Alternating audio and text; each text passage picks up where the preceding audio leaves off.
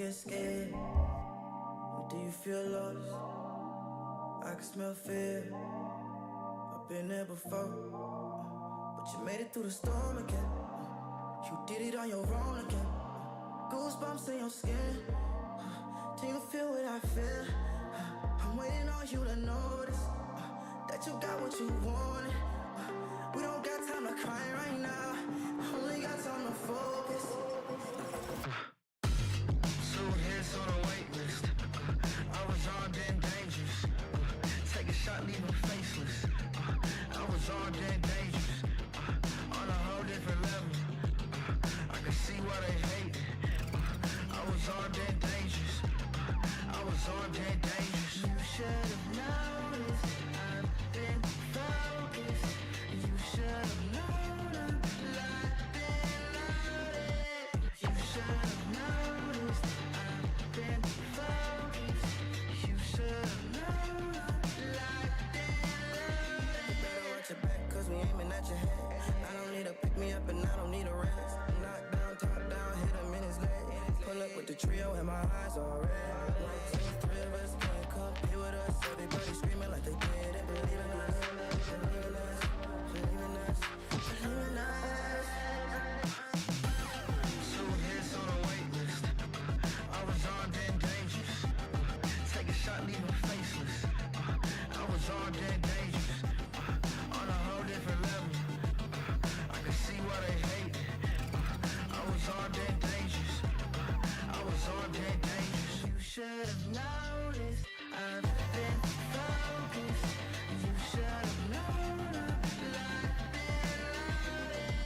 You should have noticed. I've been focused. You should have known I'm locked and loaded.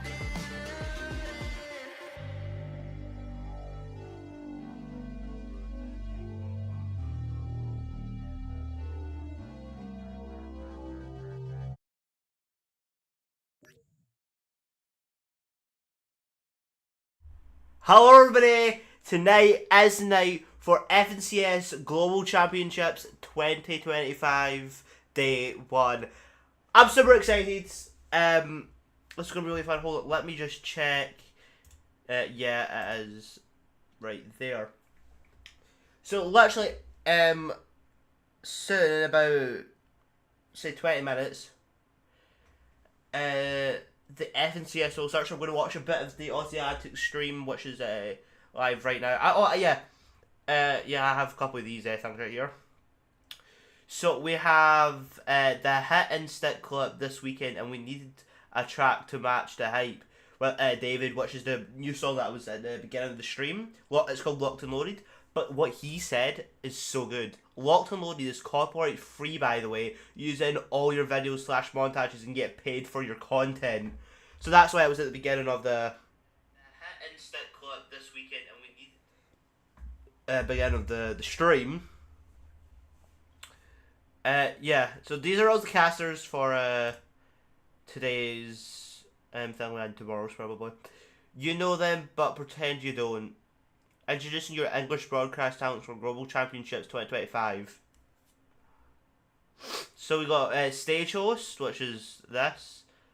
So you could look at all these, but yeah, my favourite's this guy right here. But yeah, now we've got this one over here. Right, hold on, I'm just gonna close that tab. Thingy right here. We don't really care about that one. That's just to introduce. But we've got Fortnite bid posted what? So this is the Twitch drops. So 60 minutes day 1 FNCS Spray and 6 minutes day 2 FNCS Knuckles Emoticon. And we've got this as well, which is the Global Championships 2025. Doors are open. So let's watch it. This is where it all begins. Just you and your crew, dropping from the battle bus, trying to make a name for yourself. One win. I'm excited. That's all it takes to etch your name among the greats and earn your place on the biggest stage of them all. Okay. So yeah, it's in Lyon, France. I think I said it correctly. I think. Let's go. We won't look at that right now. So this was funny. This is by clicks, right? So when they went to Thingway, when they first went like this week some point, whatever it was, clicks. Welcome to Lyon. So this was like a couple of days ago. The superstar himself is back. You've been the faces the 8th place since Major 3 finals. King Peterborough was billed. I bet the lobby screen looked comfy. A fan favourite, OX King, dominated by stable Ronaldo and the real FCS champ. Unlike you, at least you're consistently losing to Peterborough. Your team epic. So that was funny.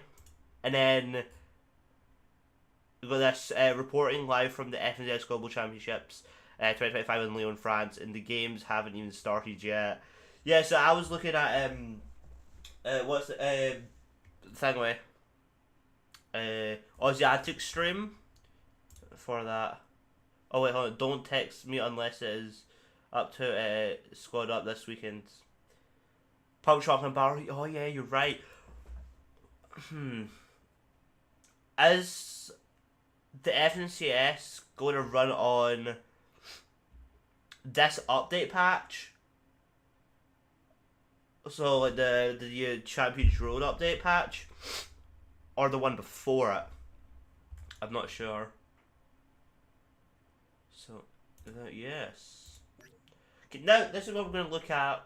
Let's just bring up Twitch, because Fortnite will go live soon. Aussie Antics. There we go. I should actually follow. Don't know why I'm not.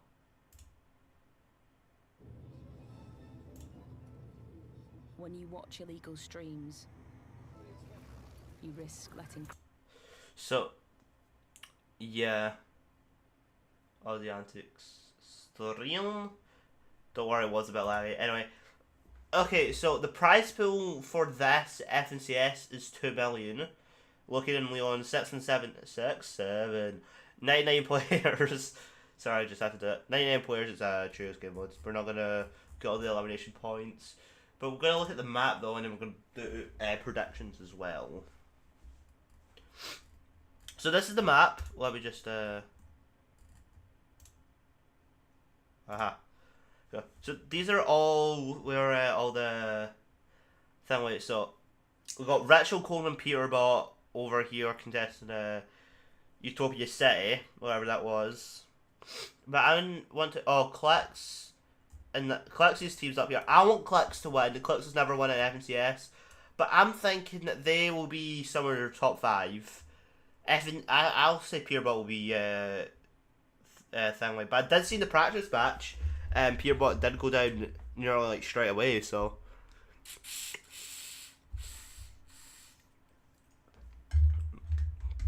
I think it was Epic Wales team that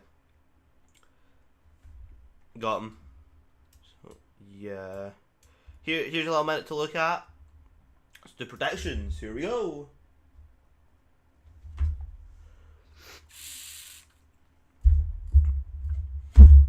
So, where do you think Veno and Thingway Veno?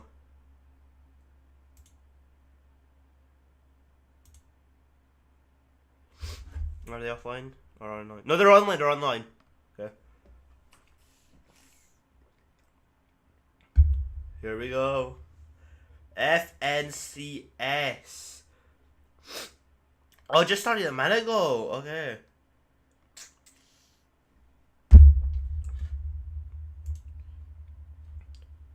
Okay, 8 minutes. Okay. Oh, okay.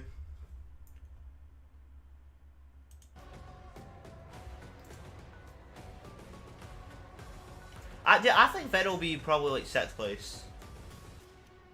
Don't you think? Hang. Don't lie. Like, these are the big names. So Veno.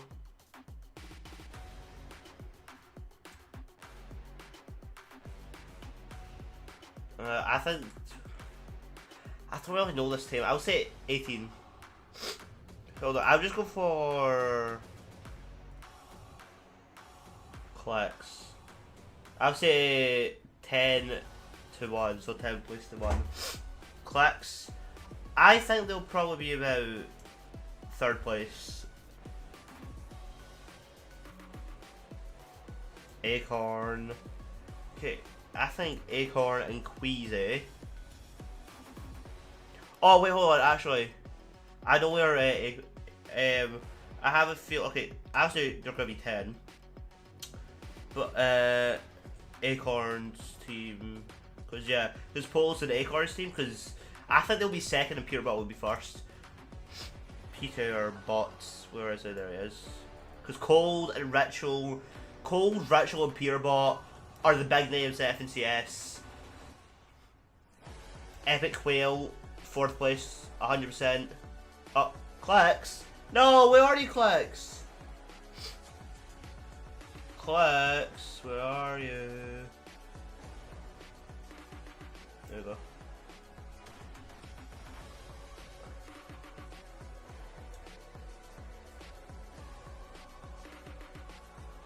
Oh wait, who was the other team? Hold up, I forgot. Oh, it's Epic Whale's team, yeah. Epic Whale's number 4. I think Alex's team will be number 11. I just said one side. Cooper's a big name, and Reed.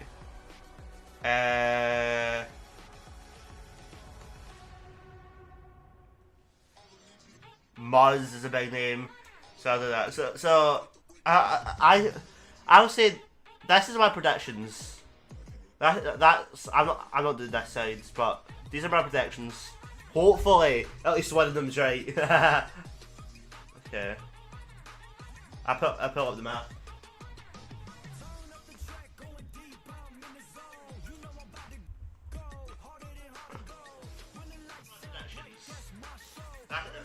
I'm not doing this sides, but these are my predictions. Hopefully, at least one of them's right. Okay, you might hear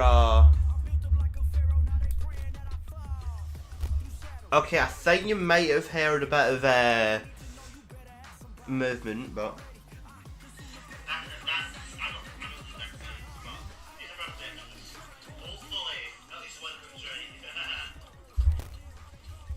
okay, you might hear okay, I think you might have heard a bit of movement, but yeah, I think that's good.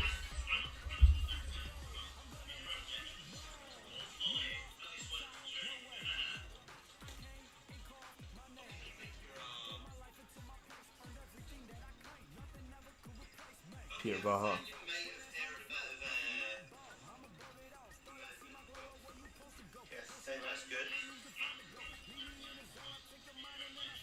I think that might be good. I've been waiting all week for this.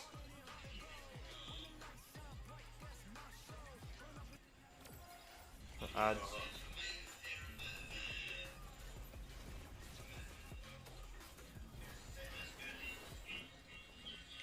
I think we're doing good. I think that would be good. Yeah, we're doing good. We're doing decent. We're doing pretty good. If we complete the challenges, we get gifted subs for you guys watching. Score a header and a volley and win the match. Oh yeah, that's crossplay now. I'm gonna play that with my friends at some point. Every kill. Triple gritty. Triple gritty. Triple gritty. Takis again. Takis again. Ole, ole. Thank you very much,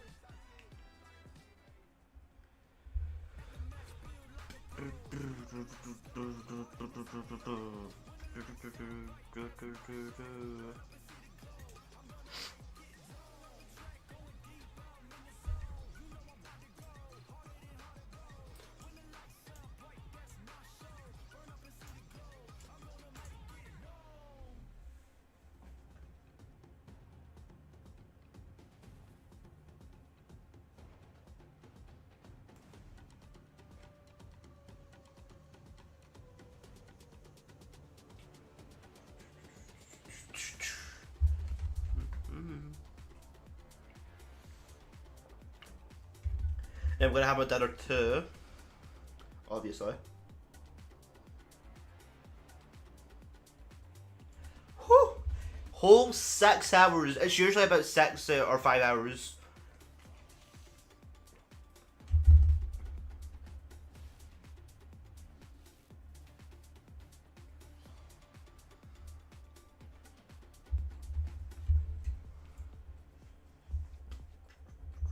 Whole 6 hours. It's usually about 6 or 5 hours.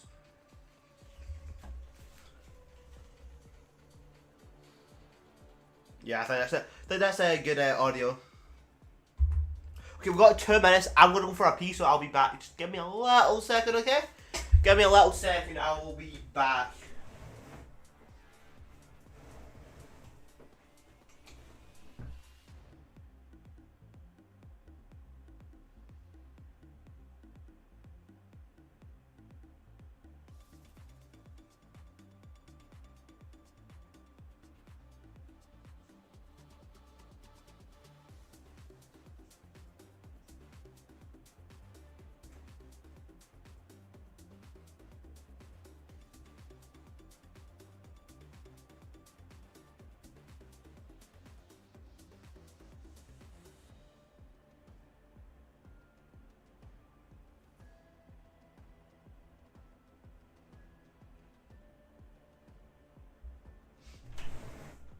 Yo, yo, yo, I'm back! I have like a block note, it's so annoying. So annoying!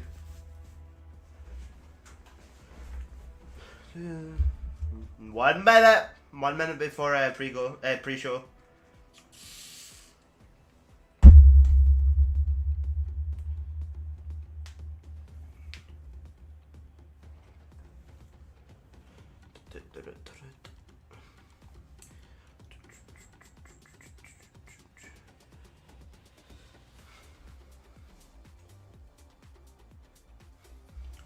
So excited.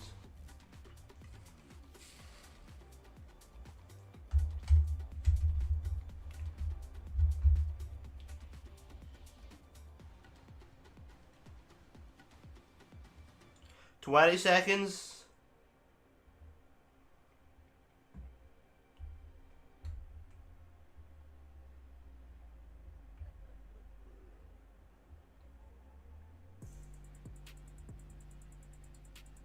Here we go. 9, 8, 7, 6, 5, 4, 3, 2, 1. Let's go! FNCS 2025.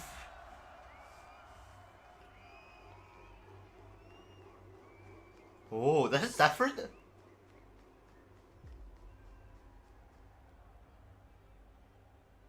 Portugal Championships 2025.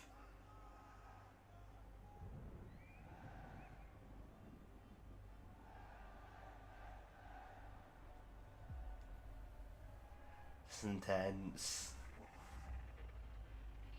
Oh, it's happening. Oh.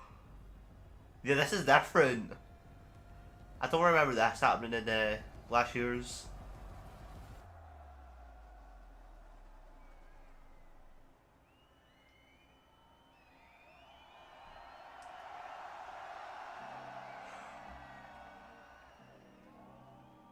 It's the song that I was playing.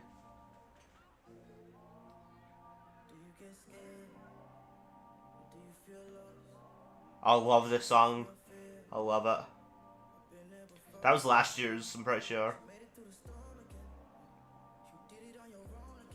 There's the FNCS skins.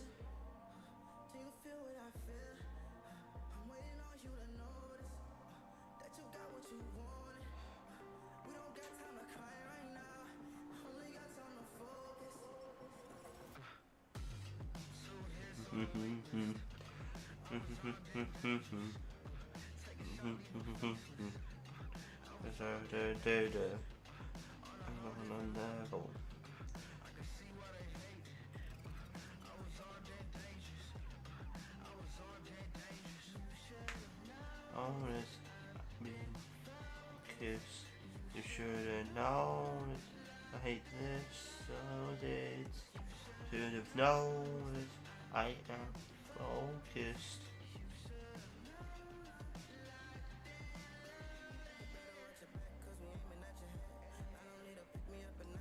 I love this song.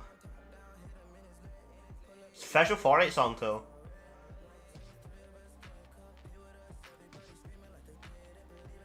They should have. I think they should have revealed it during the FNCS. I love that. That's my favorite trophy in the FNCS. It looks so good. It's the best trophy that they've made.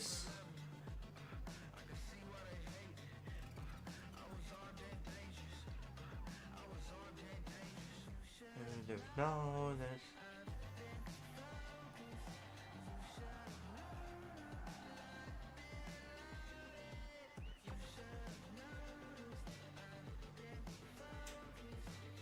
And it's not it's copyright free, so.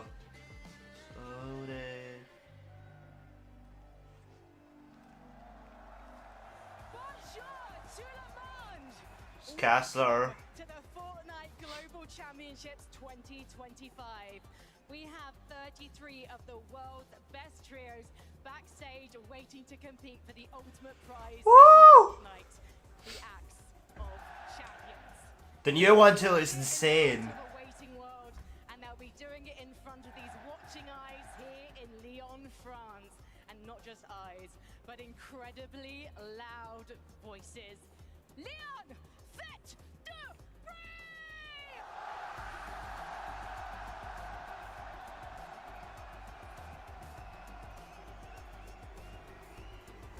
Hi Frankie, hi Fortnite fans, so good to see you there. Bonjour à tous, bienvenue à Lyon, bienvenue en France. What a pleasure, quel plaisir, quel kiff de voir ce stade rempli aujourd'hui. Vous avez rempli l'aréna de Lyon. Et vous l'avez vu, pour ce Fortnite Global Championship, I will be with Frankie. Make some noise for Frankie! Coucou Lyon! Ça va ou quoi? This crowd, I have to say, is my favorite in the whole world, Benji. This is what we call the French atmosphere. We had to come to France with the Fortnite Global Championships. And right now, actually, I have to introduce what our players will be competing for. It's not just a generous prize pool. It is not just the Axe of Champions and legendary status. It's also this incredible silverware created by Thomas Light. You might remember they created the trophy back at the FNCS Pro-Am in Los Angeles back in May. And now they have truly exceeded themselves. Exactly, big shout out, énorme bravo à Thomas Light pour la confection, la réalisation de ce trophée. Il est magnifique. C'est lui déjà, Thomas Light, qui avait réalisé, Frankie en parlait, le trophée du FNCS Pro A il y a quelques mois aux États-Unis. Et il a remis ça, Thomas Light, aujourd'hui pour ce Fortnite Global Championship. This is the trophy and it's absolutely wonderful. It's the best trophy that they made by far. The only question now is, who's gonna win this trophy, Frank? That's a question that would be decided tomorrow on Championship Sunday. Right now, though, we should try and find out a bit more about some of those teams. So, on y va. Let's head to the desk. Thank you so Gassers, here we go. Fortnite fam, welcome to the Fortnite Global Championship. This is what it's all about. We fought all year long across several majors to find the very best trios in the world. Now, we launch from one battle bus. Game 1 in an hour. Today, 6 tomorrow, and only one trio will walk away global champions. What's going on, everybody? My name's Zeke, joining us here on the analyst desk. You know him, you love him. It's Vivid. It's 11-2K. My friends, here we are once again, the Global Championship. Wow, Zeke, 11, Fortnite fan. We've been talking about this all year. Sometimes setting aside the importance of winning a major to talk about the qualification spots to show up to this event right here. This is what every single competitive player wants to play at. This is what they dream about. Boys, it doesn't get better than this. I mean, this is everything we live for in the Fortnite community, the best weekend of the year. And I mean, look, I've spoken to the players. They're ready for this. This is a new atmosphere. You think you've played at a LAN before and experienced that pressure. This is something completely different. That's right. If you are joining us here in the venue and you can hear us, don't worry. We're going to start things off. We'll be hearing it from us for now. But then we'll actually have some very talented French commentators who will be kind of talking you through the action. If you guys are watching from home, don't worry. You won't notice a difference. But in venue, we're going French, and it's going to be awesome. Now, what are we here playing for? Obviously, we took a little bit look at the trophy there with Frankie, but there's quite a bit of prize money on the line as well. $450,000 for the trio that comes in first place. I mean, you know, 12 games of Fortnite, 450K. Seems pretty good to me. Not too bad. There's not only going to be one trio, of course, walking away with a lot of money. There's actually going to be a lot of trios walking away with a lot of money this weekend. Big prize pool, a lot of money on the line. Levin, we set aside the money a lot. We got to talk about the prestige that comes with an event like this. Of course we want the money, right? But you know, if you're a money man like my guy Vivid over here, maybe the money ain't too big of a deal. But what is a big deal is that trophy. I mean, it is a beauty. Big shout to Thomas Light, man, for hooking this one up, because this is something that every player on this stage will want to All the okay, here's one thing I want to say. All the FNCS trophies need to be Batblings. Need to. Not a big deal. We can't also forget a brand new Axe of Champions 3.0. I would like to be the first person to take hold of that, right? So much on the line. But of course, as I mentioned before, some of the best trios in the world are all competing on this stage. Let's take a look at our lobby list. Lobby list, here we go. Of what we're going to be seeing happen here. Obviously, it's been fun all year. Okay. I know we did see it, but still, lobby list. We got Muzz. Yeah, absolutely stacked. Of course, a lot of people are going to look towards the names. I'm looking towards the regions. Of course, the global championship. 7 regions represented very, very well. Mr. Savage. I'm pretty sure this is Mr. Savage's last FNCS because he's retired, so I don't know if he's going to play any other FNCSs or not. Well, he's not really retired. He's retired as a pro. And he's going to do whatever it's called. There's Alex. I want Alex or Collex to win. That's my main two. Okay, wherever region we're at, we're kind of going in and we're thinking, bro, it's not just my region I'm going against. It's 6 other regions. I got to be constantly thinking about, well, what do they do? What is their strategy? Yeah, exactly, Zeke. That's the beauty of a global championship. We're taking play styles from 99 different players, 7 different regions, throwing them into one lobby. The clash is always so amazing to watch, just from the early game all the way to the end game. And boys, we get to watch it together. I mean, it's gonna be a good time today. It is so exciting. Of course, it's not just us hanging out talking about Fortnite with you guys. We also have Mini Miner and Kelly Link. Let's toss it over to them to get their thoughts.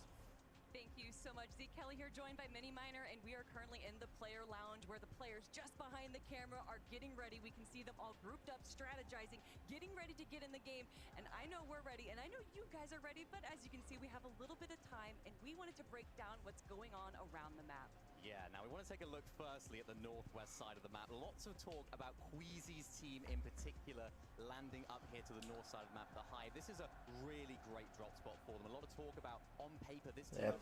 Yeah, Clux is all the way over here. One of the main reasons for that is, of course, they have that spire right in the center of the POI. They can build up on that, and what they've been doing a lot of is building up on top of that, getting some tags on some of the teams around. And if we throw out the teams that are around, there are so many names around here. Mr. Savage, Klex. Big names, Muzz. We got Kanata. Big names. Big names. I think all the teams have at least one big name except for these two down here. Well, King, but that's pretty much it. Absolutely impressing everyone during the Div Cups just to the north of them. Of course, we can't forget about Clix, Eonzo, and Higgs. We have Kanata, Rapid Bolts, King, Phaser, PXN, and then of course, if you guys have been watching the 1v1s over the last few days, to have those names around you, it's probably good to have a little bit of protection. Yeah, definitely. Lots of good early surge opportunities for these guys as well. But the one downside of this drop spot, I guess you're looking at this, really good surge, loads of loot in that drop spot. The one downside that they're having is the lack of metal at this drop. So they don't have absolutely loads, and they do solve that in two different ways. There is a bunker just about here, and of course, because this is a drop spot where they get that queen, they can access that bunker whenever they like, whether that be at the beginning, or of course, maybe they want to rotate in there late, refarm some of that metal as well. And what they can also do, as you mentioned right there, Muzz is up there, they can rotate all the way up to here and refarm some of the metal at the resistance base to the north, and then of course, it's a really nice position for them there as well. Yeah, even if zone pulls to the southeast, they still have so many static launch pads there, not having to worry about wasting their mobility in the middle and late game, so they can go over to the northwest, get that metal, like rotate anywhere they need to. But speaking of rotating, we need to rotate to the now southwest side of the map because we have another big name landing over there, and of course, it is Vico, Vino, and Flixie. This is on everyone's eyes, essentially since they formed up earlier this year. But what we thought was going to be an uncontested drop over in Canyons is no longer the case. Yeah, Coyote's team has decided to show up. This is quite a recent development. Okay, so they were actually contesting the same spot, so they're not actually contesting that POI. They're Canyon Crossing, I'm pretty sure. They're contesting the little outpost that's above it. But when we were watching the practice games, all the Coyote's team drop came down here. So yeah.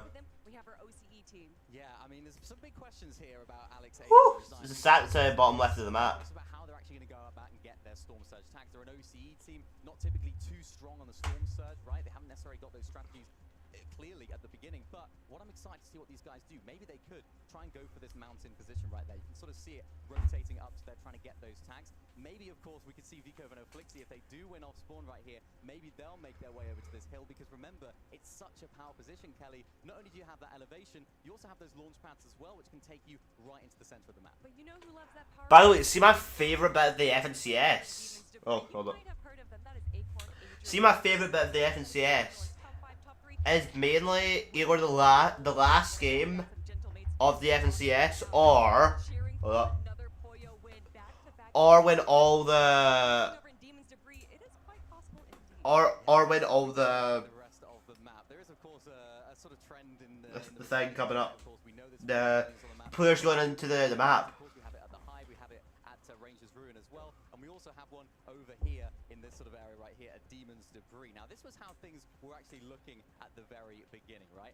Now we've seen a big change. We've seen a big change to where now that medallion and of course that queen that spawned at Demon's Debris now has a 50-50 chance at spawning at Dystopia City as yeah, so this Black Dot's meant to be in here, by the way. About changes, we gotta talk about one of the biggest drop spot changes I think a lot of people are talking about is, of course, Pewterbot, Cold. Yeah, I want to see how they're going to talk about Pewterbot. Getting triple contested, I think there was a possibility of them thinking they were going to ego some players out, but if you've been watching some of the off-spawn fights recently, I don't know if that's going to be the case. However, if there's anything you can expect from Pewterbot, Cold, and Ritual is that they're unpredictable. Exactly. Remember those queens that these guys are fighting over, of course, in this sort of area up there as well. The teams that are actually going for these, they're so beneficial, right? Because you can get all of that hero ranking so early, have access to the Half an hour streaming already. and even those drop pods that come in, they can get you the crash pads that you mentioned earlier that are so beneficial. The big question for me is if a team does decide to maybe need that later on down the line. Of course, they know when the queen's going to be at the drop spot when they're on the battle bus, right? So could we see a little bit of a change in drop spots major for Poyo's team? Will we see maybe Pewterbot, Cold, Ritual do what they did in major number 3 and go on down there? There is so much that can possibly happen, Mini Minor, but obviously only time will tell, and I know that I am ready to get into the games, and I bet the desk is as well. Thank you so much, Mini Minor and Kelly. We'll see more of them in a little bit, but we need to deep dive onto more of what they're kind of talking about. Obviously, getting to see just those two quadrants of the map, it's got me so hyped, right? Actually seeing names on the POIs, the map itself, it's got me so hyped. Why don't we kick things off with EU, right? We got Fred Oxy going up against Tayson. Now, Levin, you've been close to this, right? You've been watching this all year long, but now we're taking this fight to a global stage. As an EU fan, seeing two top teams contesting each other, it hurts me a little bit. It does. Yeah. And seeing two teams who, again, have shown a propensity to be incredibly good off spawn. We've seen this fight take place a couple times in the Div Cups. In the first one, I think we were expecting things to go Fredoxy's way, Vivid, right? Fredoxy has a reputation as being a top off-spawn player. And then Tayson, he came through with his trio, Harris and Gijo. They said, nah. They beat those guys badly. They ran it back again in the Div 3, in Div 1 week 3. it went a different way. Fredoxy team came back and showed the Osborne prowess that we know they have. And so right now, it sits sort of evenly. I think a lot of people are almost not knowing which way it's going to go here on the stage today. Yeah, exactly, and that's what makes it so scary, right? We don't know what to expect. I can tell you one thing that's almost a guarantee, though. Whatever team ended up winning off spawn in those Div Cups, only 5 out of the 11 times that they actually ended up fighting, they had 3 players alive. So it's pretty much this 50% chance that one of your teammates is going to go down if you end up fighting off spawn, which of course we know that they are. And I feel like that could stall, or definitely will stall their early game. Maybe will also be like this beacon for other teams around the area to kind of come and be like, well, maybe we should go third party this. I mean, it's possible. Interesting. So obviously, I like you guys are kind of bringing this down. I kind of want to take this to the fact that this, obviously, this is a global championship stage, but this crowd kind of takes things to another level, right? So I'm kind of curious to get your guys' thoughts on how this could impact the trio. Do we see maybe those nerves maybe being a little more than usual? Look, when you look at both teams have 2 what you'd call maybe star fragging players, right? You look at Haris along the Balkan side, you look at Chino, right? The young Dane who's come in and you know he's a top fighter. Both of those players haven't played on a stage like this, right? They don't have the experience. Coming into a land like this, having the expectation that you're going to come through and just beat everyone in fights, that's a lot of pressure to deal with. Yeah, it definitely is. I can tell you from personal experience and kind of showing up to in-person events like this, it took me, I think, like 3 times of doing it before I felt like I had no nerves kind of going into one. So that's why we always talk about experience, right? It really does matter when it comes down to these types of events. I like to hear it, but I also want to hear from these players right now. Frankie and Benji are standing by. Let's hear them. Hello guys, yes we are, because we've got to talk about Rangers Ruin and this epic Osborne battle that's about to happen. In the last Divisional Cup, you actually came out on top, Fredoxy. Not really like the first Divisional Cup where you kept losing, so what did you change to start winning? No, we just used some time on Osborne track and came more confident. Do you think that Tyson hasn't been practicing? I've seen them practice a lot here. Yeah. It's just a skill difference. Yes. En gros, les deux équipes ont un niveau de jeu différent. Ils se sont tous les deux entraînés très longtemps sur ce spawn, mais Fredexy pense que c'est eux qui ont l'avantage, évidemment. Tyson, you land at Rangers Ruin against Fredoxy's trio. Who's gonna win this contest and why? I think we're gonna win. I just think we're better Ospan team and individually we're better. Pour faire simple, l'équipe est meilleure et même individuellement, il n'a pas peur, il se sent en confiance. C'est le trio de Tyson, visiblement, qui est favori. My jaw has hit the floor because if you look at the statistics going back to Major 3, you are one of the highest damage dealers in the lobby. Do you think he's just a bit scared of you? I mean, we'll see on stage. But this is your first time on stage. Do you have any nerves about that? Do you anticipate it feeling different? No, not about Osborne. We're confident. But not confident about the rest of the game? Just Osborne? I mean, we'll freestyle. We'll see what we do. To be fair, if anyone can freestyle. Ouais, elle a bien fait de souligner, c'est la première fois que le trio de Fredoxy monte sur scène, c'est son premier gros event, mais il est quand même en confiance, il n'a pas peur de la pression, il va boire la pression comme on dit. Tyson, you won 5 FNCS title. It's the Europe record. Do you think this experience can be an advantage for you and your trio? What knows? I think so, yeah. So, but, yeah. I really think we have a chance to win this time. Just hoping. I'll just give it to other players this time. Il pense qu'il peut encore le faire, il peut aller chercher une 6e victoire, mais il l'a dit, ce contest il va être très relevé. On verra, ça promet, ça va être un très très beau contest. He said he's going to give the victory to other players. Is he going to give it to you, Victor? I mean, when you're contested, I think it's like you need a 10-2, 11-1 to win when you have like so many teams trading Surge, being like consistent. So yeah, I understand him. One more question for you. Is there anything you would like to say to Tyson on the record before you land at Rangers Ruin? Just good luck. Good luck. And Tyson? Same. Good luck, guys. Thank you, man. Ending on such a lovely, sweet note here backstage, but I imagine it's not going to be quite so sweet once we board the battle bus, Zeke. You know, they're trying to keep calm, cool, and collected. When's all the contestants coming out? There's a bit of a different The players. atmosphere, right? But once again, this crowd is probably the best crowd we have ever had, and I think even people coming in with experience, the moment M8 starts going crazy, kind of changes things. Hey, listen, I feel like we've got a lot of experience up here on the desk at this point, and it's definitely taken. It's going to take a little bit of time for us to kind of adapt to the noise as well. 100%. It's funny though. I feel like both players are almost just like completely focused on the off spawn, and it's just like the rest of the game after that. Whatever, man. Like, let's just try and win off spawn has been the focus. I think both players again will be under immense pressure, but we'll see who can deal with it the best. I like that. I like that. Let's keep this conversation going. There's more contestations happening. Let's take it on over to Vico versus Koyota. This is an interesting one. This kind of all kicked off with some social media exchanges, and now here we are at a global stage contesting each other on maybe not the stage we should be doing this, but it's happening. I mean, yeah, look how incredible of a year both of these trios had. I mean, first, second for Vico's trio there. Koyota also putting on an incredible year, especially that Major 3 performance. And this hurts me so much because if you take a look at global championships on a greater scale, right, go all the way back to 2022, you count in 23, 24, and everything like that, there's only been 3 instances of a smaller region team actually placing in the top 10. So much so, actually, that last year at Globals, there were none in the top 10. So to see such a good team like Koyota's trio have to go up against such a titan of a trio off spawn, it hurts.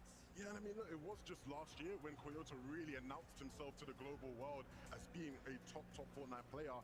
Like you say, it hurts to see him having to go off spawn against such a veteran, experienced team. We talk about the way off spawns can go all day long. Ultimately speaking, Vico Veno Flixi will just have had infinitely better off-spawn practice than what Koyota, Rise, and Yuma have been able to have access to, right? These guys get to practice off-spawn against the best of the best EU and NA teams all the time. You know, the Asian teams, it's a lot harder for them to get that same level of practice with it. Yeah, I mean, absolutely. Also, you know, we were blessed last night, right? Me, Lev, and all the crew kind of sitting there out in the lobby at the hotel. Vico kind of comes by. Confidence is like the only word I feel like I need to say. Like, Vico just feels so confident kind of going into this all-spawn play, but me not so much, because this feels like an extreme 50-50. Like, is that going to be replicable? I mean, we'll have to see. The one thing I'd say maybe that goes against Vico, Veno, Flixi is that, you know, in the case especially of, you know, Veno and Vico, very emotional players, right? There's a scenario where maybe, you know, they're going in super confident. If those first couple games don't go their way, trouble might be assured. So we have to see how these guys start and whether or not the Asian team, Koyota's trio, decide to even want to stay there, right? You know, initially they weren't even going to be landing at this spot. We thought maybe they were going to be landing further up north, contesting Mr. Savage's trio. So there's a good chance these guys maybe get rooked a couple games and say, you know what, guys, we'll take a step back, you know, you're good. But who knows really at this point? Yeah, I mean, to kind of, you know, further elaborate on what we kind of talked about, yeah, Vico's saying, hey, look, I put a lot of practice in. There was a lot of things he kind of kept going, you know, talking about in the practice, putting in. We're all sitting there going, wow, like, you really have thought this through. I almost wonder, though, right? Like, this is a show day. You could put a lot of practice on, but when you show up on the day, anything can happen. So I almost wonder if things were to go not in Vico's favor, what happens? You talk about being an emotional player. Maybe they continue to get rocked off spawn. Maybe we have to come back for day 2. I don't know. I mean, even like talking to the coach of Koyota's trio, right? I was kind of like, hey, listen, like, what's the game plan for all 12 games? Of course, you know, we know they're going to start landing there, but if things start to go bad, and you know, basically he was like, hey, listen, man, they do not like to be disrespected. 30 minutes already. I think they're going to take it to them all 12 games. Oh, wow. Oh, man. Well, guess what? Frankie, Benji are standing by with them right now. Let's hear from the players. We are. I can't wait for this Canyon Crossing clash. Koyota, what was your coach Spen's reaction when you said you wanted to now land at Canyon Crossing? 降下すると教えたらどのようなリアクションをしましたか？まあ自分たちのなんか自分たちの判断に任せる、後悔のないように自分たちの判断に任せるっていうことを言われました。So he just said here he's gonna leave the decision to us, like he's gonna just let us do whatever we think it's the best for us. And Sven has taught you a lot because 8 victory royales in Major 3 in Asia. What is the thing that he has taught you that has strengthened your game? スペンコーチはたくさんのことを教えたと思うんですね。スペンコーチになってから、大会で12試合の中で8回、勝利できましたけれども、特にどんなことを教えましたか？どんな影響を与えましたか？なんかもう立ち回りの安定感とか、コミュニケーションの部分もそうですし、なんかそういうことをも教えられて、なんかより安定したかなって前より、思います。So he taught us how to move more safely, how to behave more safely in the game, but also a lot about communication inside the team. So I think those are the 2 most important things he taught us. Vico, what do you think about this contest versus Coyota's trio? Honestly, did you expect it or not at all? I mean, we knew the whole season we were going to be contested. The first couple where they landed like Cannon Crossing, we already knew we were going to be conned. But at the end of the day, I don't really care about it. They can do whatever they want, right? It's a game. So if they decide to land on us, then I'll just teach them not to do it again. Pour faire simple, ils font ce qu'ils veulent. Le spawn n'appartient à personne, ils peuvent venir. Mais ce qu'il dit concrètement, c'est que qu'ils viennent, pas de problème, ils seront très bien reçus.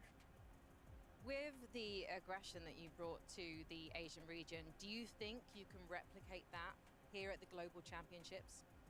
なんかアジア地域で本当にアグレッシブなスタイルを見せたんですけれども、この世界大会でも同じスタイルができると思いますか？まあできるだけ自分たちを信じて、まあ今まで通りやる予定です。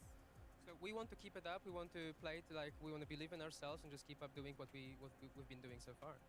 But if you do start to lose off spawn against Vico's trio, would you consider moving to a different area of the map?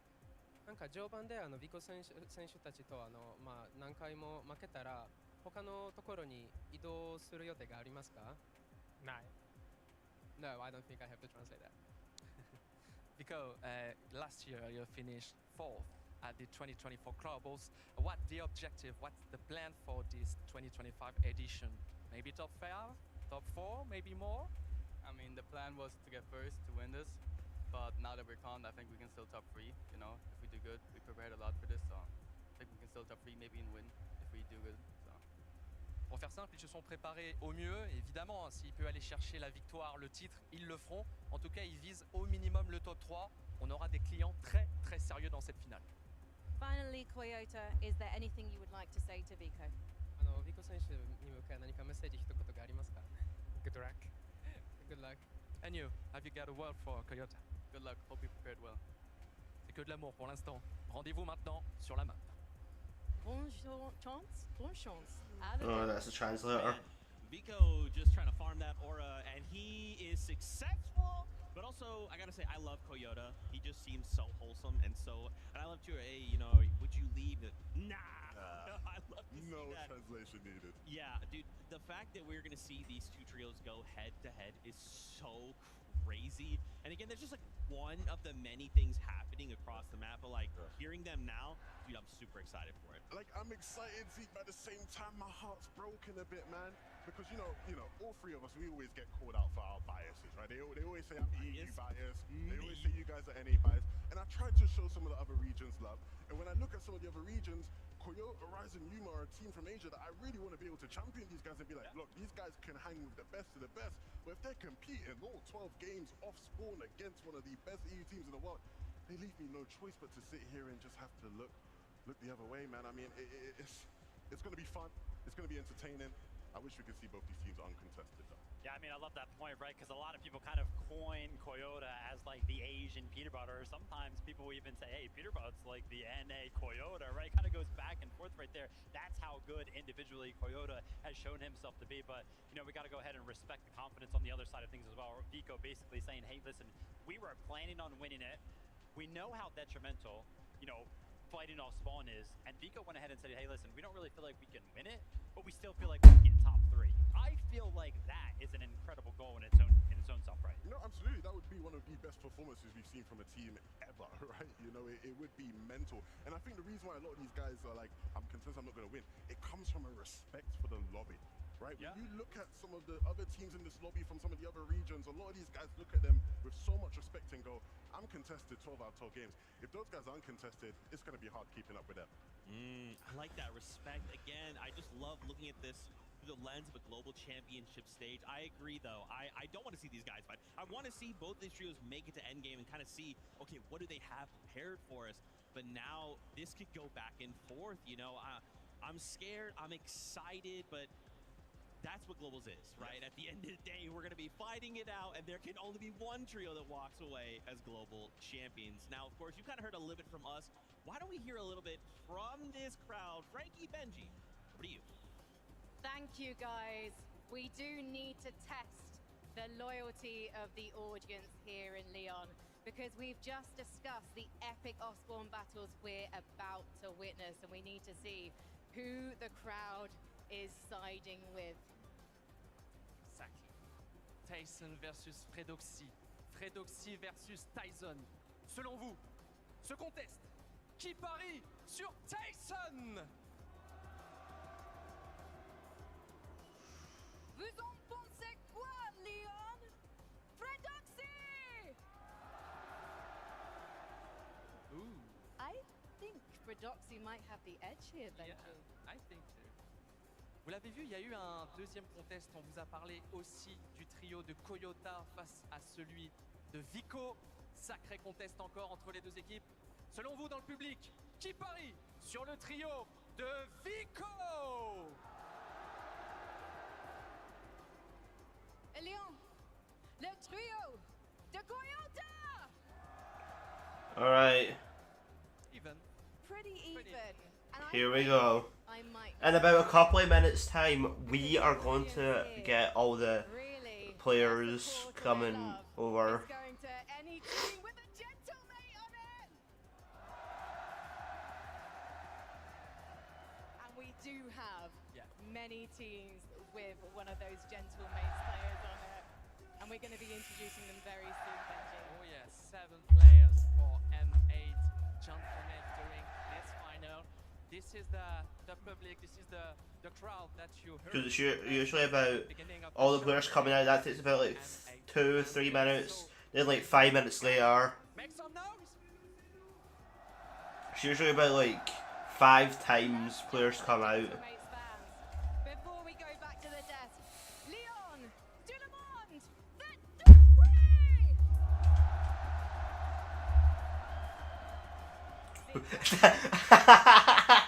there's a cut of Peter Butt's face, and it's like big as well. It's like pretty big. I'm pretty sure it's bigger than the height of that desk, which is funny. We get that victory royale moment. It's going to be crazy. Now, as we start to kind of focus back in on the competition, I wanted to highlight something for you guys. 3 of the best players from last year's Globals are finding themselves once again back on this global stage. Peterbot, Pollo, who were a duo that split up early this year, and Queasy. So we wanted to take some time to kind of highlight where they are all at and how their trios are performing so far. Obviously, we got to start with M8 Pollo. They're partying. They're partying. They're already gone. They're like, see, There's Pollo's team. They see his name. They see his name. I mean, how can you not? Look, I think a lot of people coming into the competition this weekend with it, they're looking at Pollo, Acorn, and Aegis as big favorites. I think Pollo's gonna come second. It was second or first. That's where I think Pollo's gonna be second or first. One of the best POIs in the game right now. When you take a look at their history throughout the year, first, fifth, second. When you take a look at the individual performances from the likes of like Agers, the most eliminations on NA with 40.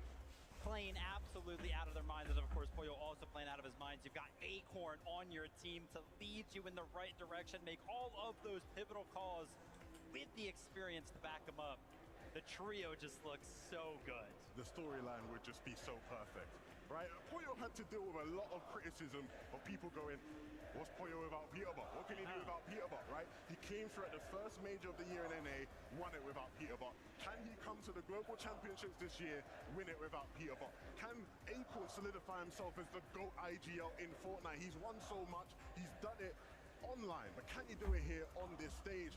And of course, Aegis, an FNCS champion in his own right, who has been underrated at times, but he has been a shining star all throughout this year. Oh man, I'm so excited. Let's move on. Queasy, Swizzy, Murstache.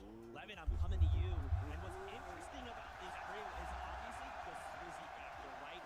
Finally getting to play together. Queasy, I really like Queasy. I can't even hear you, Z. I can't even hear you right now. They're way too loud for my guys, Swizzy, Murstache, and Queasy, man. Look, the setup the story is so important. This is I think they're gonna play high. He has dealt with so much adversity in his career. In 2023, he wins Major 3 in EU. He can't play at the Global Championships there due to visa issues. In 2024, he gets the visa sorted. He can play. His teammate Vanya can't make it. He has to play with a Phil and Yako. And even playing with a Phil Vivid, he gets top 10. He won't be choose the eventual champions to win a game in Peterborough Poyo. My neck. It still wasn't enough. This year, Swizzy finally gets to play with his teammates, and he has two of the best players in the lobby to be playing with in Queasy and Mustache. Uncontested, these guys, they might go the whole way, man. I really believe it.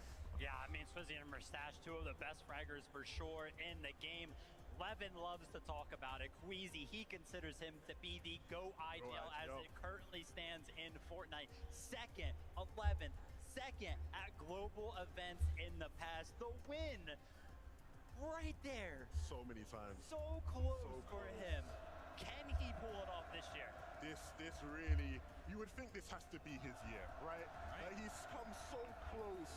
And this year, everything looks set up so perfectly for them. We saw the breakdown from Kelly and Minnie at the start of the show. They broke down why. Wait, hold on.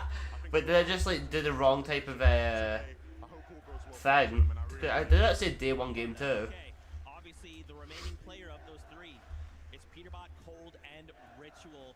You know, when we kind of came into this, these three names is kind of like, hey, anyone Peterbot! could go on to win.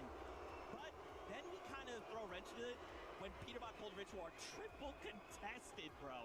Why are we doing that at globals? Oh, the triple contestation. It's a hard hurdle for me as an analyst. By the way, all three of these people are on the map. These are pro players. I'm pretty sure. Okay, that guy right there is Cold. I'm pretty sure. Yeah. The other guy, the guy with the mustache, is Ritual. Then obviously, we all know who Peterbot looks like. We know he's very, very good. Then Ritual at the start of this year was like Ritual, like what are you doing? You're holding the trio back. What the heck, man? Takes the entire year, grinds his mechanics. I'm not even kidding. In major number 3, he was very, very close. Highest quality. Why don't you try and make it even better? Ritual had 25. Peterbot had 33. So the individual skill level of all three. Yeah, I mean, it is just mental, right? When you have, you know, 2 players on your team who at any given moment can just be the best player in the world. Yeah. I mean, you know, you have a very, very good chance of doing well in this competition. But like you have, triple contested here at Dystopia.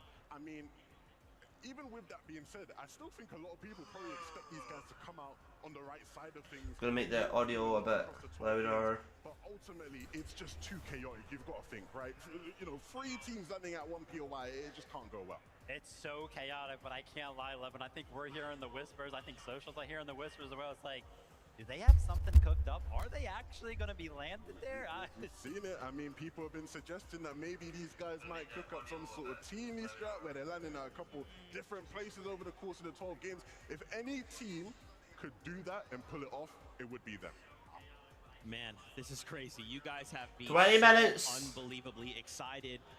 But it's time. All right, we got to get these players in and ready. So, Leon, give a big warm welcome to your players. Oh, what just happens? Da-da, da-da, da-da. Woo! This is my favorite battle.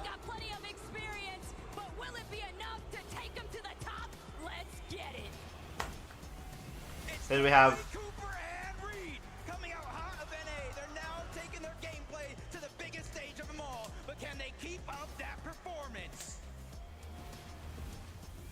Give it up for Tisco, Striker, and Canoe. Representing Brazil, they're here to prove their worth against the rest of the world. Let's see. Everybody is going to go wild when Peterbot and Poyo comes out. I thought Peterbot and Poyo will be the last teams to come out. But can they do it on land too? It's none other than Victor B, Paper, and Epic Win. What? Fan favorite to the NA West region, but also heavy hitters in this competition. It is time to lock it in. Da-da, da-da, da-da, From Brazil, Gapseta, Way, and Scorpa, the major 3 qualifiers are now ready to take the fight on the international stage and show them how lethal their region can be.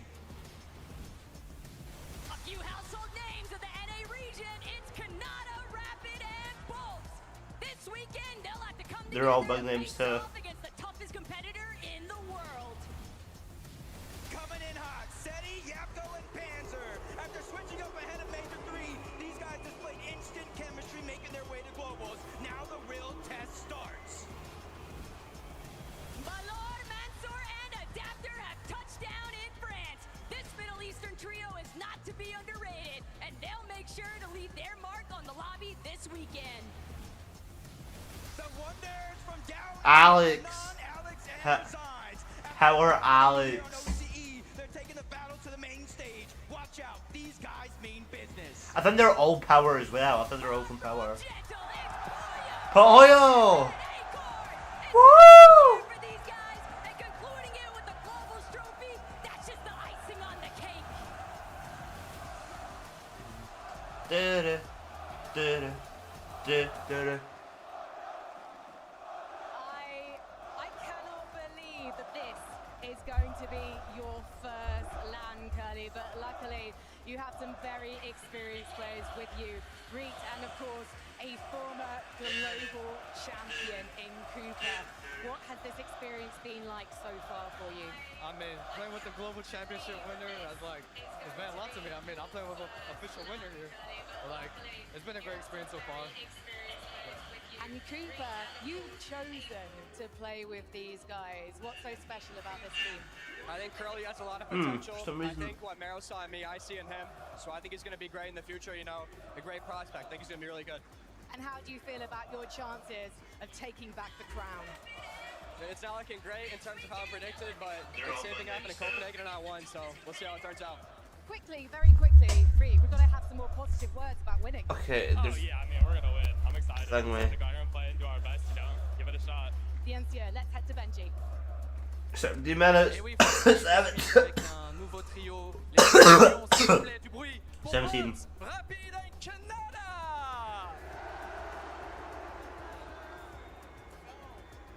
Ooh la la la la. Da, Canada, da, how da, do you feel, man? da, da, I'm da. feeling amazing. I love France, baby. Let's go. Come on. Let's go. You're the GOAT that you think you are. Thank you, Canada.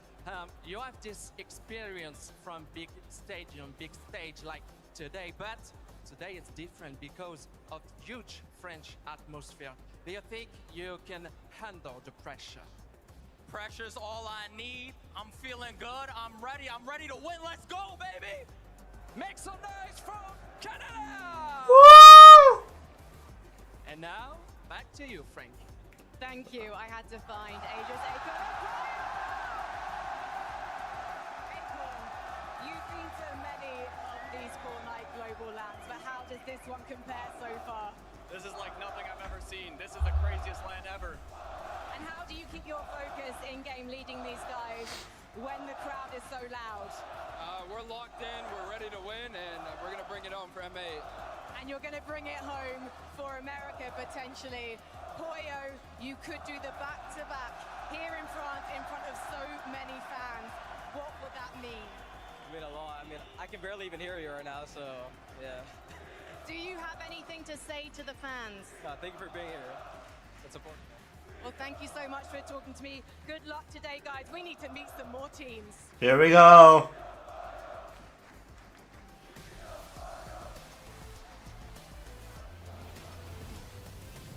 It's your boys, King, Phaser, and P8 Sin. After tearing up both Brazilian and NA lobbies throughout the year, they're here to wrap up the competition in style. Say hello to Vortex, Mountain, and Goofy. Making it to Lyon was no easy feat, but these guys are coming in with lots of motivation to win it all. Put your hands together for Cars, Pump, and Blanca. NA West did not stand a chance against these guys this year. The question is, I would collect the one. pressure in this lobby. Better late than never. iJob, Cammy, and Honey have made it to France. And with globals on the line, there's no time to waste. They're here to crush the competition for real. The pride of Middle East, Hero, Halad, and FKS. Proving their worth throughout the year is tough, but proving it on the global stage is even tougher. It's time to lock in, boys. Everybody's going to their seats. Game 1 almost here, by the way. Make some noise for Clicks, Higgs, and Young. Woo! Going home empty-handed just isn't an option. And with the Come on, Clicks, win. these guys are bringing their A game. Get loud from Merm, Wixie, and Buyuriru. Qualifying for Major 3 was just the start. With their eyes on the prize, they look to take the trophy home. There's a lot of brand new players in the FNCS. Talent has brought them so far already, but it's time to go the distance. Let's see what they've got. Walking in now, Art School and Salco, all the way from NA West with a major win. They're looking to bring their domination all the way to the global stage. Give it up for Yuma, Koyota, and Rise after dominating Koyota's big. this year. Now they're ready to prove that they've got what it takes to win it all at the international level. Ladies and gentlemen, Furious, Vanya, and Pixie with a strong home crowd behind them today. These guys are destined to go all the way. Pressure has never been higher. Is that Alex's face? So, obviously, I had to come and keep the seat warm for Vanya Boo Boo because I know there are a lot of fans here in France who cannot wait to meet this team. Here they come. Pixie in front. I know we have some Havoc fans here in Lyon. Let him hear you. Pixie, you've been to many of these global lands. How great is it to know you have Havoc fans waiting to see you play? It's amazing. It's the best ever. And I know that you're going to put on a show for them. Let's come over here then. Marius, I know that Germany loves you, but now France loves you too. What's that like? It's amazing, bro. It's amazing. It's such a good feeling. I can imagine. And Vanya, they call you Vanya Boo Boo. You spent a lot of time with the fans. What would you like to say to them here in France?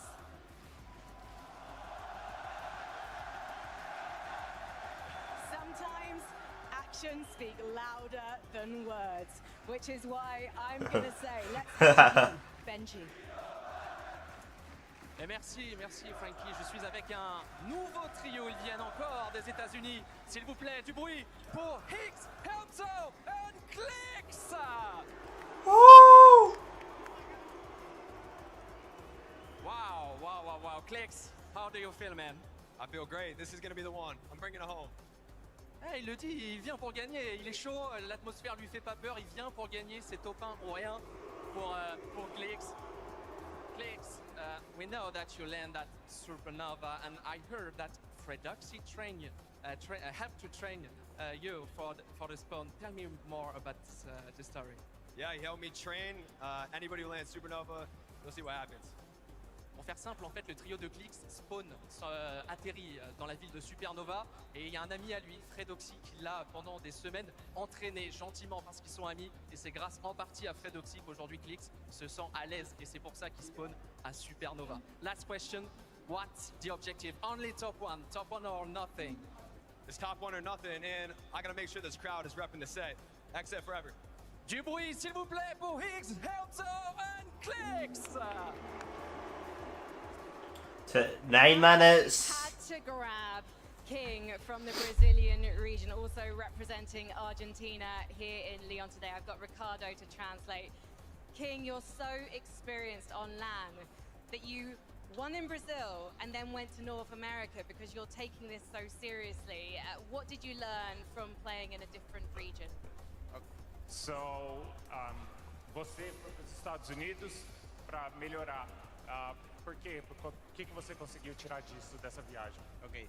A gente foi para a NA porque é uma região muito diferente, muito melhor que a Brasil. Então fomos lá treinar para conseguir dar o máximo. So they went to North America that has a better quality, so they were able to have better practice and they show up today the best they can do. And you and Fazer are an experienced duo. Now, of course, you're playing as a trio. Do you think that trios is your favorite way to play this game?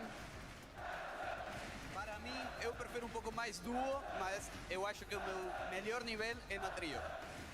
So they like to play duo better, but they think that their trio is very strong. I think you're going to be very strong. Thank you so much for talking to me. Obrigada, guys. Leon, please make some noise if you want to meet some more players. Woo! Woo! Just checking something. Here we go. Who is it? Woo! The high-tier lobbies just could not contain them. And now it's time for them to unleash their true potential on the global stage. Who's next? I think Purebot's going to be last. Purebot's definitely going to be last. They only lack one thing, a trophy. This weekend, they look to take it all. All the way from Asia, Razzle, Raito, and Tay-Tay. It's a long way from home, but the Major 2 champions are here to deliver the performance of a lifetime. Hold up, it's Pablo, Fredoxy, and Chino. These guys Oh! are on fire this year. Right back, Mims. Championship under their belt. They're looking to continue that streak. Show some love for Pink, Malabuka, and Couple of big names. You may as well be home face this weekend, and with so much support behind them, these guys are set to Oh! head straight to the top.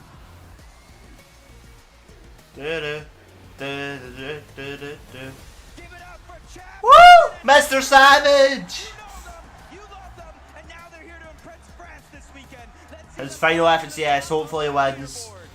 Either what clicks Mr. Savage to win, or Alex. Are here, and these guys mean business. Plenty of motivation, but now it's time to showcase that the Middle East is all about.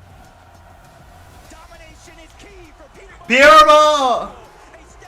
Woo! With all eyes on the trophy, they're not playing for second place here. It's all or nothing. Hold on, it's Cassie. I thought they'll be last. Representing the Oshi region this weekend, these guys are here to ensure that they'll be remembered for more than just their potential. Make some noise. It's Braids, Visuals, and a Minish. Crushing the competition this year and making it this far comes with expectations. Let's see if they can deliver. Woo! After a year of causing chaos and lobbies on EU, now they're ready to bring the heat to Lyon on the global stage. It's showtime!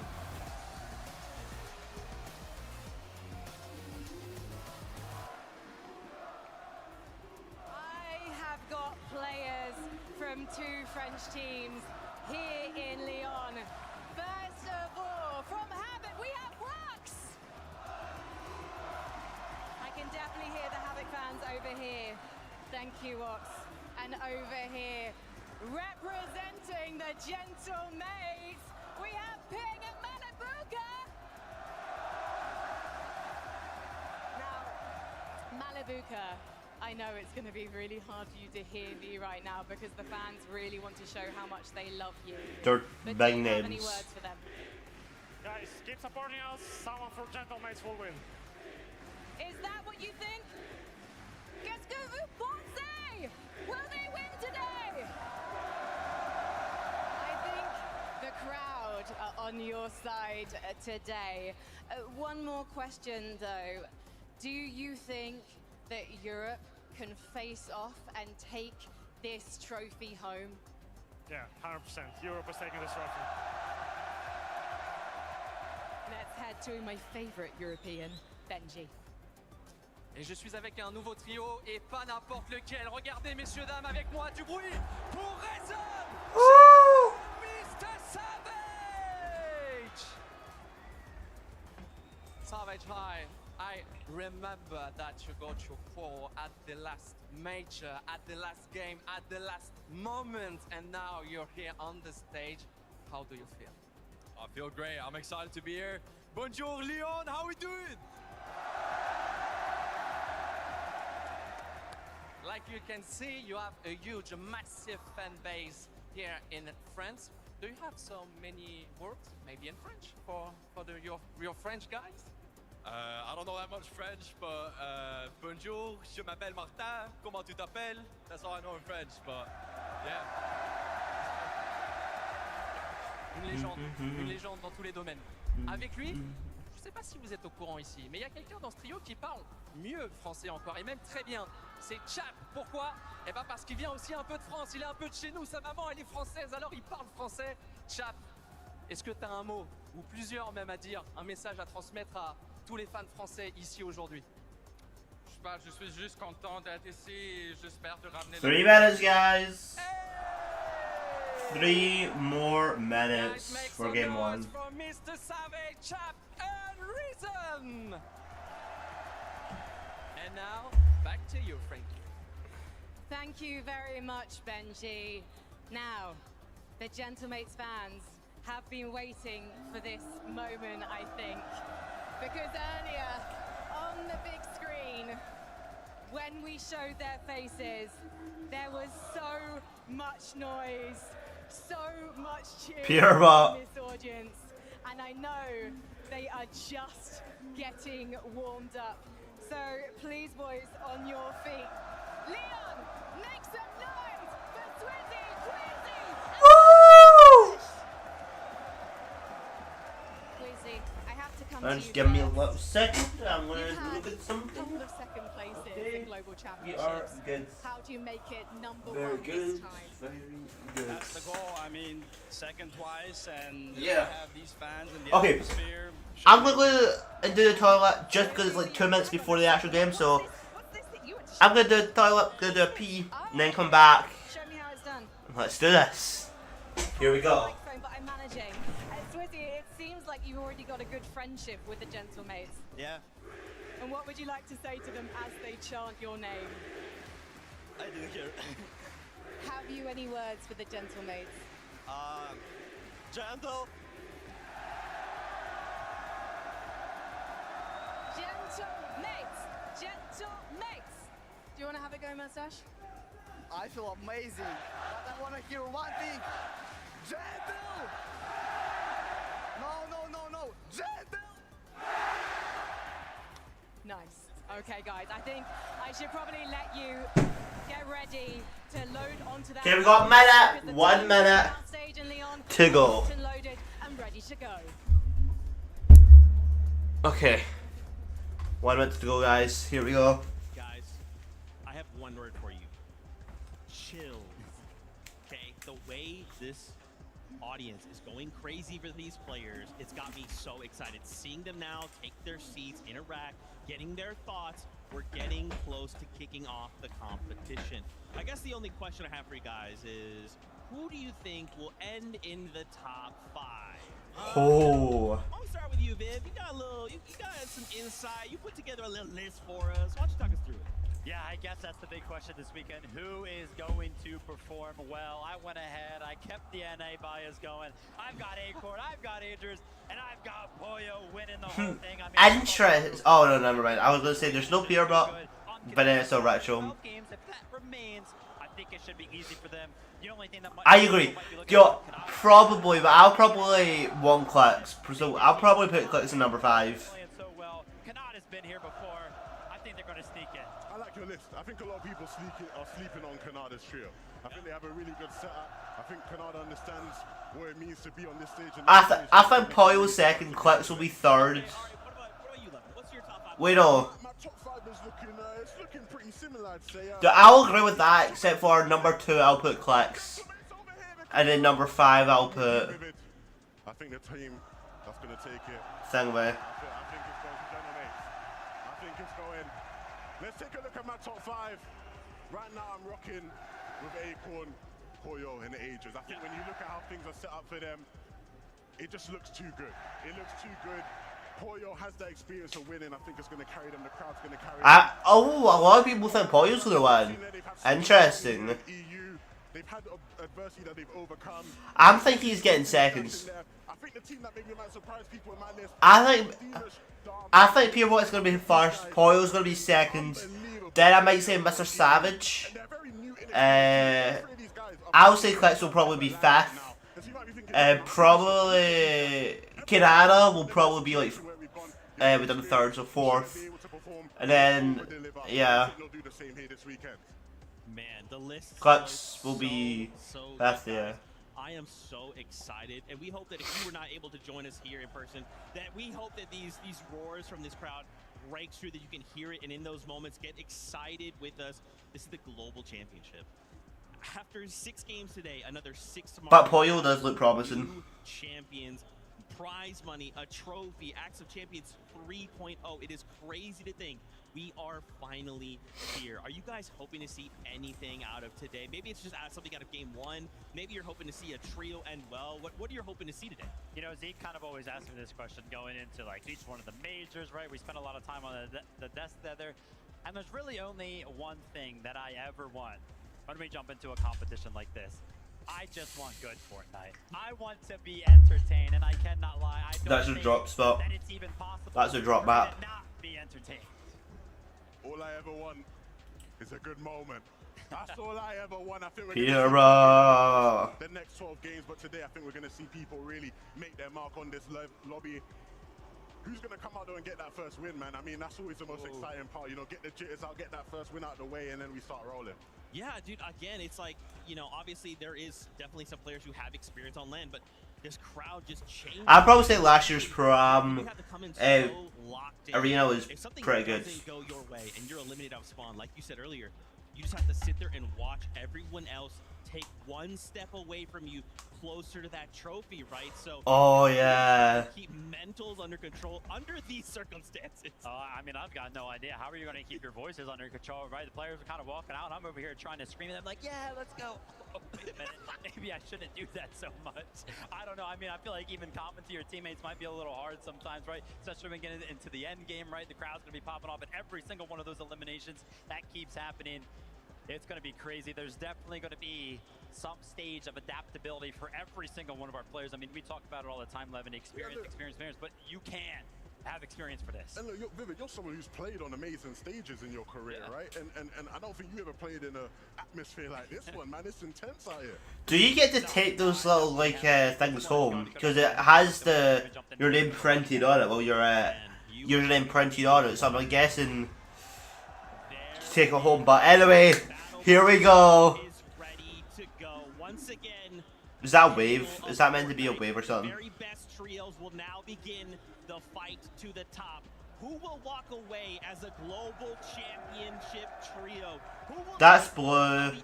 That's white, red. That unbelievable trophy. The competition starts right here, right now. Once again, Leo, let him know. Oh, it's the French flag. I just realised that it's the French flag. It's blue, white, red. It's French flag. Here we go, game 1.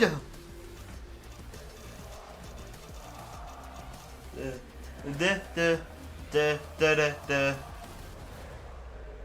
time has come. The Fortnite Global Championship, Taco, all year long, 33 teams from around the world have been battling from major to major to major just to get the opportunity here. If it's not for the money, if it's not for the fame, it's to call yourself the best in the world.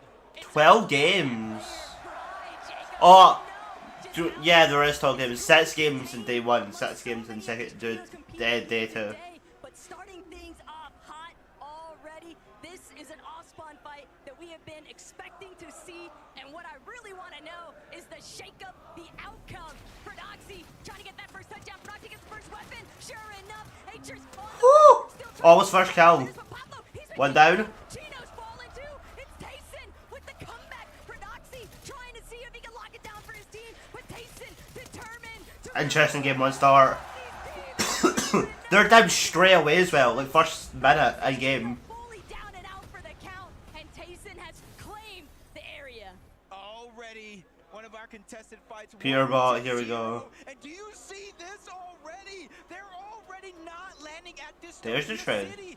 Everybody was talking about it. They heard the rumors. I kept my ears to the streets all week long to figure out what their game plan was. Whoa. I thought they were at Dystopia. Necessarily netting the best results, and now you see them already over towards Foxy Floodgates. And what this does not only affect Visuals, Braids, and Minish. This also affects Agers, Acorn, and Poyo. This is the team. They typically trade off Surge into the distance. Now they're already disrupting the game. plan. Not the only ones, Veno, Flixie, Vico, they've got Rise in their sights, completely tackling all opposition here at Canyon Cross. Hi, welcome to the chat. To try and stay alive, but entirely too many players to overcome. Veno breaks right through, and that's going to be the first knock. Another elimination tallied up here for Vico, Veno, and Flixie. No, I don't know actually. Survivor of this exchange. No. Has pulled out a ton of tricks throughout his career, both online and in global events just like this. But early on in game number one, he's already being forced to play out some of those tricks. He has to disengage, stay alive a little bit longer, and try to have a chance back. Oh, the Hive. We forgot the name for a second. Contested at the Hive, and some are looking at this could be one of the best POIs. You get the experience for your OXR rank, the medallion, the mythic weapons, a lot of extra heals at the POI itself, and then the elevation. Yeah, later. Yeah, I'll be on later. Not right now though, because you're watching FNCS. But I'll be about like 6 hours usually. It's usually about 6 hours. The FNCS Day 1. Most importantly of all, they're uncontested here. I might though. Whether that stays true throughout the course of this weekend, well, that'll be determined by how things develop, but other teams still caught up in a little bit of battle processing at the start of this match. Dystopia City heating up. Epic Whale, Paper, Victor V, they made it very clear they had zero intentions of ever leaving this POI. So Tate, Raito, Razo, they're going to have to force some sort of a conclusion to this exchange before the third parties start to trickle in. Yeah, and it's not just Cold and his trio that are over on this side of the map that they have to watch out for. Because the Lupo is the old one and the new one together and these are. Yeah, okay, yeah, I did play later. The whatever it was called, the Oasis map was bad. That's why I actually had to come on to play some reloads, but yeah. And I noticed the scar was there. Well, I dropped down, saw a great tag on the floor, and I was like, wait, is the scar in the game? Literally, the chest I opened next, scar came out. So yeah. Oh, dead.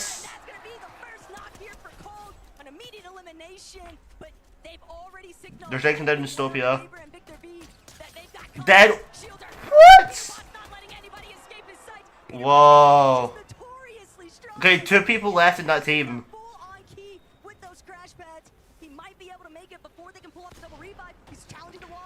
Peanut's more interesting now because he has yeah. But not you, but like everybody knows him.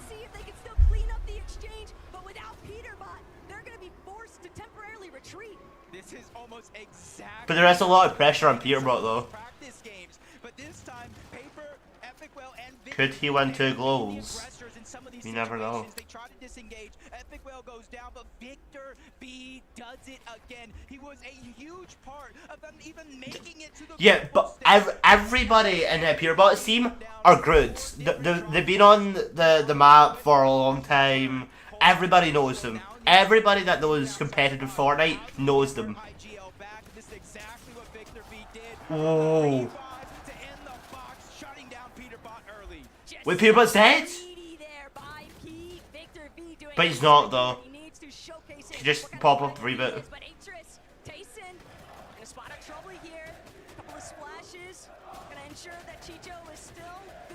Chicho, he needs an opportunity here for his team to provide a little bit more backup. FKS tries to apply pressure from a separate angle. Halad, Hero, also looking to see if they can get some good aggressive fire through, but things are just picking up at Rangers Ruin.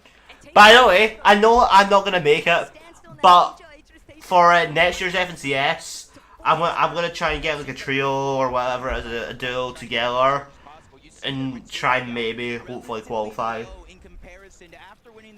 It'll be fun though. I'll live stream it. It's essentially currency. Essentially allows you to freely rotate around the map versus other teams. We'll be playing against Europe players. Sit in their surge bases a little bit longer and figure out what they're going to do. If my day is free then, but probably not. ritual. They already get the reboot back on up, and they're ready to play this one out because they're making way on over to Foxy already. Still a really big wake-up call, though, for this trio. They have got to be careful. We know just how capable they are. Peerbox back alive. Acorn's team. Whoa. Okay, Poyo's team are doing pretty good. They're doing pretty good. Well, I mean, we're literally just onto them right now, but yeah, they'll probably be second. Second or first, 100%. They're not getting any less than that. The crash pads, no audio. Rav didn't even hear or see it coming. And you see there's no knock, straight elimination. So that team, that was the third one from Dystopia City, is down and out. But fight after fight, Ark, I did see it in the feed. He already got one elimination, and I was talking to them a bunch. You know, me being an NA West fan, this was their game plan all along. Contested or not, they're going to push either toward the north or the south. They feel like these teams are easy to fight, and already that confidence continues to build. But Goofy is just trying to slow things down just a little bit, and Monster shot to take down the shield of Salco. But Ark and School, the IGL and the Fragger, they're still there. They're holding the walls and making sure nobody can get out of this one. I mean, being honest, Ark's been running it all week long inside of the that messed him up. That messed him up. He is more than content to take up a box fight with anybody, and especially if he's got his teammates right next to him. You can see the confidence from the NA West boys, but Oshi still doing their best to hold their own despite being down a player. It doesn't seem to be deterring them. They know they can't really leave. He's trying to get a peek on the whoever's in the box. Can't tell. I don't think anybody's in the box. No, it is. Oh, that messed him up. The guys are. Somebody rotating relatively close. They said, hey, where's our invitation? We want to join this party. We want to figure out how we need to approach this situation. And they're lurking all the way underneath. So it's going to be Salco, School, and Ark, the ones that need to watch out just a little bit. Vortex and Goofy, they're just trying to hold their ground as much as possible. But this is the thing, against a team like Ark, School, and Salco, when you try to hold your ground like this, that's for them a sign of weakness. They're going to continue to put that pressure down. If you look at their material as well, they don't need to disengage out of this fight. They can. I think it's running around the old loot pool. The loot pool before this update. For the weekend. But it might not be as prime as what it initially appeared. Not with Queasy hovering in the distance. You can see they got a little bit of elevation to work with too. They're bound to take notice of what's going down.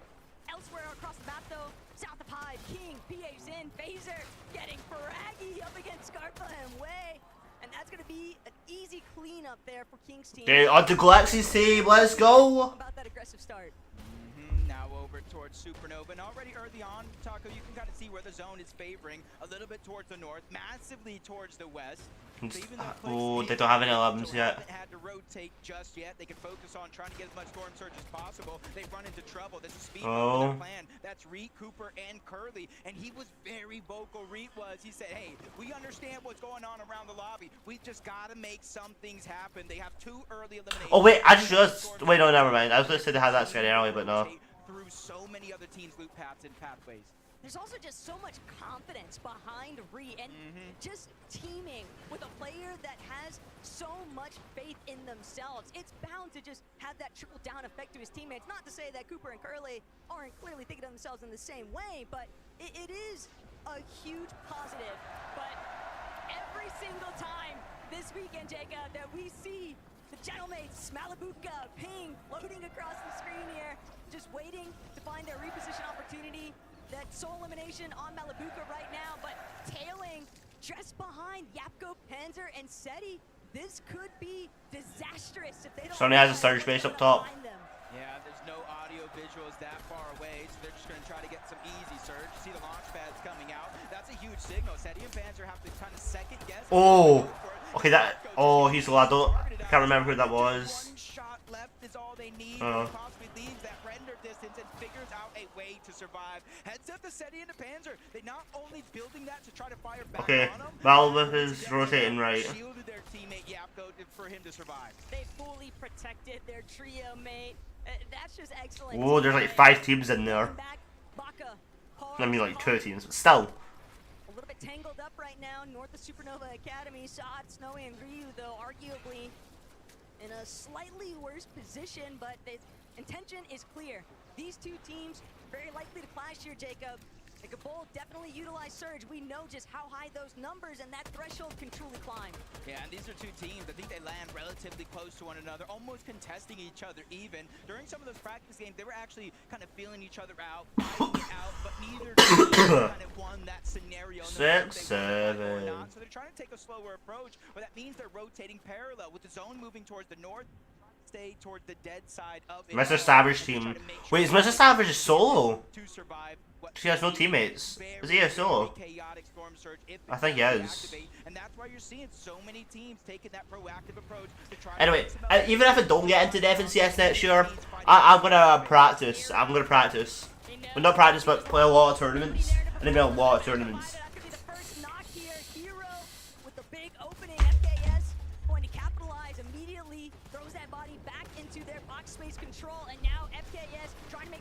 By the way, that pickaxe is a good pickaxe actually.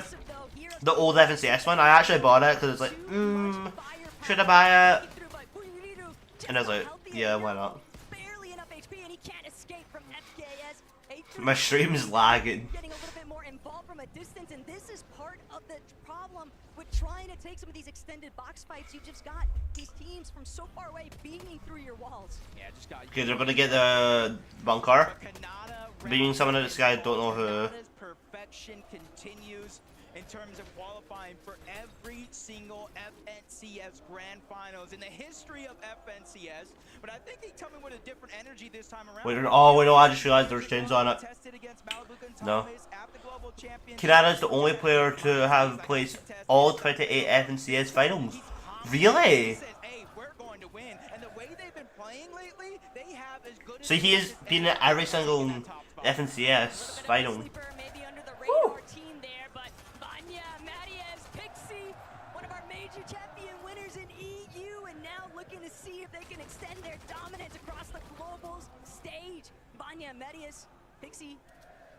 Wait, hold on.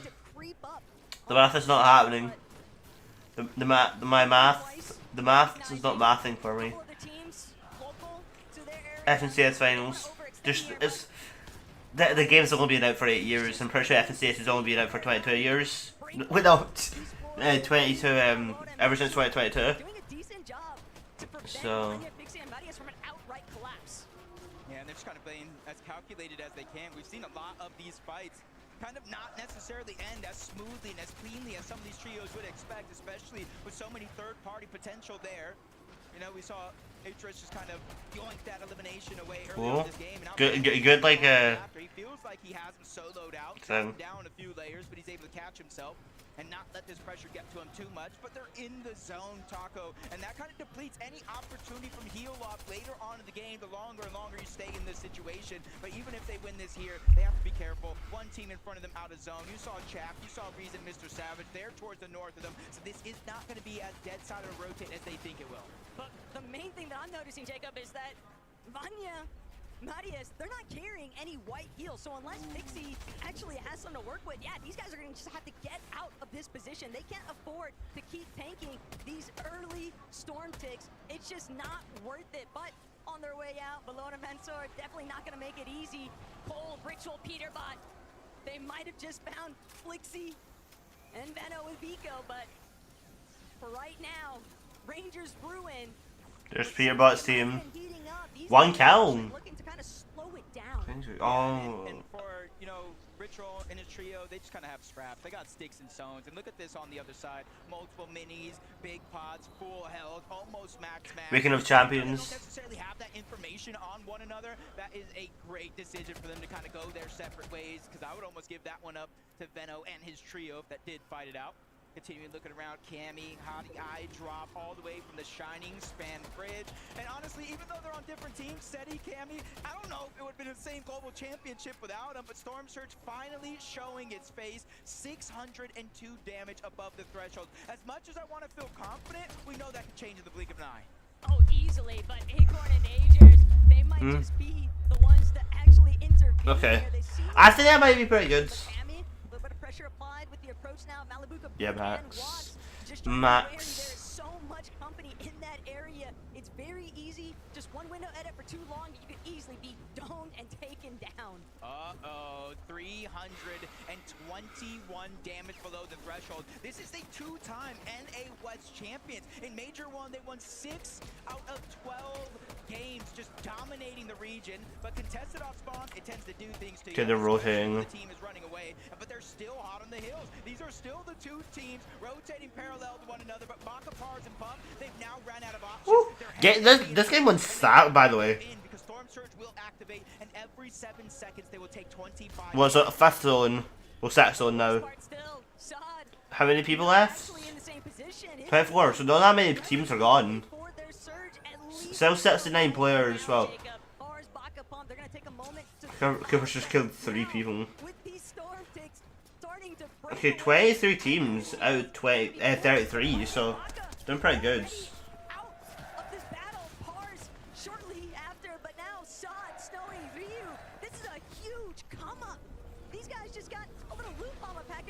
Straight to their front door. And I forgot to mention, if Storm Surge takes you down, you don't get knocked. You get straight eliminated back to the lobby, but I did see it in the feed. A couple of these guys kind of putting it all into the test. Cooper lands a great shot on the Valor. Oh. Dropping him down, trying to finish No. the fight. 1v3 Oh, oh, Cooper might be dead. Oh yeah, there's Siphon. Siphon. Nice, Siphon! Oh, he almost snags.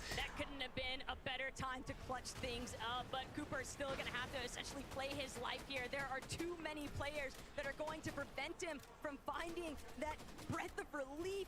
42 below even inside of that damage threshold for Surge. Jacob, it is so sad to see after what a phenomenal clutch he just pulled off, and with Wox, Malabuga, and Ping pressing behind him, that's going to be tough. Oh, people are behind People's behind Peerbot. Oh, Peerbot needs to rotate quickly. Peerbot needs to rotate quickly.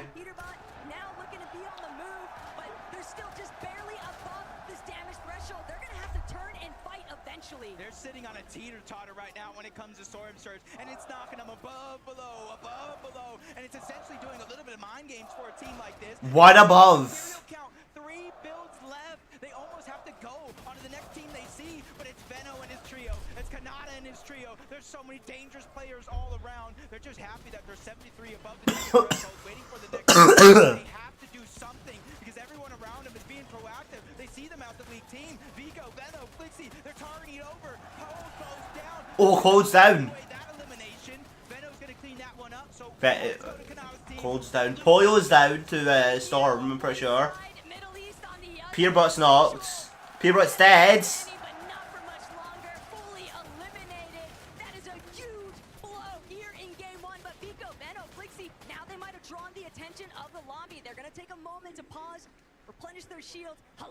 So I'm pretty sure Peerbot is dead for the entire game. Woo! No, I think Peerbot team's out, I'm pretty sure. Wait, is Click still alive? So much water, so much exposure. Teams are just burning through materials. I want either Mr. Savage or Clicks to win. One lone team. I think they're a duo on the other side. Yeah, he's alive. They don't have to actually watch him. Anything. Meanwhile, they have to make decisions here on this side of the zone. Do you stack up the beach coast as long as possible with different players, or do you try to make that daring play, try to get towards the center? Because who knows, if the zone goes south, that'll be a play that works out for you. But if it pulls north, if it pulls towards the east, that's when they're going to have some troubles. Take but look at what's happening on height, though. Queasy, Merstache, and Swizzy. Can you think of anything different to ever take place in an endgame lobby, Jacob, than seeing Queasy immediately try to challenge and take height for himself? You can already tell the Gentlemates are going absolutely ballistic right now. Swizzy and Merstache just following through Queasy's commands here out of their IGL, but they've got the entire lobby in their sights. It's all about maintaining their positional control. Somebody has a minigun? Oh! Immediately with that minigun and some pre-edits, they're able to kind of take him down, grab that elimination. Lou and Storm Surge all being accumulated in a blink of an eye, kind of leaving picks whatever that team right there, I can't remember who it was, are doing good. They are doing good. Their loadout, their material count, that one is not looking good. 5 bandages, luckily they don't have any HP missing yet. 10 They doubts. have a max pull Oh, Max film. I'm probably not gonna have any of the boys after the FNCS days.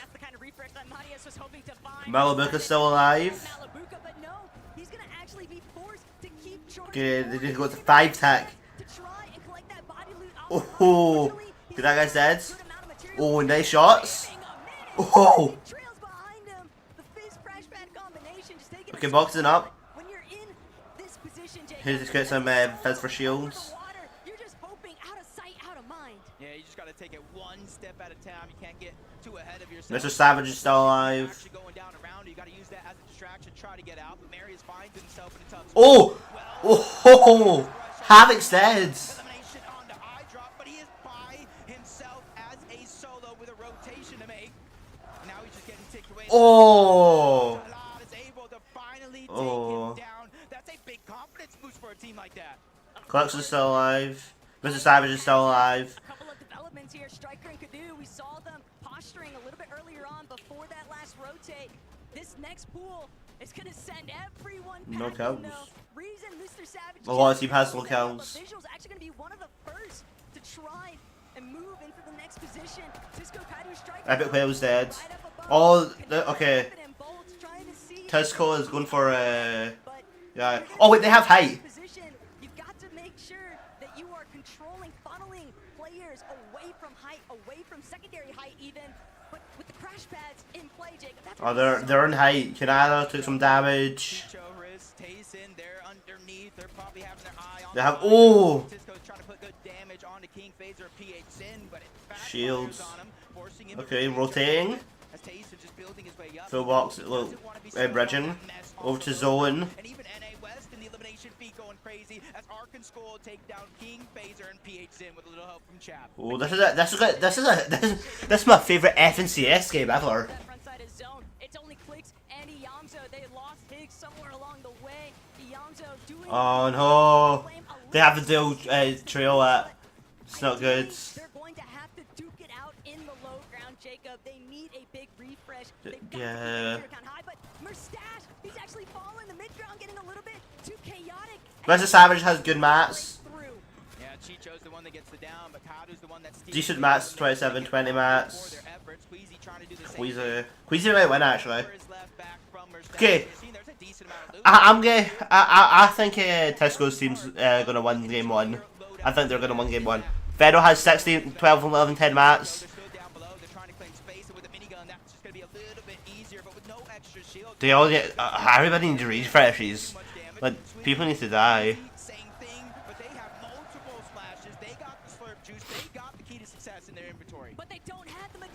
Oh, oh, could have got the refresh.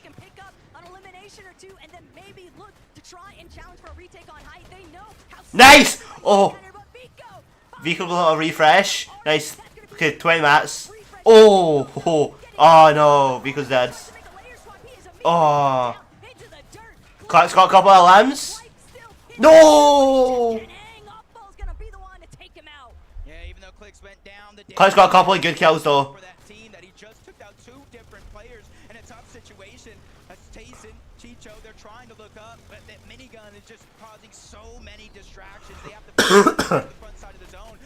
Oh, okay. Chico got the best AR. He might. Oh, oh, he took the heights. Oh, the people that were in height are gone. He's on height now. Yeah, Chico's team's gonna win. Day 1, Chico's team's gonna win. Well, game 1, Chico's gonna win. Oh.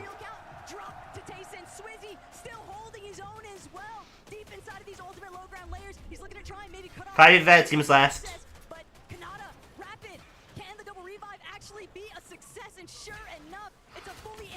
Okay, got a refresh. Nice. Oh, couldn't get the refresh. Okay, his teammate. Whoever got that the Eradicator OXR is gonna win. Chap's nearly dead. I think yeah. Oh. Yeah, Chico's team's gonna win. Oh. No! Okay, Chico's dead. Canada won the game. Game 1. Canada won. Canada won game 1.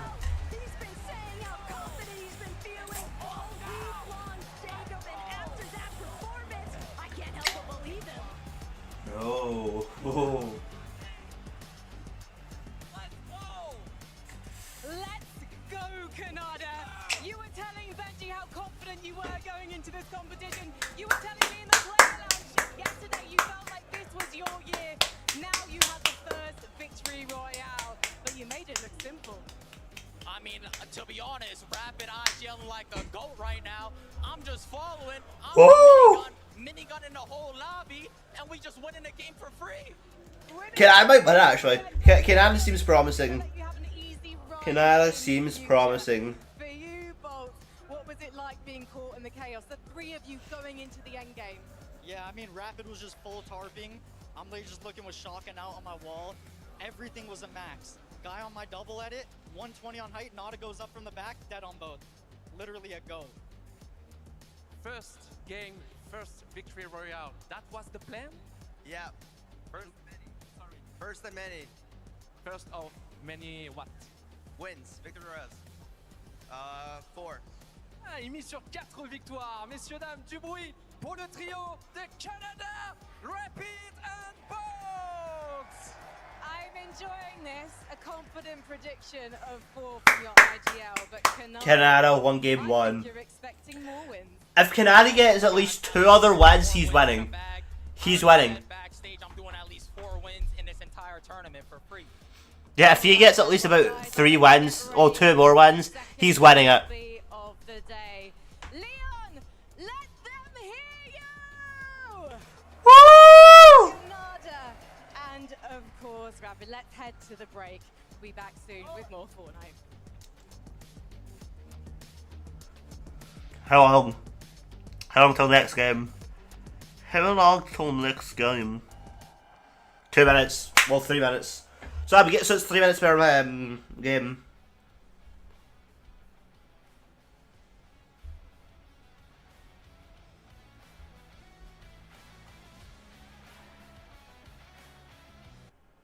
Yeah, so chat, we'll be given challenges to complete whilst we're in these games. Just muting because maybe I don't want any copyright.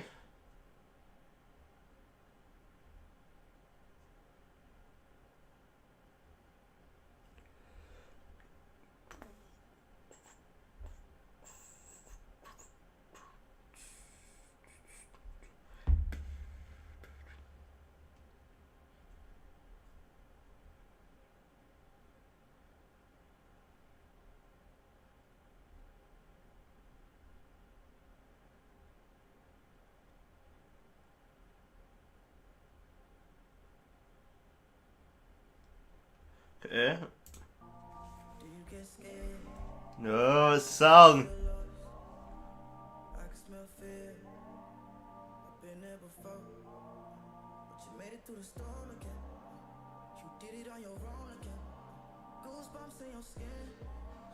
Do you feel what I feel? I'm waiting on you to notice that you got what you wanted. We don't got time to cry right now. Only got time to focus.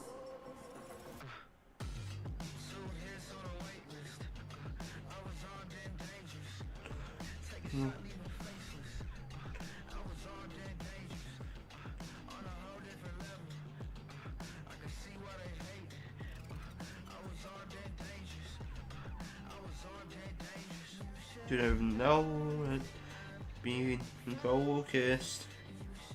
You know it like this, so that there's no and focused.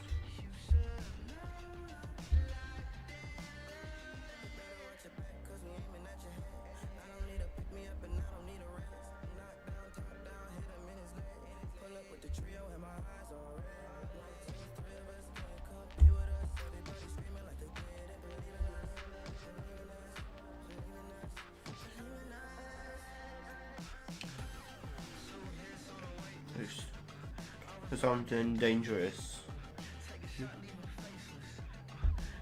armed and dangerous.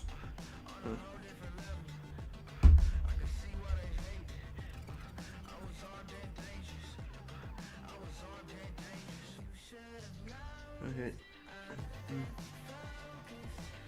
Should have noticed he's this old and noted. Here we go. Game 2. Game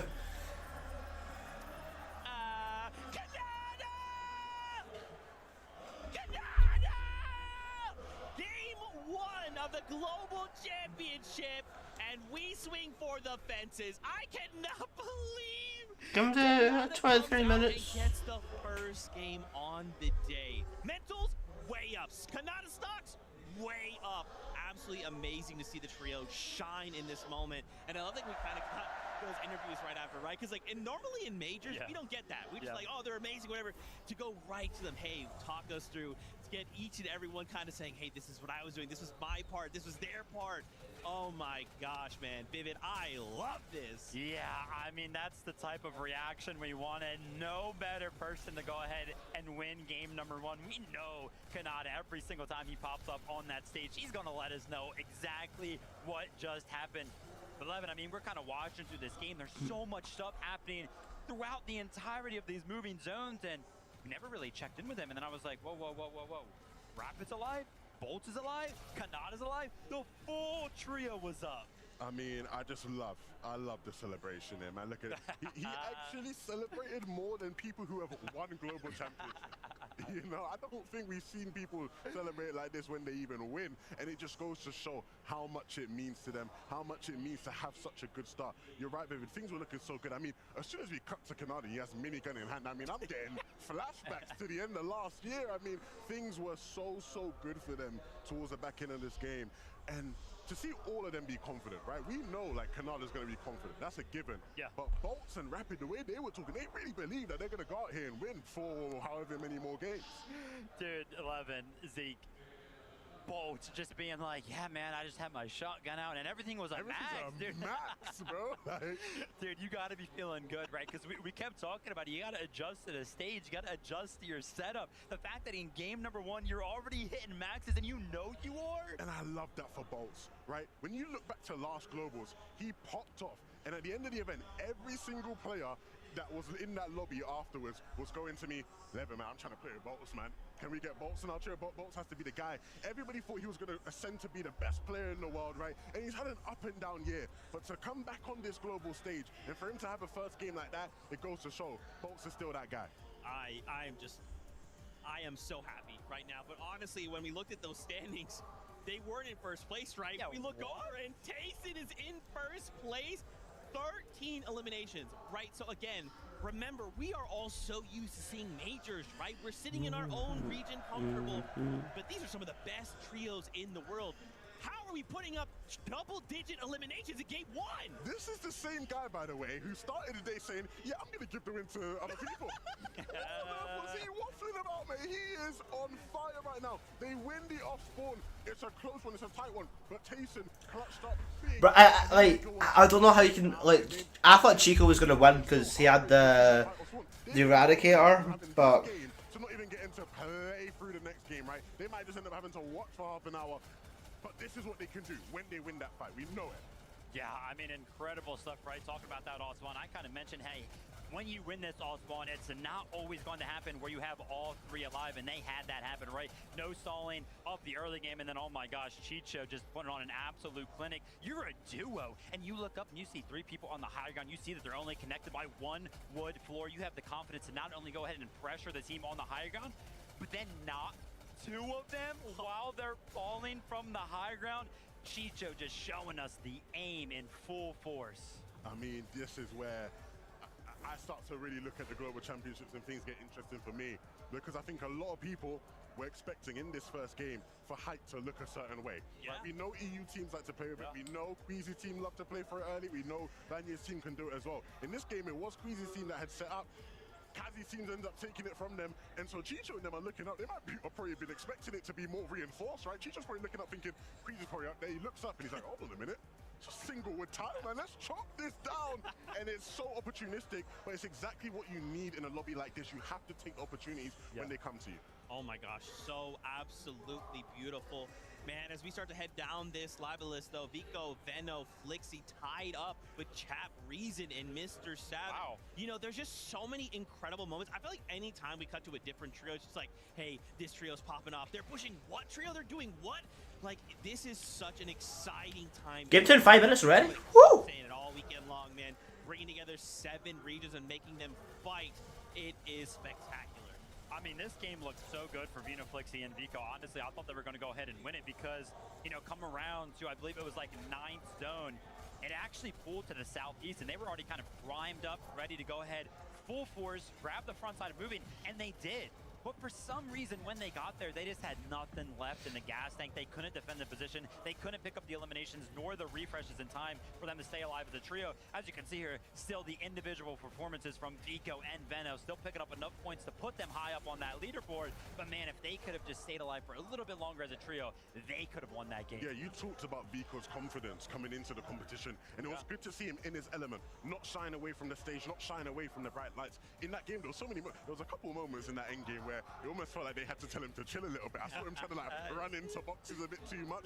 But when Vico's confident and he's firing and he's flying like that, he is going to be a big, big problem for anybody in this lobby who even gives him an inch of room to fight.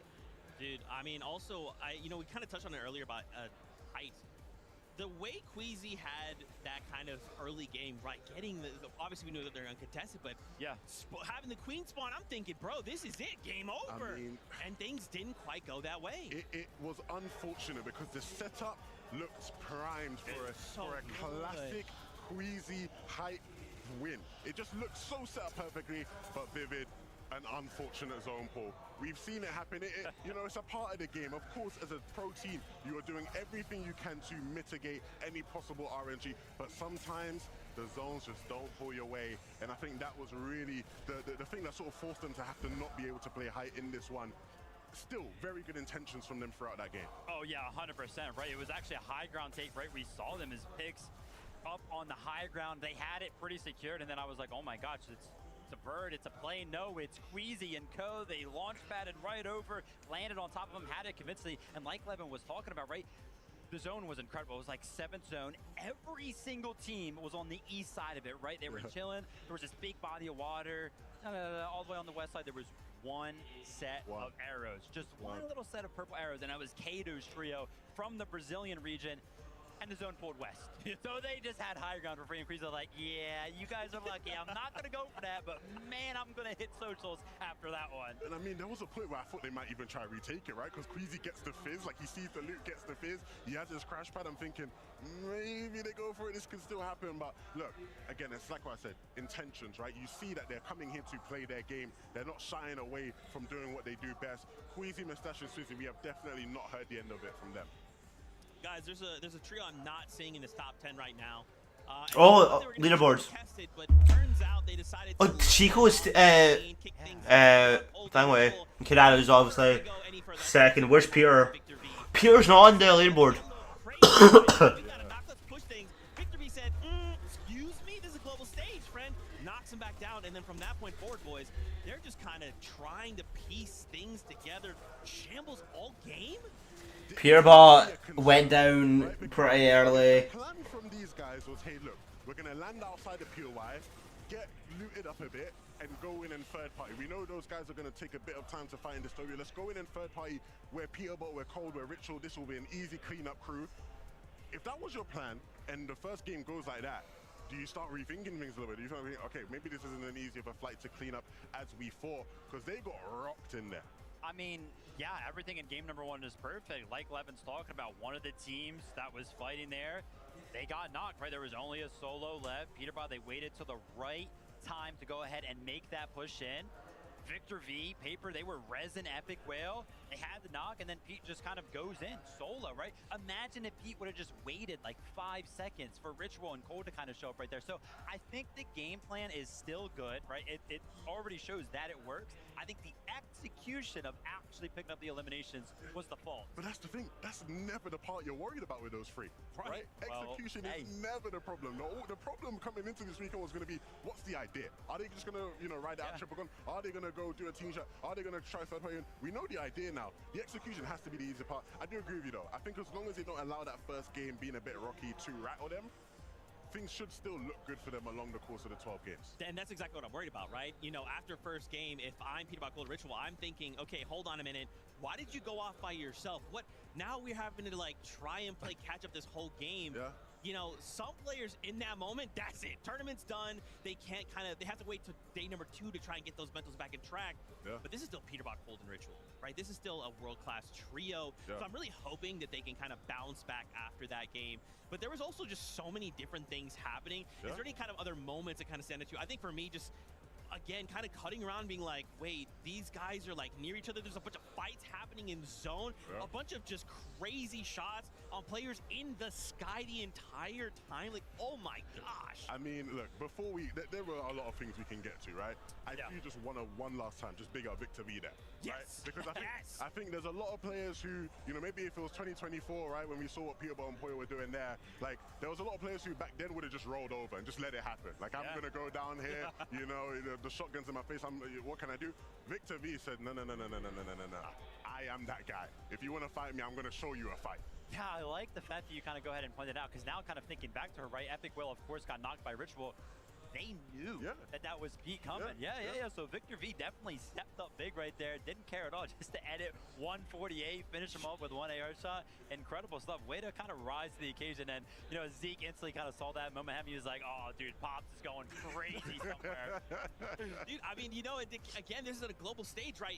In those moments where you are kind of put in a situation where it's like, are you going to fail or are you going to rise to the occasion? For Victor V, he rose, and now just think, that's just game number 1. What else is he going to look to bring in these future games with that nice little boost of confidence? Now, that being said, right, you kind of mentioned... Yeah. I don't see Peterbot. No, yeah, Peterbot's not in this. A couple teams in the top 10, right? Peterbot's 11. Yeah, Clark's is 11. Place right there. Poyo's 17. 17. Acorn, Peterbot's not here. There's so much to watch. He's in the... happened to them that game, but what the... see them up in the top left go down, and we're like, whoa, what's happening?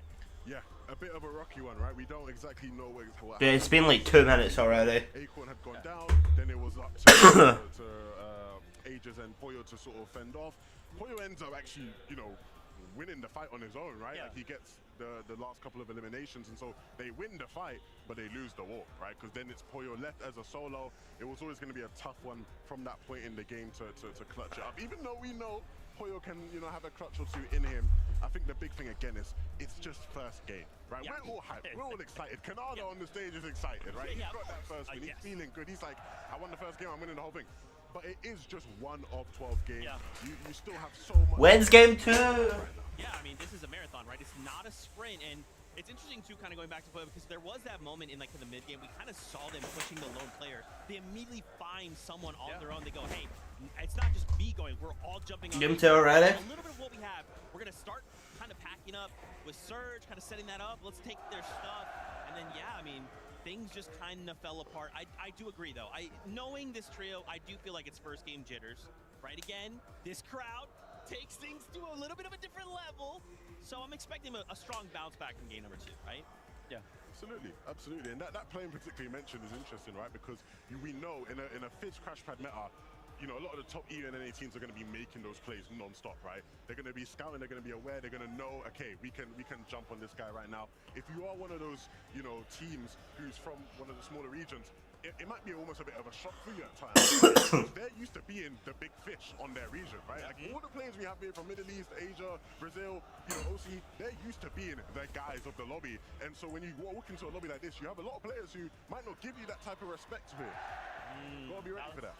Now that being said, you know, Nah, that can't be 2 hours of streaming already. We had 2 Brazilian teams in the top 10. They were moving. Right? King, Yeah. Phaser, they were up there. We kind of saw them make it to the end game, and I swear, I think that NA experience that they got did such a good job of helping them out, because it was like in NA, every single time we kind of saw them kind of make it to the end game, they were always as a trio. They do such a good job of making it. You to could the add game his as a whole. Like, they'll seconds, kind of make it around obviously. that I think he should have been third, but I think after that, it's kind of the development that they need. But hey, the person who's first, I can't remember who it was, Chico, he had the Eradicator OXR. Why don't we hear from the players on their thoughts of the competition and the enemy trios on the other side? I think this is probably one of the most stacked lobbies there's ever been. All these teams that are here had to be the top of the competition. そうですね。それはやっぱ世界で一番トップだと思います。 People get better every single year. This lobby feels super stacked. 7CS. I heard there's over 140 FNCS wins. Games, really the best players are going to come out. There's a lot more respected players here, so it's definitely more tough. I think our biggest competition would be Cold's team. Individually, they're like the best players in the world. وبرضو عندي تيم بويو وايكورن وايجرز من افضل التيام اللي موجوده بالجلوبال. Poyo's team is such a threat because they've been on top of the scene throughout the past year. Acorn is probably the greatest IGL of all time. It's Alex. Smart just knows what No, to it's do never in mind. any situation. Sounded like Alex. Jason Queasy's just like, he's a veteran, always making the right calls, and just finds all the young prodigies to help him up to the top. Then Vino's team, I think, they're like the NA version of Cold's team, so like they're all individually good. Looking at a player like Flixie, I think he has just everything. He has good aim, good mechanics, he's smart. I think Canada Rapid Bolt's probably going to be like a very dog team. They have really good chemistry as a trio. Vanyak, Marios, and Pixie. They got third, first, and third in EU FNCS this whole year. They've been playing very well. An underdog team that I think will do good is Pix, Demus, and Darm. I think Kami might surprise everyone because he has an on-con spot. I think he's gonna do well. The top teams are way better because you have like the top teams. I remember last year's FNCS.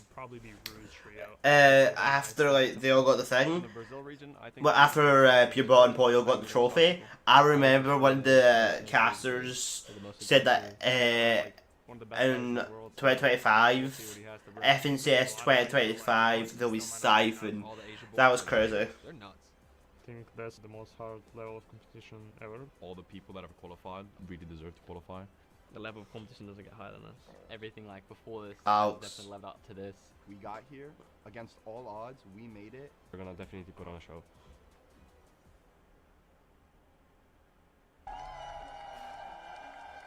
Two minutes.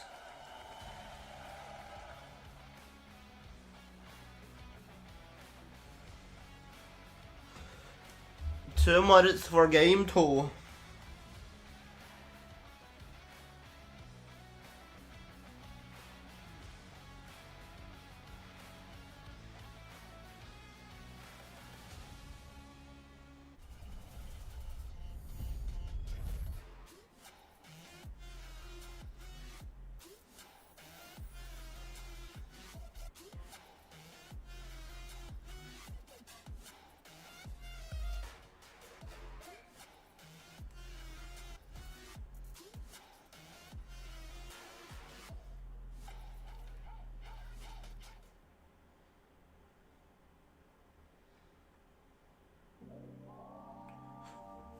Mm-hmm.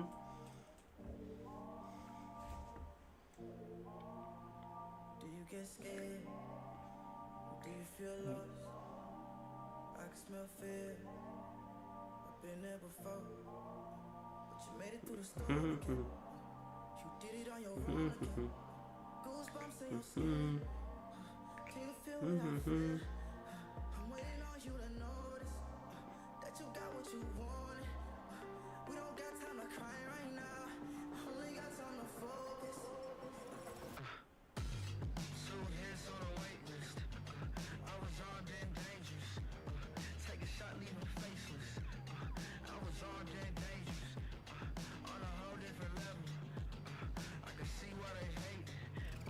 I was armed and dangerous. I was armed and dangerous. You should have known. It's a good song though.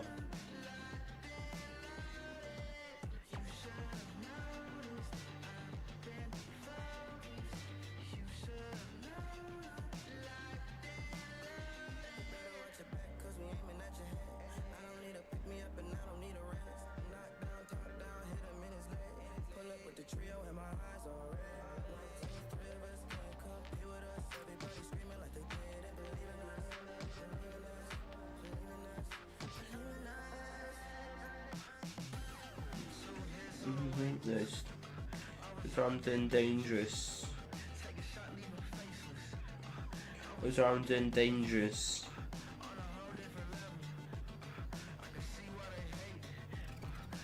Surrounding dangerous. Surrounding dangerous.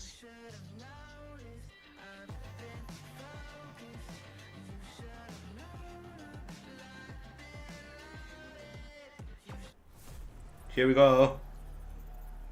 Bam, to the Global Championship. Game number 1 goes in the way of Kanata, Rapid, and Volt. An explosive pop-off from not only in-game, from Kanata himself. Okay, are we actually going to go to game 2? Because I swear it's been like about an hour for game 2. Technical issue happening on stage. We're working to resolve that very quickly. We'll get back into all of the action. That's why it took forever.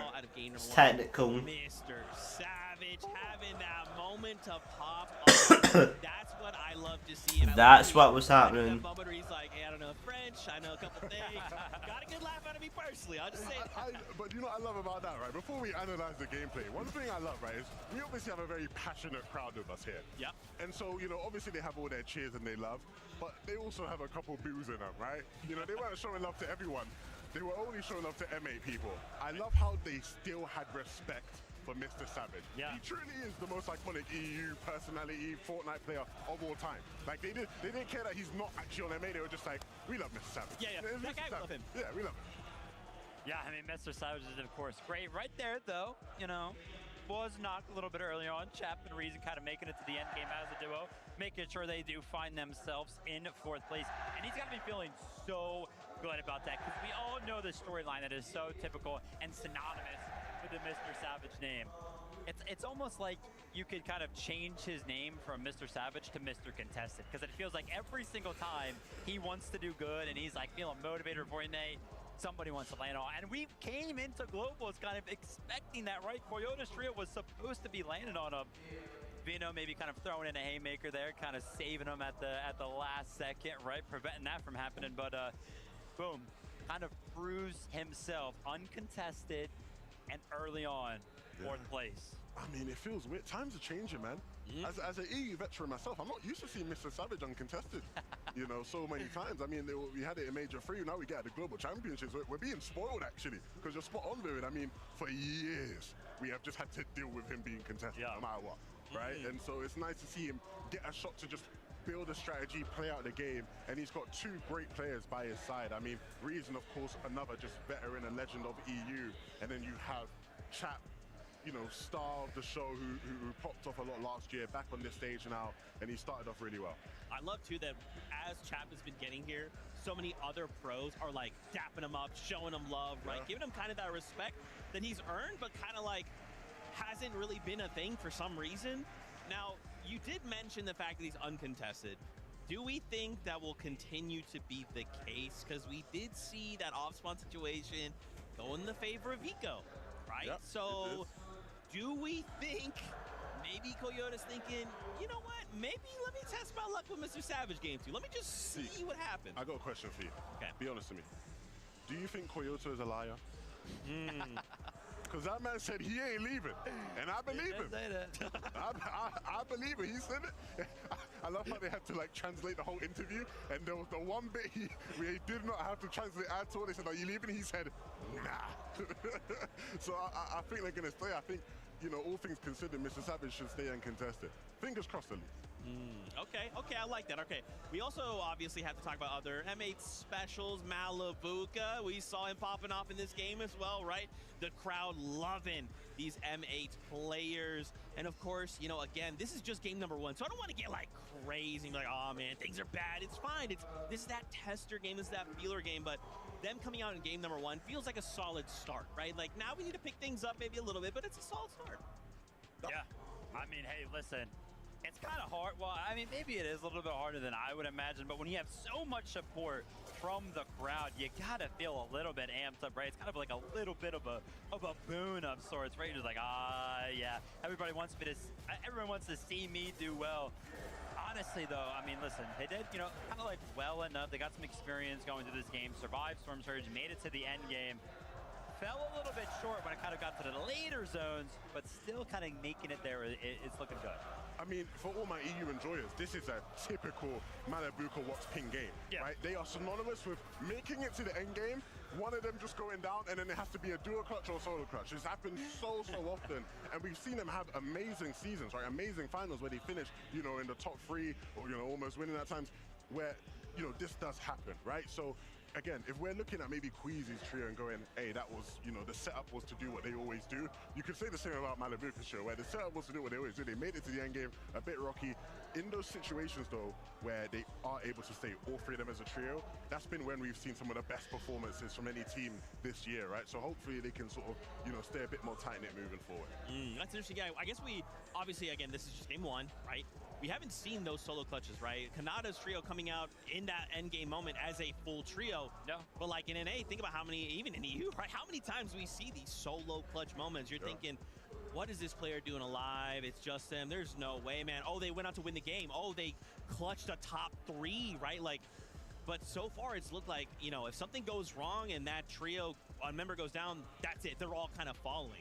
Well, I mean, that's what makes solo clutches so special, because you do not see them all the time, right? That's when they do happen, everybody gets excited. And I can almost guarantee you solo clutches will play a very big part in who actually ends up winning. Hurry up, I want to get I'm so glad that this into this game. Honestly, like, and Zeke, that's fine. Yeah, of course not.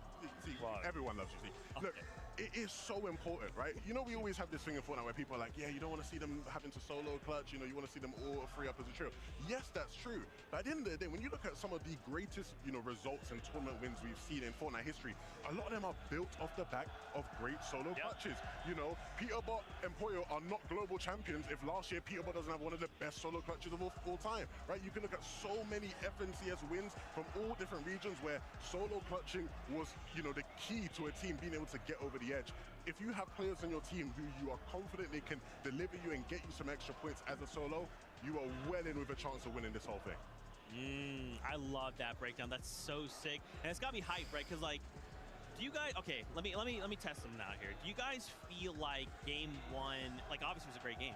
It was, but it feels like last year globals game 1 was like wild, you know, and then as the day went on, we got crazy. Game 1 ended in Kanada win. That's pretty crazy, but it kind of felt subdued. You know, it's kind of like the calm before the storm. Am I misreading the situation?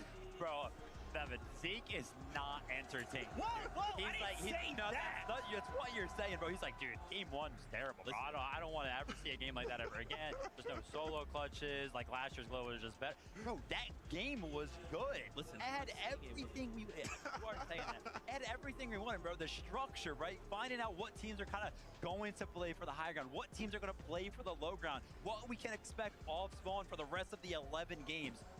I'm excited, and Zeke's disappointing me with this. Now I know why they have to put Kelly in between you two.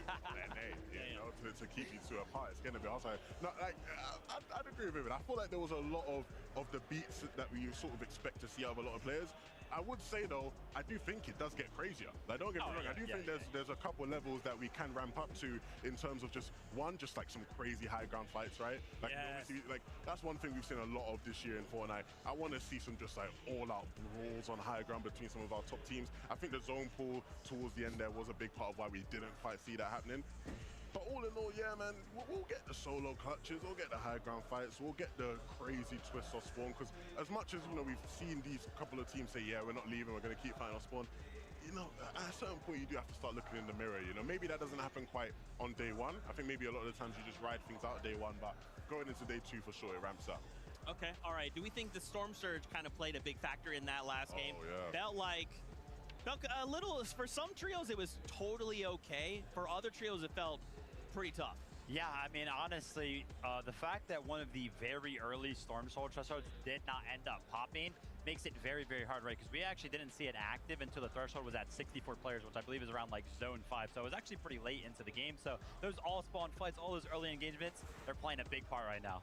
Absolutely good stuff. Now, of course, as I mentioned before, we are working to resolve a small tech issue. We are going to return to a break, and again, we're trying to get that resolved quickly because we know what you want. It's more Fortnite action. Stay tuned, though. We'll be right back with more action from the Global Championship.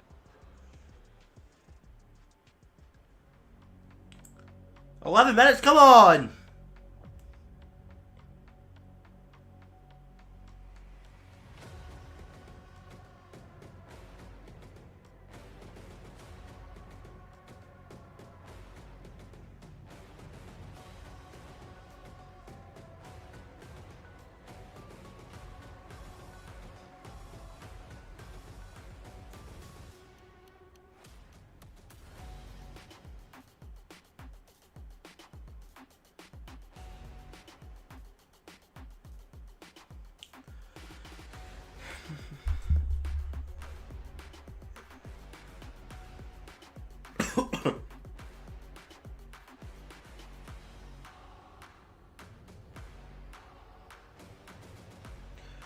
Oh, okay, to be honest, this is actually pretty good because I've got my dinner right now. Well, basically, I mean by right now as in gonna get it in like 5 minutes. So, yeah, I'm gonna have my dinner while watching the FNCS, but it's better because I don't need to watch it by the game, so you guys can get. No, just remember to tell me if my mic's a bit loud or whatever. Oh, how the hell can I pause Twitch? I didn't even know that was possible. Hold up. Well, I just refresh. I can, get it. I did not know you were able to pause Twitch. That's my first. Oh, finally, Fortnite's changed. Fortnite changed it. The profile. It was originally Chapter 5 Season 3's, but now it's different.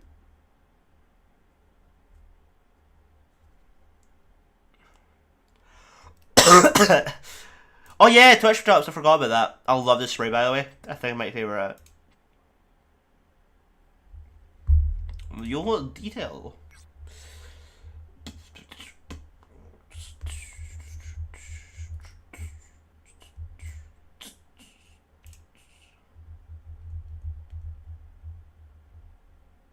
Go to what? Why not drop inventory? Maybe. Let's see it.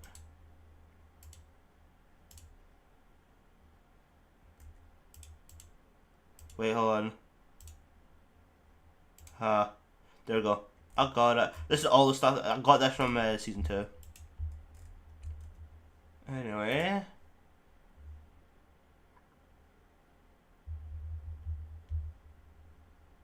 Okay. Okay, I'll be back in a couple of minutes, okay? I'll be back when my dinner and I'll start talking as soon as I got my dinner, so hope you guys enjoy it and I'll see you guys in like 5 minutes.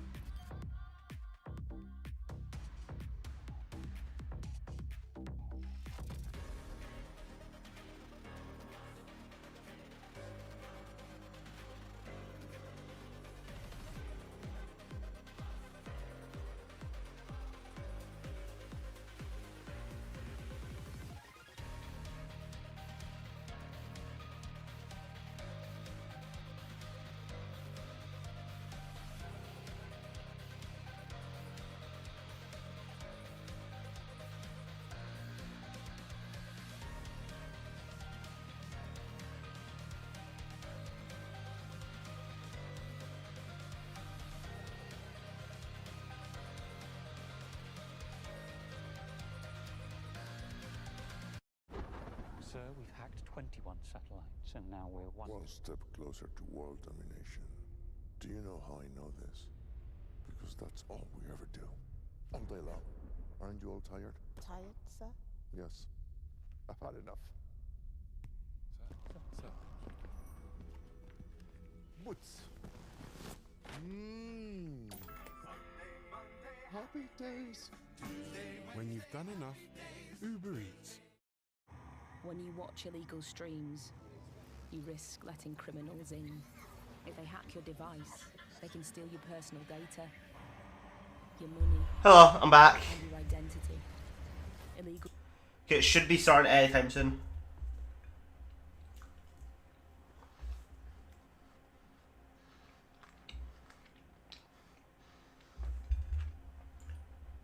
Got my dinner.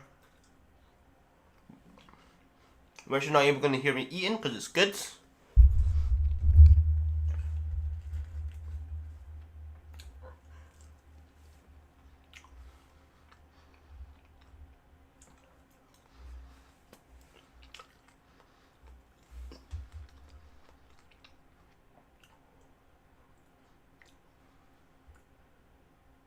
Oh, weird ads. Ads are getting weird. See what I mean? See what I mean? Ads are getting weird. Is your laptop ancient? Don't get stuck in the past like Olaf. You'll find everything you need for uni at Curry's, like this Lenovo Flex. How many ads are there? It's got 20 seconds of ads.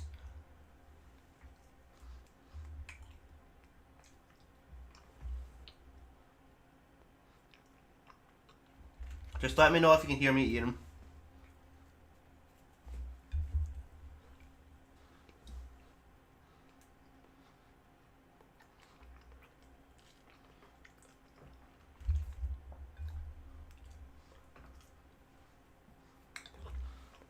Okay, 40 seconds.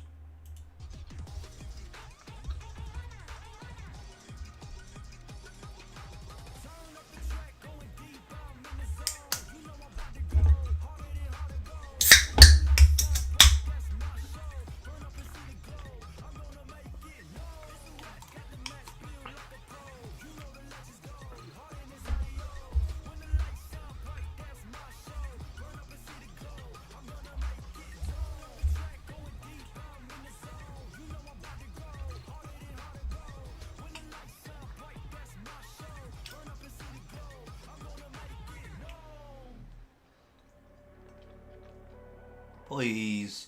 Please. Yeah, I heard the battle sounds. We're in.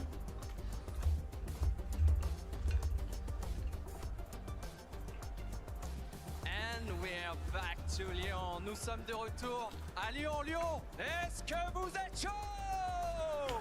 Never mind, we're not in. Eh, ça va, c'est bien. On va se créer des souvenirs tous ensemble ce week-end. J'ai envie de tester un peu là, si vous êtes vraiment chaud. Tous ensemble.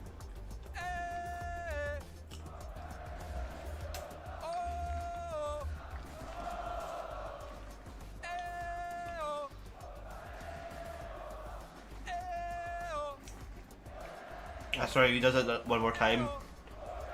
Okay, yeah. Okay, we heard it enough. Thanks guys, you're so unbelievable. What's the crowd here? Quelle ambiance ici à Lyon, vous l'avez vu, on a pris un peu de retard sur la deuxième game. Pas de panique, on est là, je vais vous faire patienter, on va passer un week-end long. Et plus c'est long, plus c'est bon, comme on dit. En France, on est ensemble pour tout le week-end. Dans quelques secondes, à peine, la game numéro 2 va démarrer. Vous l'avez vu, une game s'est déroulée pour l'instant, c'est le trio de Canada qui l'a emporté. Et de loin, en plus, c'est eux qui ont pour l'instant pris la tête de ce classement après la game numéro 1. They're going in. They are going in. 5. Aujourd'hui, la route est encore longue. On est encore très loin de connaître le grand vainqueur de ce trophée. La game 2 va démarrer. Guys, back to the analyst desk. Let's go, Benji! Let's go, Benji! That's what I like to see, baby. Man, we are back and we're getting ready any moment now. We're gonna get word, we're gonna jump back into the action. I did appreciate one thing though. Obviously we hate to see tech issues, but they happen, right? This is a live event, things happen. But we kind of had a moment now, players kind of taking a moment, stepping away. We have a chance to like talk with someone. What I like to really see is all of them are in high spirits, right? Kanado walks up, he's like, Zeke, what did I tell you? I'm like, bro, let's go. That's the kind of hype I want to see. But everyone's in high spirits. Everyone's saying the kind of same thing. Hey, look, this is game one. Don't worry about it, Zeke. Stop panicking. Zeke, why are you crying? Listen, I just hope that it doesn't cool anybody down, right? You want to kind of keep that momentum going for any of the teams that are kind of doing good. We'll have to see if it actually ends up impacting anybody. But hey, maybe some other teams kind of finding this beneficial, right? A little bit of a break. Maybe they went down early, kind of a little bit of a reset. But yeah, I mean, hey, listen, pauses like this, not what you want to see, but hey, sometimes rolling with the punches is what makes the best of the competitive players. Look, you got some time to reset. Just treat this as game one. This is game one. This is the new game one. You know, game one just happened. This is the new game one. That's right. You know what? I'm getting word. It is time once again. We are ready to jump back aboard that battle bus. Game number Finally starts right now.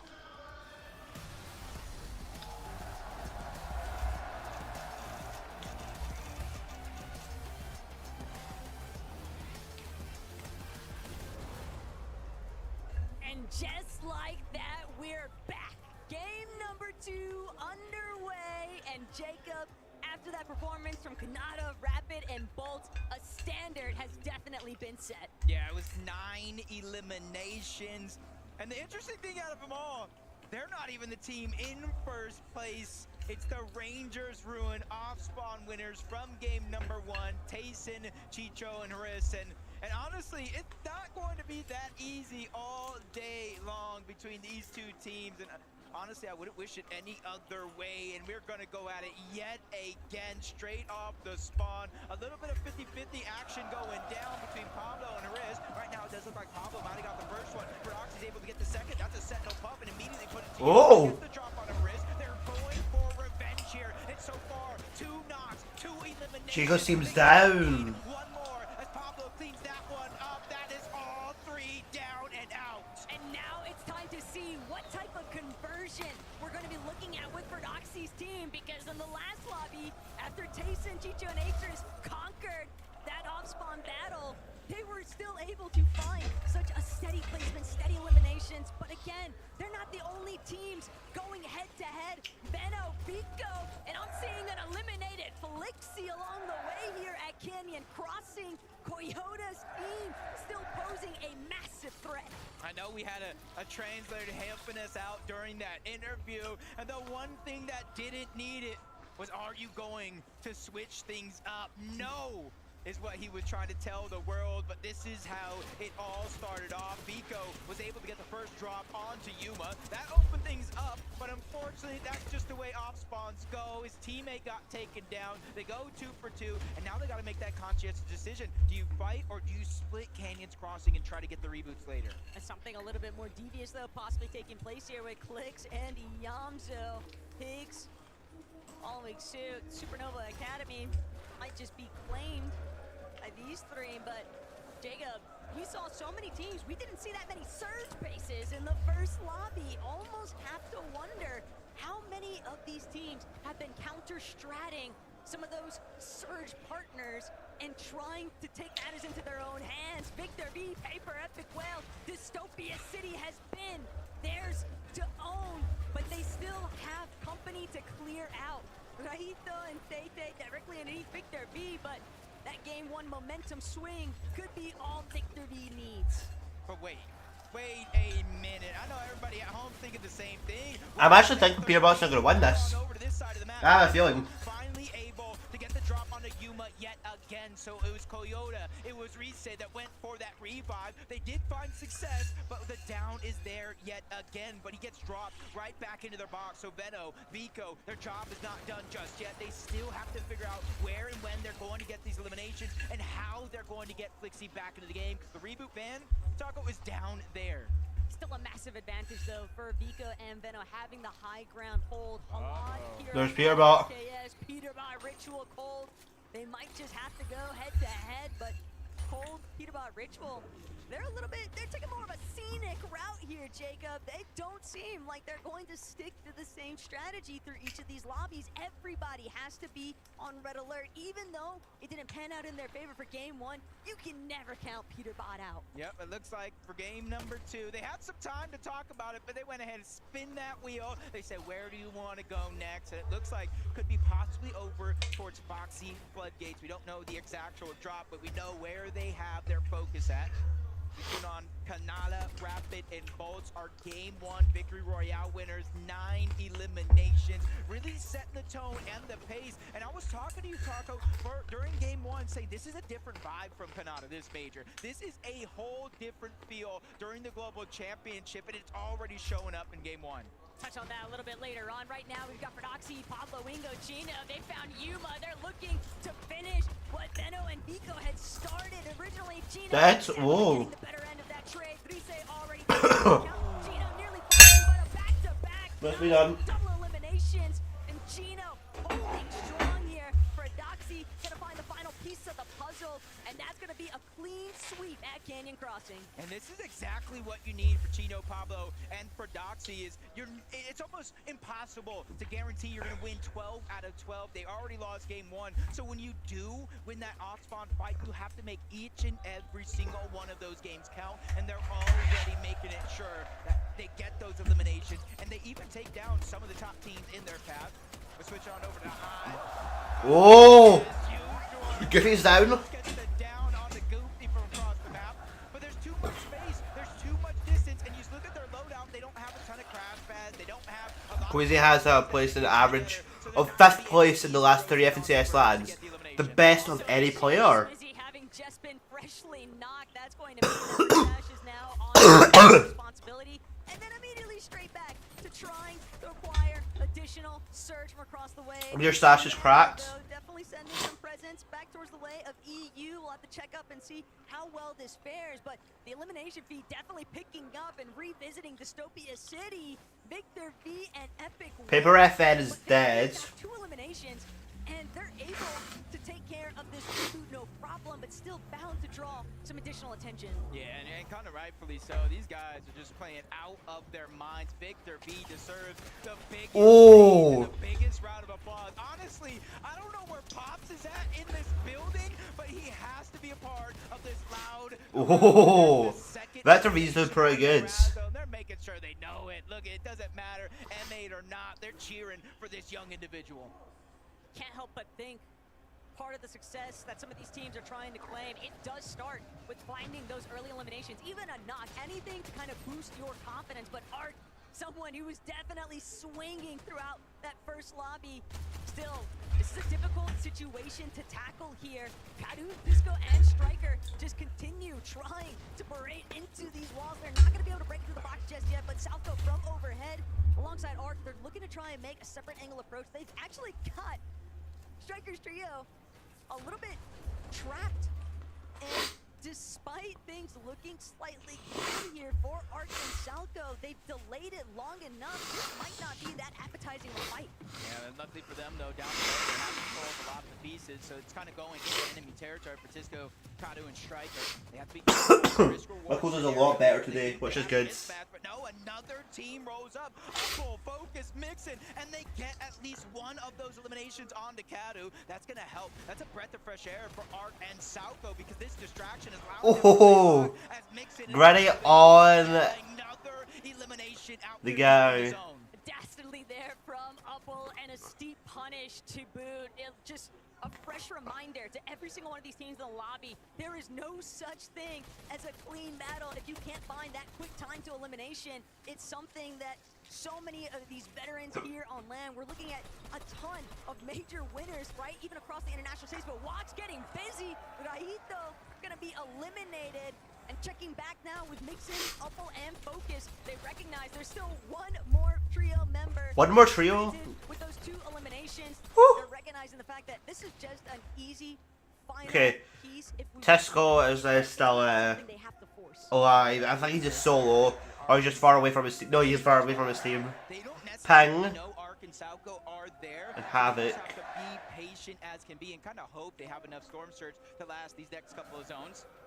Because they're not a team that'll build those towers. Arxpo and Salco is one that just kind of fight for their surge all across. Pena and Walks placed 5th as a duo during the 2024 Global Championships. That was last year's. Malabuka is taking height on a global, whatever his name is. He's being fully collapsed on by the Middle East. Halad gonna find that initial knock onto Ping. Ooh. Ping's dead. So Malabuka's a solo, I'm pretty sure, right? FKS, Hero, and Halad just fully intervening with what they were scheming by the Alpha's Enclave. Yeah, Malabuka's a solo. No, he's not. No, they're not. Interesting. All about kind of waiting to see if it's worth it. They know at least 2 teams are fighting, but they may not know how many are still alive over on this side of the map. But Malabuka's using that opportunity. Even with his teammate down, he knows Storm Surge is a problem, and he has to worry about it every step of the game. Pablo, Chino for Doxy, they get another elimination. This time it was Visuals who have went down. Oh, they're pretty good for like this is an early game. So altogether we have 8 eliminations altogether, which is crazy. 1 down as well. Chijino, whatever his name is, 5, 6, 7, 8, 9. So this team has 9 eliminations, doing good for points, 36 points in game 2. Then we place high up on the board. Definitely place high up. Oh! He's gonna box up on the heel, take the heel. Yes. Nice. He has 12 splashes and 40 fizz, which is good. Okay, dog, I just took a shield pop. A slurp, I meant. Oh, Visuals is near dead. Yeah, it's dead. Woo! That guy's definitely dead. That's how we got the 5 eliminations. Woo! Malabuka 5A. Looked like they were trying to rotate in that direction, but they rather quickly to get the revive. No worries there. Malabuka walks.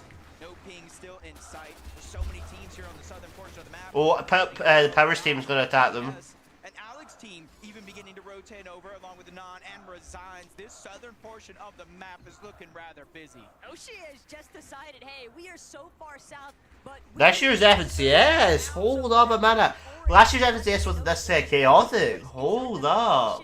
This is going crazy. Different tempo though for Marius, Vanya, and Pixie.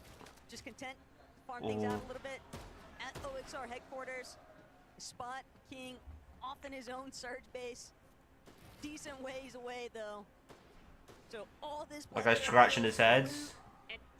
Trying to do a head spot. Surprisingly enough, Ark might have just been able to clutch up big time for himself and Salco.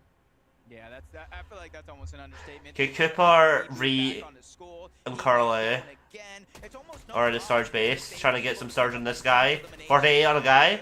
Getting a knock on the Non, but we're gonna jump on board Cooper, Ree, and Curly. Good Sarge. They're the ones kind of admitting, hey, for us to get Storm Surge, for us to get that damage, it's going to Because the Wreckbot is spotted. Well, it's going to be an interesting endgame. There's going to be definitely some height taking place here. And Carly's team's definitely in a good position. Well, this guy's... Oh, Salco's team's end zone. Far end zone, actually. Oh. Dead on Salco. Siphon's good, especially when you're in Storm. It's definitely good for endgame. It makes them for crazy moments. Can't remember who done it, but there's like... I think it was like... Benji, who was like killing a lot of people until when surviving. Or it could be bigger, I'm not sure though. Oh. Ark's nearly dead. Oh, could have actually shot him for a second. Oh, they're both really low. Who's gonna win? Oh! Ark's what? I got Ark died. What? That's crazy. Focus, Mixon, and Apple are the only trio that. Oh no. Directly into Focus's hands, and he capitalized on it perfectly. Even though they're out of zone, Here his team's winning. expect their full trio to be back into this game. Not winning, but they're doing pretty good in HP. They're in Storm. Yeah, a lot of them are in crazy zone. A lot of them are like far in. Dead. Walks is dead. Malbook is dead. Malbook went out. What? Okay, Pipira is there. Resigned. They're all crouching inside a bunker. Just slowly making the Ferdoxy crouch approach. He's been notorious for this method. Yeah, I've heard about that. Yeah, I've heard about that. Like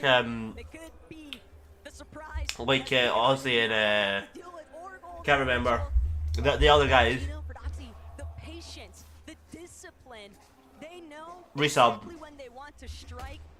They could possibly even be looking to try and tackle a couple other teams nearby. Yeah, just kind of double options. Wait for zone. But if somebody kind of gets a little bit too ahead of themselves, that could be an opportunity as Peter Bot shut. Oh, Peter Bot got an elimination, first elimination for them. There's like big posters of people's faces, it's funny. But Pixstorm and Demas, underdog story the entire year. And this is something, I love the underdog story. And everybody, so many people were putting this team. Are they gonna get big names? They might win, might not. Yesterday, we were watching their games. They were kind of having fun with some sky bases, but now is the time to really put it all to the test. Zone favoring their side of the map. They just have to travel up a little bit towards the north, but now they got a position ahead of everybody team toward the south. This is a good chance for them to start to accumulate surge. Their low ground fragging potential has been what's really struck them into the spotlight from EU, but you can't help but think about the fact that even in that first They're in the edge of zone. Oh, it's gonna pull in 10 seconds. They need to rotate pretty fast. So this is gonna be like I don't know what ticks in. It's first zone, so almost 2 ticks in. Because it's a 2 tick once in 6 zone. Oh no.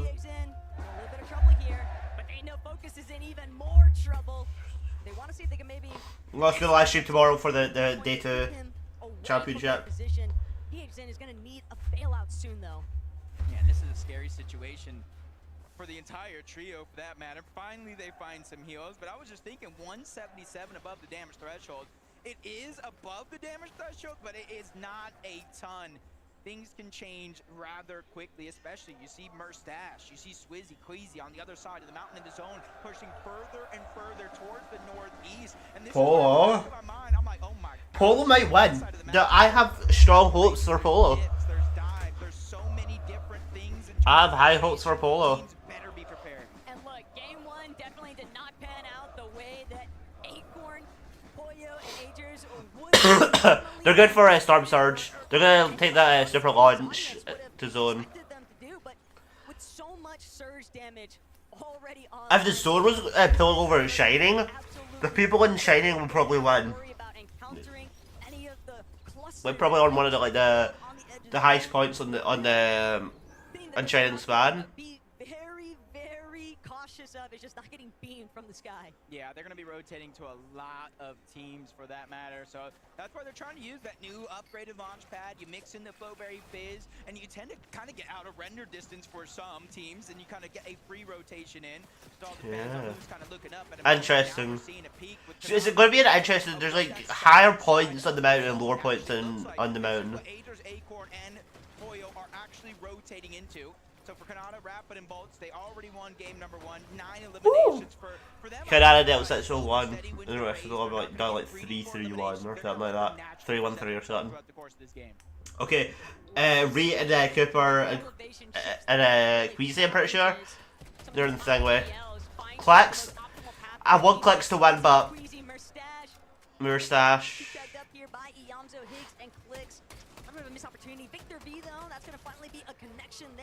Okay, done crack Victor V. Epic Whale still going strong with a lot of HP. They don't want to forfeit their position right now, Jacob. To try and key against Victor V, Epic, and Purebot's Purebot's gonna fight Clicks. Hold up. Oh, they're insane. They're not gonna let these guys go. Bro, they got the exotic slapberry The team where's my mouse? Team right there's got a third party right there. Right there's a third party. So, yeah. Two potential eliminations, which will grant them Siphon, so that way they can save those heals even more. As Prodoxy doing his lurk, patented lurk here coming. Oh, 3 hours in, we're already game 2. I think it's been like it's crazy. What are we witnessing out of Prodoxy, Pablo, and Chino? What? 11 eliminations, that's crazy. That's crazy. Oh, they're gonna do a lot. They're gonna go up a lot. Gonna go up a lot, definitely. Reach team's still in high ground. They're the highest. Purebrock's gonna farm some matches at the bottom.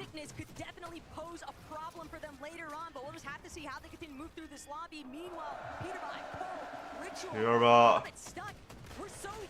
They're Everybody is used to seeing Peterbot, Ritual, and Cole be super stacked from those divisional cups, but here in the global stage, they just haven't found a home. They're not the Purebot's team's not doing too good. They're not even on the leaderboards.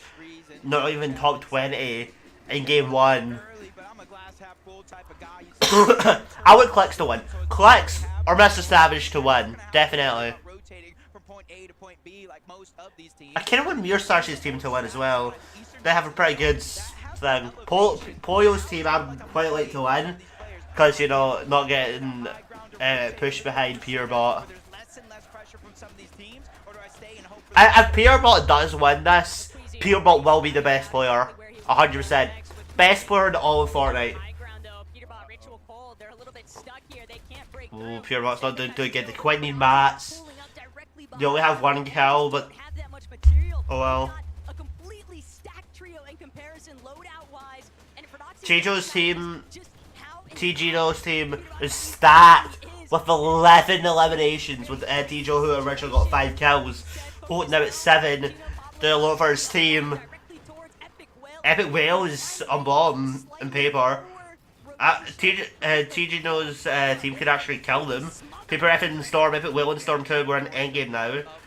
Woo! 108 bales of the TGino. Oh. Oh yeah, no. No, for Doxy, he has the Eradicator. They're winning. They're winning. Woo! Oh. Oh, he's dead. He's dead. He needs to pop that slurp. He needs to pop that slurp. Cold stats? Cold stats? Oh no, yeah. Oh, Purebot has 2 knocks. Oh, yeah, Purebot's done. Yeah, he's not winning. He's not winning this FNCS. They can. Purebot's dead. I don't think there's any rebits in the thing anymore, so they're yeah. Lost the game. For Doxy's team's winning. They are just so heavily looted up, Jacob. The world is their oyster right now. From 11 to 13, big numbers in game 2. Agers Poyo trying to do the same thing, but they just run into speed bump after oh, Poyo's team's dead. Active storm surge on to Agers. He does have some heals, but he needs to start figuring out where he's going to get the damage from as a solo. You see in the numbers just kind of tip and top, up and down, 30 to 20. Oh, Elite, yeah, Elite has to do this. 14 above Storm. Not a good thing. Nah, he's done, yeah. Poyo's team's done. Exactly what you'd expect to see from Hype, but Agers still found this little pocket, this little bubble of breathing room. That is until the surge damage starts to tick away at his life again. Agers just trying to see if he could come up with any. Yeah, Agers done. Yeah, Poyo's team's done. Oh, Queasy's team's up high with Muirstash. Oh, what was that team again? The team that had the Eradicator.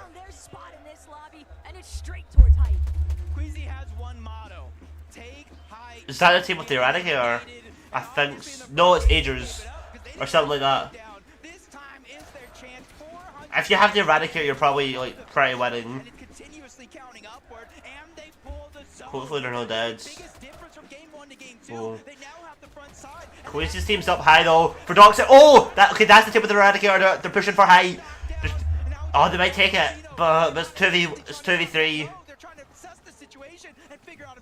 Okay, dropping down. Okay, is it? Verdoxi's done. Chino, oh, Chino dropped the Eradicator. That is not good. Does have an SMG. Can double pump. I think it might be an accidental to drop it. Accidentally picked up the SMG, but I'm not sure.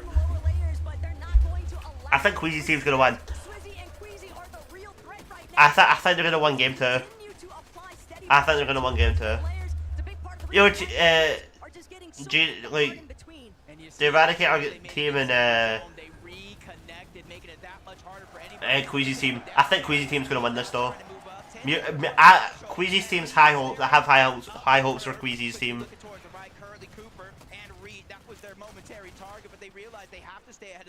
Yeah, Queasy's team. I feel like they might win the FNCS, so I'm not sure. Oh, dead. Woo. Oh.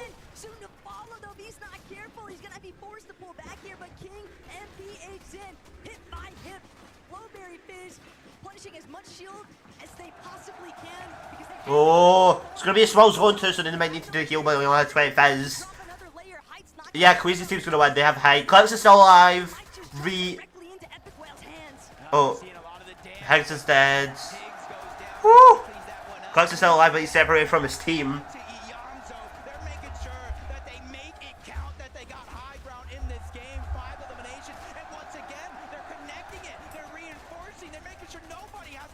This is crazy. Oh, bro, they have 5 eliminations. That's crazy. They're doing pretty good.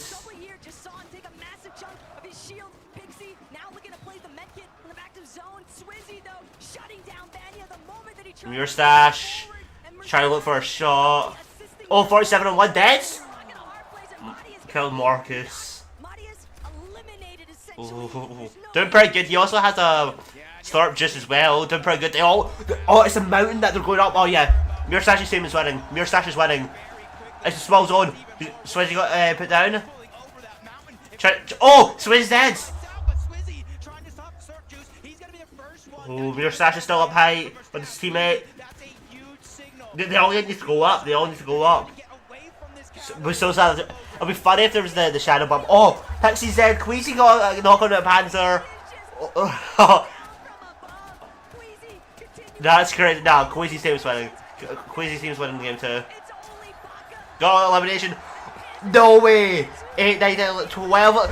Queasy won. Queasy won game 2. Woo! Game 2, Queasy. That was a great game. Great game for Queasy.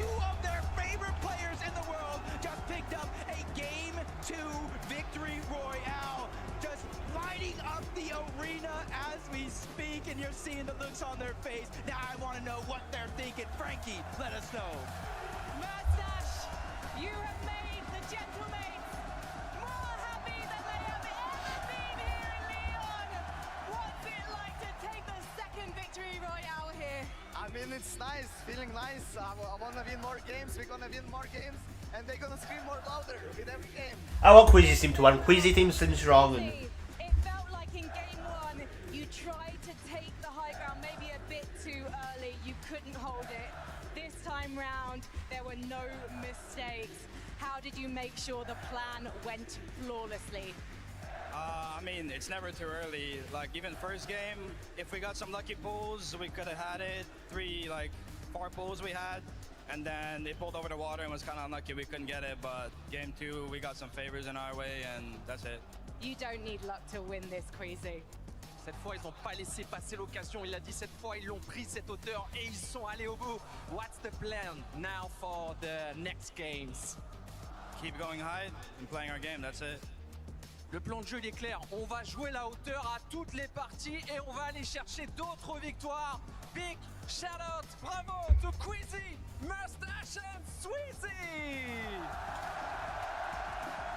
Now, Mustache. Earlier on, we did practice the Gentlemates chant. Do you want to give it one more go? Yeah. Are you ready, guys? Gentle! Gentle! Very very good. Very, very good indeed. One more time though. Gentle, gentle, gentle! We're going to hear so much more from these crowds and these players after this short break. Do not go anywhere.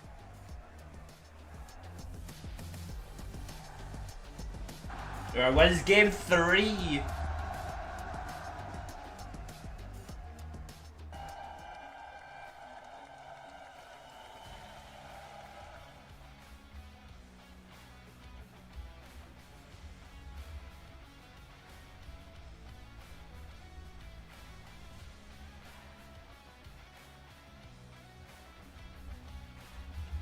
Two minutes, okay.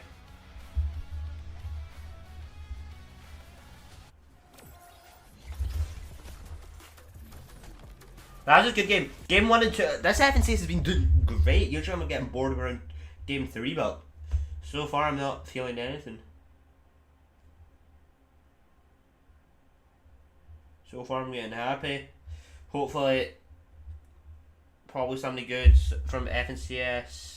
Oh, not somebody good because they're all goods.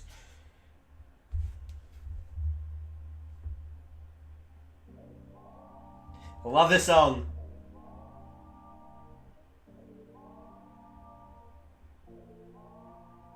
Do you get scared? Do you feel lost? I can smell fear. I've been there before. But you made it through the storm. So I'm again. You did it on your They're wrong again. Goosebumps in your skin. Do you feel what I feel? I'm waiting on you to notice that you got what you wanted. We don't got time to cry right now. Only got time to focus. 2 years on a wait list. I was armed and dangerous. Take a shot, leave him faceless. I was armed Then dangerous. on a whole different level. I can see why they hate.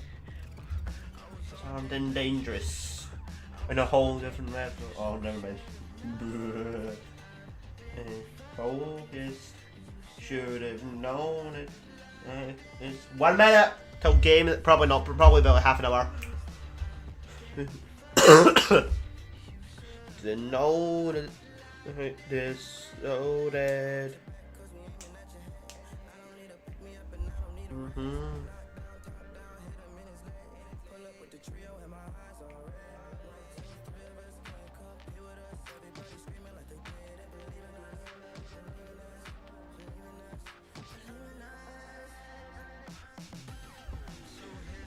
Reckless, armed and dangerous, and faceless, armed and dangerous.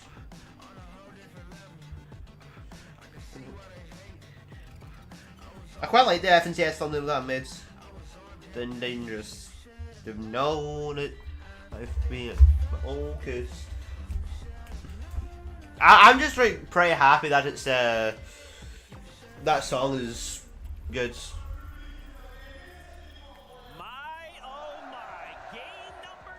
Going in the way of Queasy, Mr. High Ground himself, Swizzy Murstache coming out on top again. I love, my favorite part about Fortnite is when we see these 7 minutes. we get to talk directly with the Nice. players. I get to see Swizzy cheesing because they got themselves a victory royale. That was a great game though. I really enjoyed it. That was really entertaining. This year's FNCS would be great. Great. I usually, because the Pro-Am wasn't really that entertaining, I kind of like stopped watching it. Like, I was still live, I'm just sitting there on TikTok. Hey, you know, what's the game plan? So I'm watching it a bit. But then, but the game that Alia was getting farms, I kind of watched that bit, only the bit where he was getting farms. And then then the Pro-Am got DDoSed. So, yeah, and everything crashed. Which was funny. And everybody blamed it on Ali because he kept on getting farms. That was a funny moment in Fortnite. Murstache especially with the revolver shotgun. Who wants to look up at them? We saw what happened. But also, see Fortnite, I think everybody's waiting for the FNCS. We talked about at the start of the show. Wait, not FNCS. I think everybody in Fortnite just wants a new map. Like, everybody's getting bored of this map. I'm just waiting for OG Chapter 2, because I'll be playing that constantly. Constantly. But yeah, so I think everybody wants a new map, because people are getting bored of this map, and the content updates are not being good. The only thing that I liked about this, there's a couple of things that I do like about this chapter, is the updates. The updates are entertaining. It's just the last update I never played, but that's not. But the weekend one is fun. I quite like the live events. The mini events every season are have been pretty good. So yeah. Okay. Musashi, I want Musashi to win. I think they deserve it. Chico, Canada still seconds. Clux is 9th, which is good. Clux is 9th, which is good. And Peerbot's still not here. TGNO is still TGNO is still there, pretty good. I think we're doing. Well, yeah, that's a really word. I would like Clux to win. He's my favorite. I would like Clicks to win because he was my favourite to win. But I wouldn't mind if first place does get first, you know. We know what the game plan is. Run at people and get the elims. Oh my gosh, what was it? By zone 3, they had 8 eliminations. It was absolutely crazy watching what they can do when they do win that off-spawn fight. But what I want to see now, though, is them transition that into the perfect end game. And you saw they had the idea. They wanted to potentially go for height. It didn't work out. They dropped down, and then they were still able to carry themselves. And that really is what matters. Not just being able to kind of recover from a failed height steal, but also recover from a failed game 1. Yeah. I mean, listen, Zeke, I'm not gonna lie, I'm gonna be a little bit of a critic here, right? Levin kind of made a great point when he was just up here. He was like, listen, like, why are you guys kind of looking up at height, right? You would imagine that it was meant to be like an EU team up here. Of course, that wasn't the case in game number 1, but in game number 2, it was. I'm kind of questioning, like, the decision from Ferdoxi's trio to kind of go up there and steal the high ground, right? Levin kind of talked about it. You kind of expect a great EU team to be on the high ground. You would imagine that Ferdoxi would have thought, like, hey, listen, Queasy's probably got the high ground. Why would you just send yourselves kind of right in their firing line and kind of risk that when they had so I am excited to see who wins. My friend is watching England versus Arizona, I think. I'm not sure what the game is right now. But that was when Queasy was not on high ground. But looking up on the high right now, of course, we have to look at Pablo Wingo, Ferdoxi, and Chino just a little bit more into that game. Look at this. We're in zone 8, and they already have 11 eliminations, sticking to the low ground because that's where all of the players are going to be. That's where everyone drops down when they're getting a little weak, a little low, and that's where they can clean everything up. Terrifying stuff.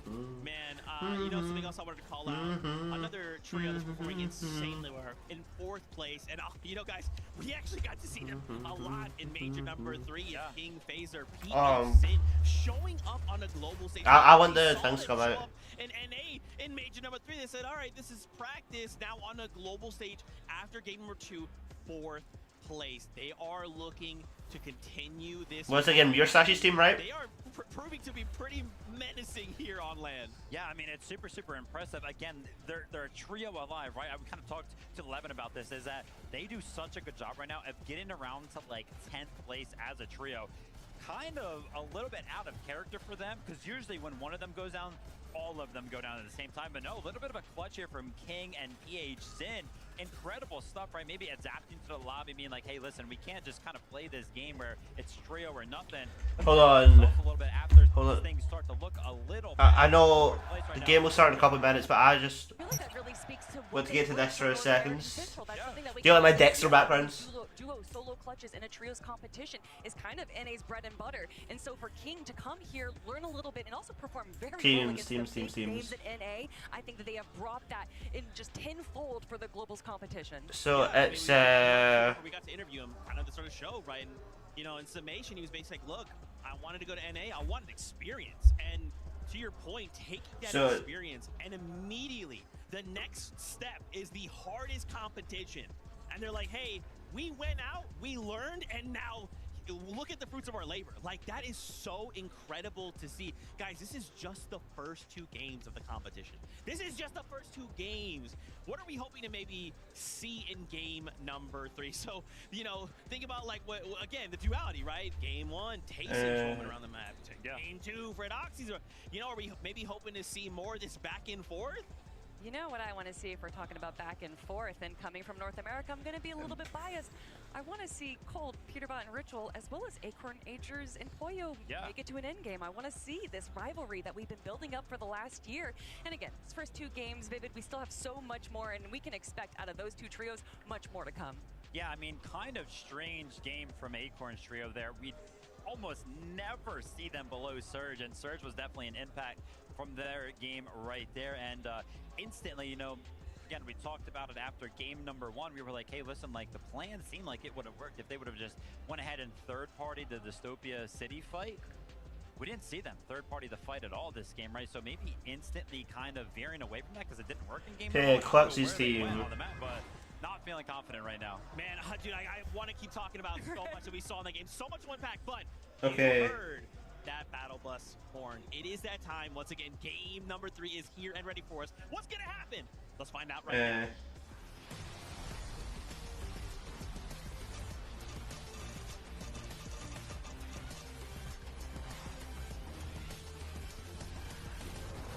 Here we go. Game number 3 is among us, and so much is going down around the map. It's kind of hard to I'm trying to do something real quick. the Rangers ruin off-spawn fight 1-1. Okay, I'm just gonna. Contested, or even now a duo. I got it. Let's watch them. You got drop spot roulette being played out as well, and you got Queasy's team and Kanata's team at the top of the leaderboard. But we just saw Prodoxy and Tayson on the big screen here in Lyon, and they are going back to back to back with these off-spawn contests. Both of these teams wishing each other good luck in those pre-game player interviews. But Prodoxy, he's looking to make that first touchdown. Tayson actually going to be the first man to pick up a weapon. He's looking to see if he can close in on an initial knock. Gino already stripped of half of his HP. Tayson, though, with the leverage of the high ground. How do you spell trios? Gino and Prodoxy to be stuck dealing with the swarm. They are all tunneled inside of the same staircase. Rangers Ruin is getting desperate right now for Gino. He's only got 4 HP to work. Give me a little second, hold up. He's actually going to be the first one fully eliminated. Gino still holding it down, delaying, buying enough time. Prodoxy with the separate Trios. capitalize on this moment, and they do. Dame strike yet again here in France, but no, it's been ruined. Scarpa, Gabzetta, and Way immediately getting involved. This is what we were talking about. Maybe 2 games will play out as normal, but things are looking a little shaken up as Gabzetta. They're trying to take advantage of this fight that has gone 1-1. Now it's looking like Prodoxy is in trouble. Tino, he's the one with the good loadout. He's the one that has to try to figure out a way to make a play as Prodoxy just trying to... Because my friend, one of my friends wants to know that what team I want to win. So it's between 3 teams. I don't really want Peterbot to win. I'm not really a fan of Peterbot. But see, or Swazzy's Clutzy's or Mr. Savage's team that I want to win. And that's position over Rangers Ruin. The pain right now for Gino and Prodoxy. Because they're looking pretty promising. Prodoxy had to create a little bit of space. He had to... Game 3 already. I think the game's going faster because of the malfunction at the start. But this is going to put a damper on their overall game strategy because they're just going to have to wait it out. Gabzetta, Way, and Scarpa, they're also going to reap Peterbot. of taking Rangers Ruin for themselves. Will they win? See if that one continues. Will they actually win a game or stay low? That one, but this one, Dystopia City, where we thought it was a triple contested fight. Cold, Ritual, and Peterbot go back to something they did early on in game 1. They landed towards the outside, but they do not know. Tinka and his entire trio is right above from OCE, waiting for things to break out. But a triple contested, they're all landing towards the launch pad. Rise is the one that's getting good damage onto Vico, and that's the first knock. Flixie's taking some damage as well. Luckily for him, he has a momentary escape. Rise, Yuma, and Koyota just putting on the burners right now. Flixie was trying to see if he could provide a little bit of coverage, but 1 versus 3, and he's Whoa! Asia coming out on top in game 3. what is this? It might be a Brazilian thing, you know what I'm saying? Because both of the teams that qualified out of Brazil, or at least 2 of the 3, are now made their way over towards Rangers Ruin. Luckily for Ferdoxy and Chino, though, they were able to get on out. So this That's the boss spawning in Rangers Ruin. This is the Ferdoxy effect right now. At Rangers Ruin, everyone is just Crouching. Yeah! each other. But Scarpa gonna be some of the first to open up with some big Did he shots. just shoot his own teammate? Not feeling comfortable just yet, diving straight into the heart of the action here. But Scarpa, they recognize King. He might be trying to make this flank approach. He could be an isolated member.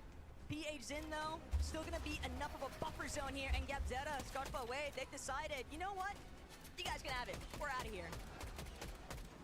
Yeah, we got to figure it out. This wasn't even our drop spot. You guys can take it.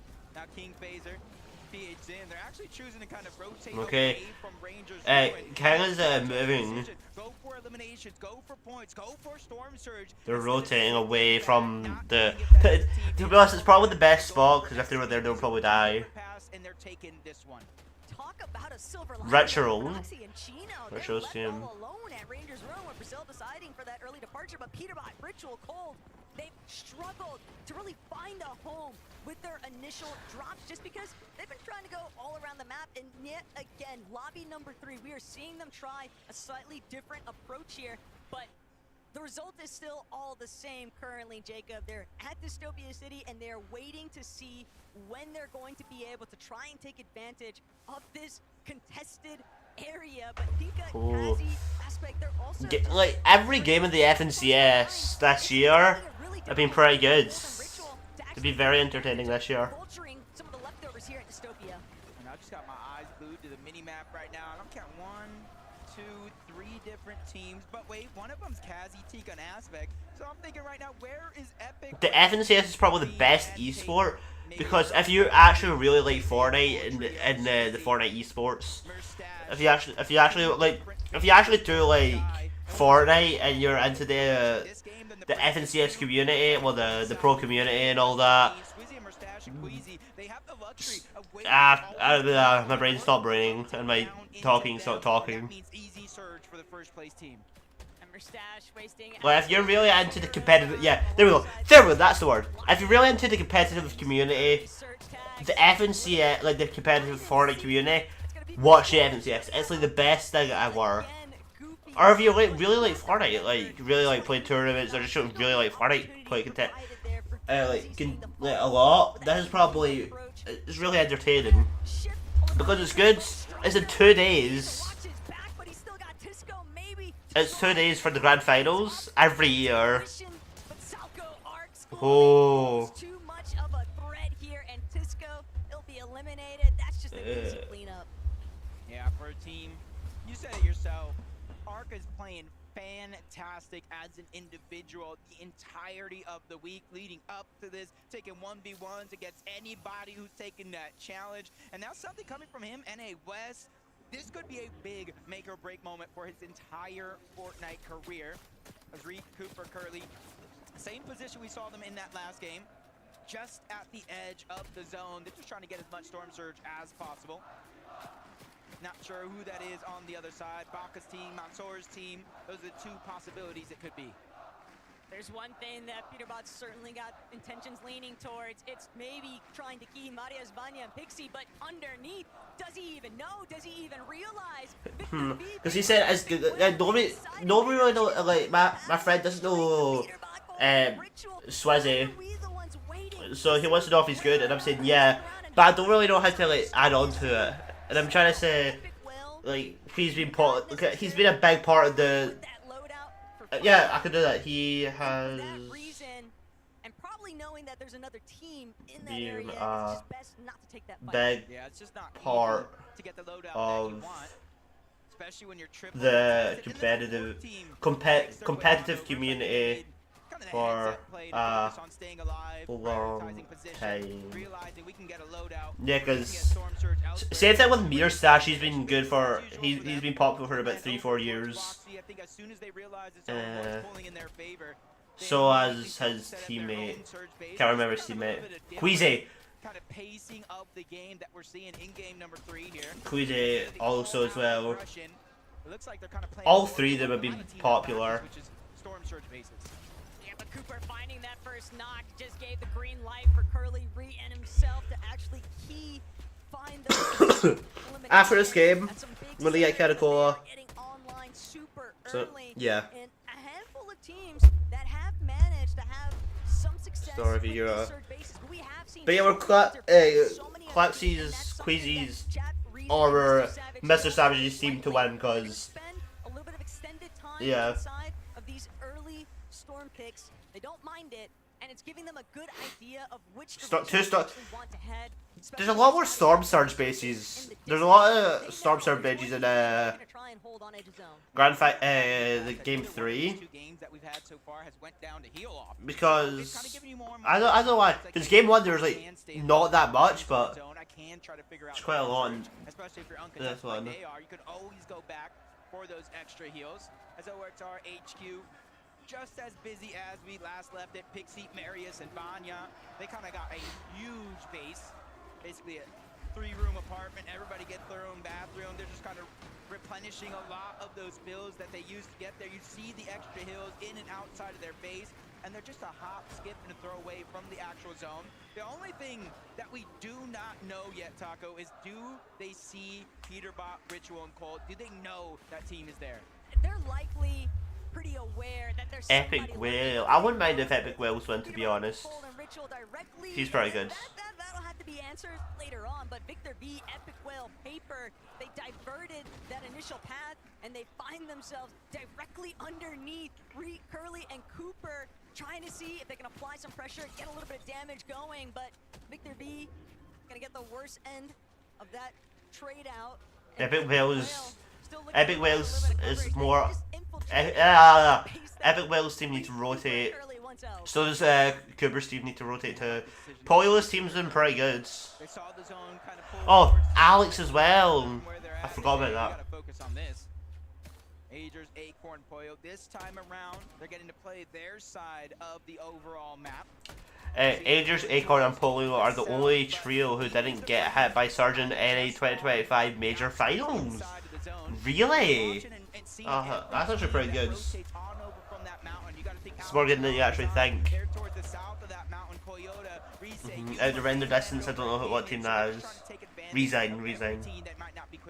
But it's still crazy to see that quick stat for Acorn's team that they didn't take a single take of Surge. Okay, they're all rotating using the crash pads. But here on the global level, they have been struggling back-to-back matches, finding a good grasp of that Surge damage threshold. Right now, game 3 though, halfway point technically speaking for day 1. They had the opportunity. We just saw what Prodoxy, Pablo, and Chino were able to accomplish in that last lobby. When you're able to secure over 80 points in a singular match, you're still always in okay, Marcus, Marcus's team, they're so all you need, you know, a win. Going up here for some reason. Going up to this guy, this guy's old Storm Surge. Peerbot's team, they're over at OXR with an Epic and a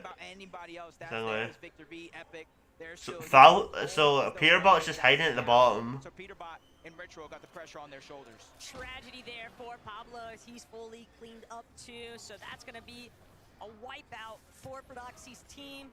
They'll have to sit and deliberate, figure out what they want to do for Game 4 instead. But going into the Storm, one interesting spot, unless to get a reboot. He's probably going over to get a reboot. But I'm not sure.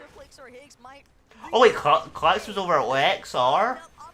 Really? To just outright key, but doesn't seem as if they're aware of that situation just yet. And already we saw Cooper, Reed, and Curly try to rotate on out.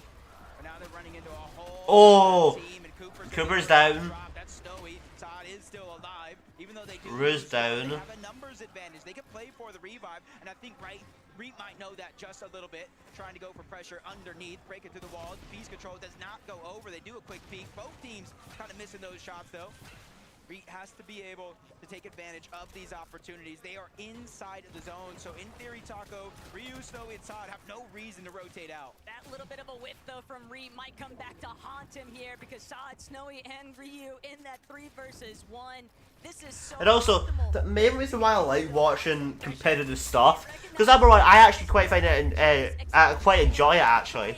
But also number two, I actually learned tips from the thing. But I think I only stream the main,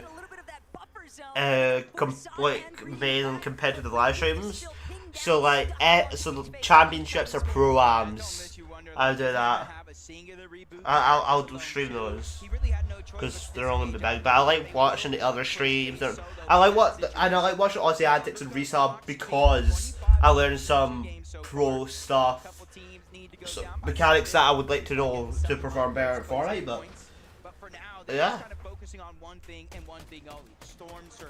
That's going to open up the world in terms of flexibility. 3 more matches for day 1. Malibuca's team not being third-partied now means that they've got a little bit more of that luxury room to try and get their Surge locked in, going up against Yapko and Panzer in a separate Surge base. Good ways across from them. Yuma's team not doing pretty good. They have okay maps. They have okay maps. With taking care of Veno's team, and now the question becomes, can we see a Fernoxy Tyson type of performance? Can they convert this to a strong endgame finish? Hey, you know the entire region usually kind of has some tricks underneath their sleeve that they save for big moments just like this. A Swizzy, Queasy, Merstad, they're just making their way on over towards that bunker. They're one of the few teams in the lobby because they're uncontested at the Hive. They get that instant OXRHQ rank, and that is what they're able to use to kind of rotate on over to the wall and get some sort of exotic. The OXR bunkers, they're pretty good for ML. And if you guys don't know, every shot you land with that AR, the next one just deals more and more damage. And putting it in Swizzy's hand, honestly, is very, very scary. Yeah. This is the team what I want to, this is the team that deserve to win. This is the team that I would like to win. So much time to work with in comparison to a lot of these other teams that are likely feeling a bit more pressured, a bit more pushed into trying to create. Especially in Swizzy's hand. Woo!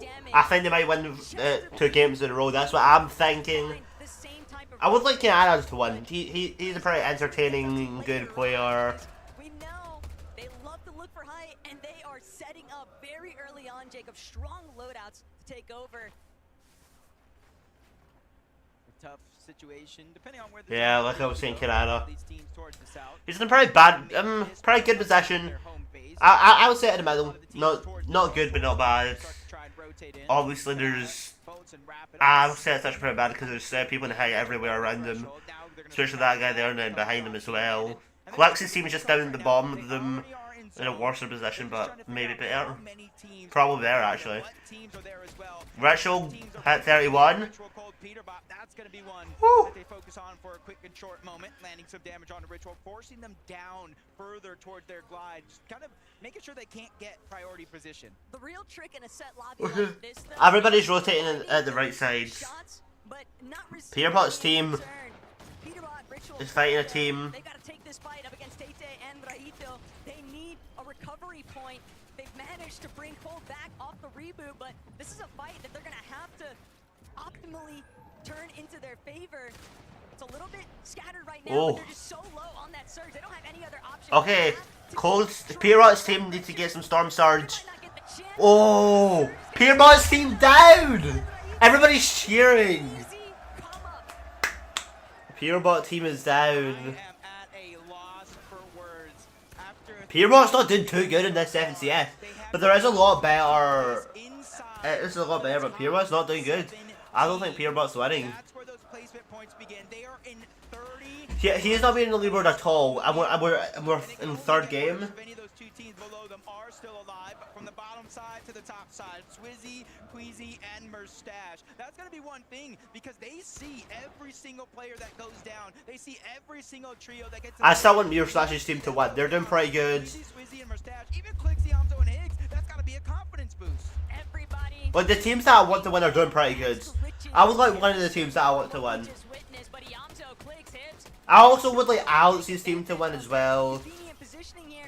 But I don't think he's ever won a global. On the congestion inside that edge of I would like a Fortnite hat. I would like a Fortnite hat. He is going to fall. Iyamzo, a little bit too accurate, and Clicks just still continuing steady pressure application. These teams are not able to escape. Yeah, I think they saw it at the corner of the eye. Another not going down. A whole nother team, but they know if they can continue to focus in that direction, they could probably try to get the wipe.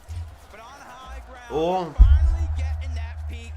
Pollo, Agers, and Acorn, but they're 69 damage below the threshold, which is surprising because we're at the Kappa factory towards the south side of the map. They have been granted the zone majority of this game, but just unable to really find the shots to put it to use, and they're falling further and further below. They gotta be real careful. Team sitting inside the Going in, Pierre and Polo's team going in. Trying to kill Goofy. Therefore dead on Goofy. Woo! They're doing pretty good. Polio's team, I would say Polio's would deserve to win. A lot of teams in this would deserve to win. But the way that Queezy's team is playing, doing pretty good. I quite want them to win. Clocks is still alive and 7 zone. Didn't realise. Queezy loves to look for height right around this period, right around that 8th zone time frame. But with Acorn now looking much healthier and a mastermind IGL in his own right, you have to anticipate that. Okay, wait. I swear they've never existed at all until right now. But they're up high. They're on the high ground right now. All of these experienced veterans that know full well. I want to know where Mustache is. Potential high ground holds, especially with the zones falling over this part of the map. It is a I want to know where Mustache and Mr. Savage is, but Mr. Savage might be dead. Yeah, and you can kind of see in the Clocks is still alive. I don't know about Mr. Savage. No, Mr. Savage is still alive. Yep, just as I was saying. Nobody really wanted to make that move because you know as well as I do, inadvertently with the crash pads, Flowberry Fizz, it just makes you an open target. A Savage chat reads, and they're getting a little bit more aggressive, trying to take advantage of Marum, Buyu Ryu. They're underneath as well. I think Wixie might still be alive. Good, Matt. They have pretty. Mr. Savage has pretty good bats for endgame. Almost 900 damage above the threshold. They're feeling good. Agers, Pollo, Acorn, depending on which direction they head next. It's going to say they might be wary of Mr. Savage's team, but instead it's going to be secondary height as the focal point. They're just getting sprayed out, though. Their builds not being allowed to lock through. Yuma, Trise. Oh, storm damage. 64 below. Pollo might actually nearly die. He needs to, They just climbed to such a high level, Jacob. They're still sitting 99 below. Okay, nice. 3 above storm damage. They're going to tick over into just 3 above, but it's still not enough. They can't find a until they get more surge. They need more surge. Pollo's team not doing too good in endgame right now. 124, 95 above. 9 and above, 8-4 above. They're going down to get more shots on people, a lot more damage. It's not going to get easier. In fact, only 7 builds onto Agers. It's going to get harder and harder unless they find that key refresh. But look at Arc School and Salco. They're a little bit beat up here. Still, Mr. Savage. Oh, Mustache's team is up high. They're up high now. Oh, Mr. Savage is quite low. Mr. Savage's just team, they're gonna die. They're not gonna win. Okay, Mr. Savage needs to take the minis.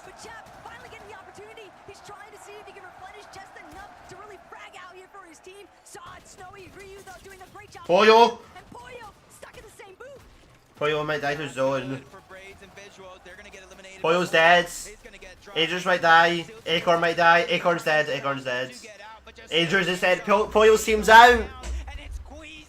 Clutch is still alive. Clutch is doing pretty good. Huggs is getting refreshed. He's getting shot.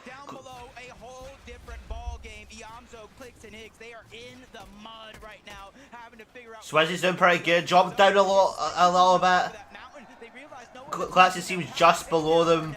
What will happen? Oh, Queasy got the Fizz. 106 on the Fizz. Exotic Fizz. Oh, Queasy went down, took the crash pad low down. What was that play? We will never know the reason why. Queasy's now going back up, maybe trying to connect. Probably. Mirror Savage with him. Not sure about the other guy. Yep. All teammates next to him. Doing good on mats, 78 mats.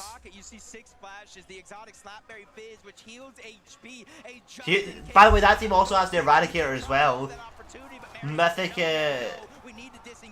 wannabe shotgun.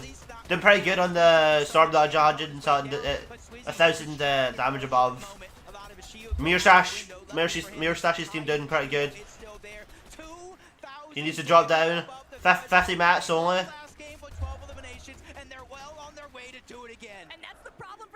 Mr. Savage is still alive. Everybody's more low down though.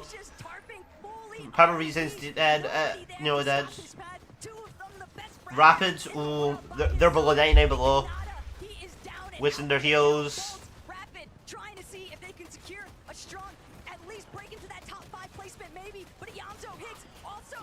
Oh, it was down. Higgs got a.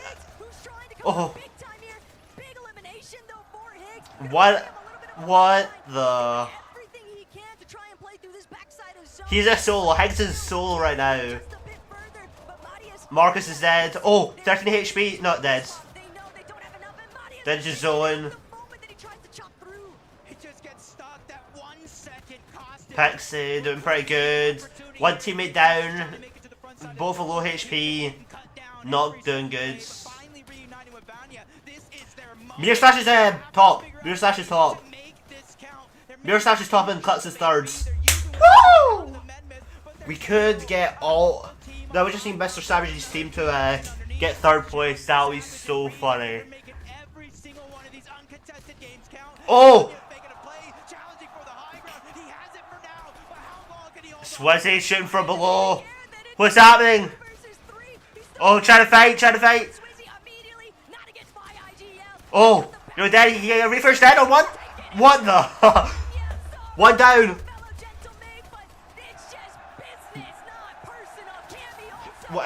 You're dead on Chaps. You're dead.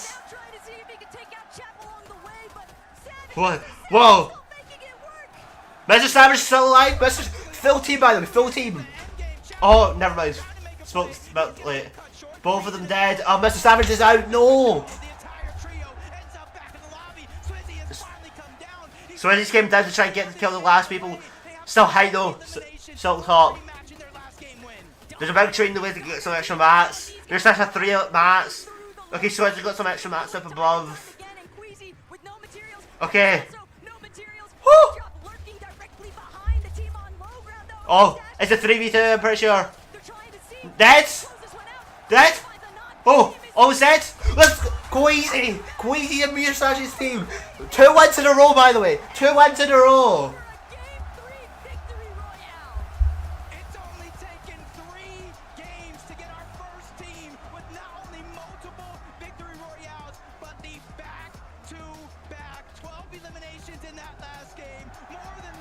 Woo! Right, I'm gonna get Catacol, okay?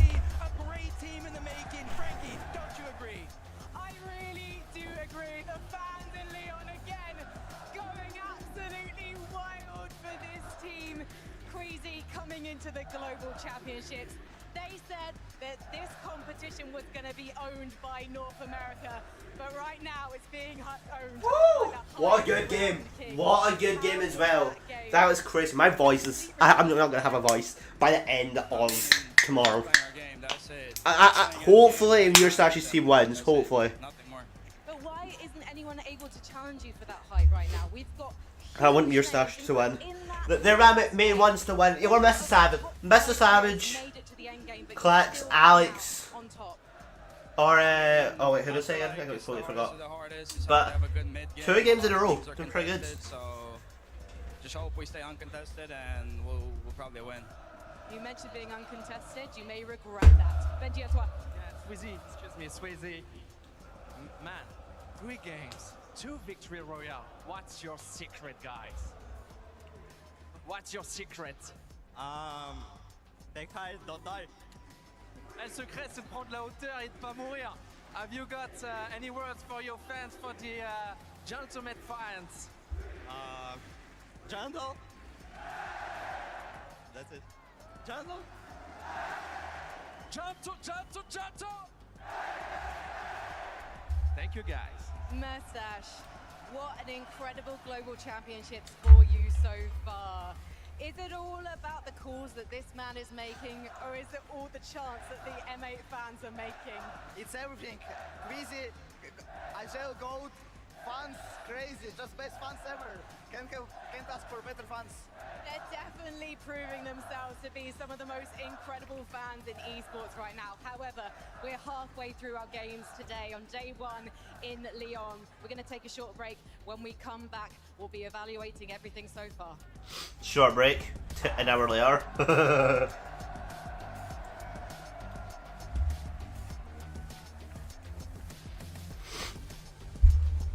Woo. They're gonna be top. They're gonna be far in the top two. What? 2 games in a row. That's crazy.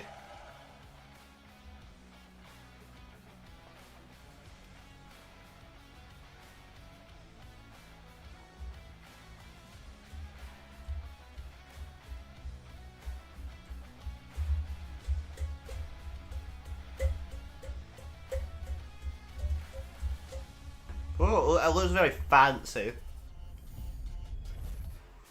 So just the black light seal is really good. Gaming chair.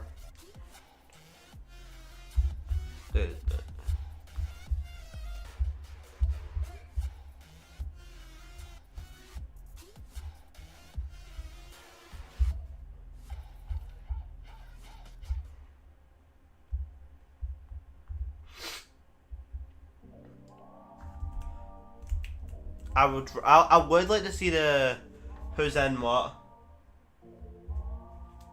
Do you get scared? Do you feel lost? I can smell fear. I've been there before. But you made it through the storm again. You did it on your own again. Goosebumps in your skin. Do you feel what I feel? I'm waiting on you to notice that you got what you wanted. We don't got time to cry right now. Only got time to focus.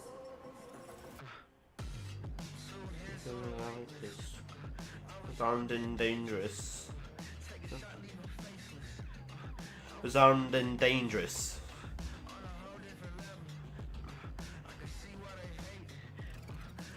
Armed and dangerous. And a whole and dangerous. Do know that I've been focused. You should have known it like this. Should have known it. Been focused. You should have known it like this. Oh, there.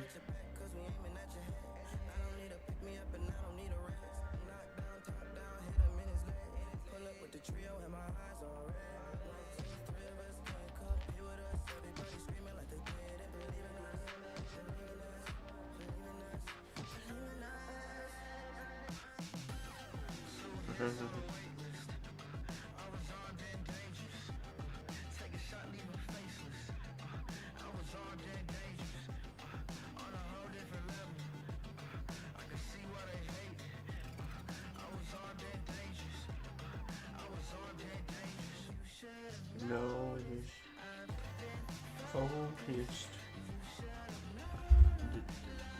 There's so there. No. Welcome back to the Fortnite Global Championship.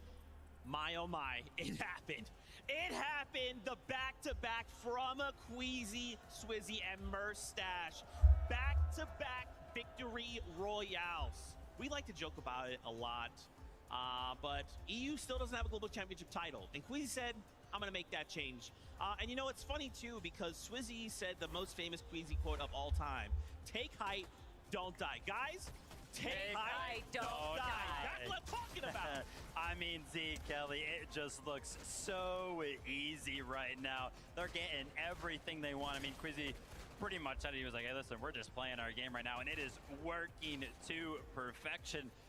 I mean, you just take a look at them, right? They're sitting up there, no worry in the world. They do such a good job at applying pressure to exactly the right teams, right? Keeping an eye on not only the second height team to make sure, of course, you know, the most likely team to go ahead and try to pressure them off the height.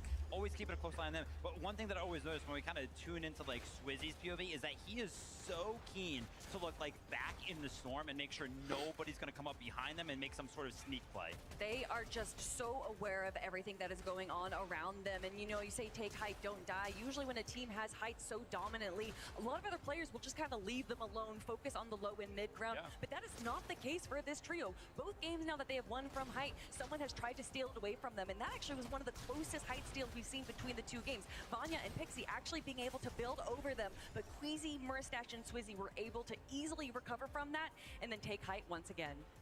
It just looks so clean, man. And it's crazy too, right? Game 2, 12 elimination victory royale.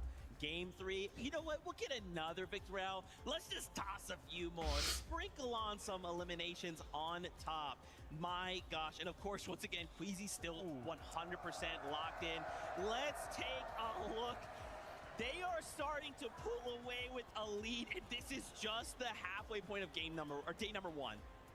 What? 300 points? Basically, they have established a 122-point lead just after game number 3. I mean, yeah, I guess that's what a back-to-back win will do. You know, I got word. Not only did we get to see this fantastic last game, we have a listen in. Let's take a look on how it went for the trio. Yeah, I'm 100 mats, 100 mats. Take. On us. Shove as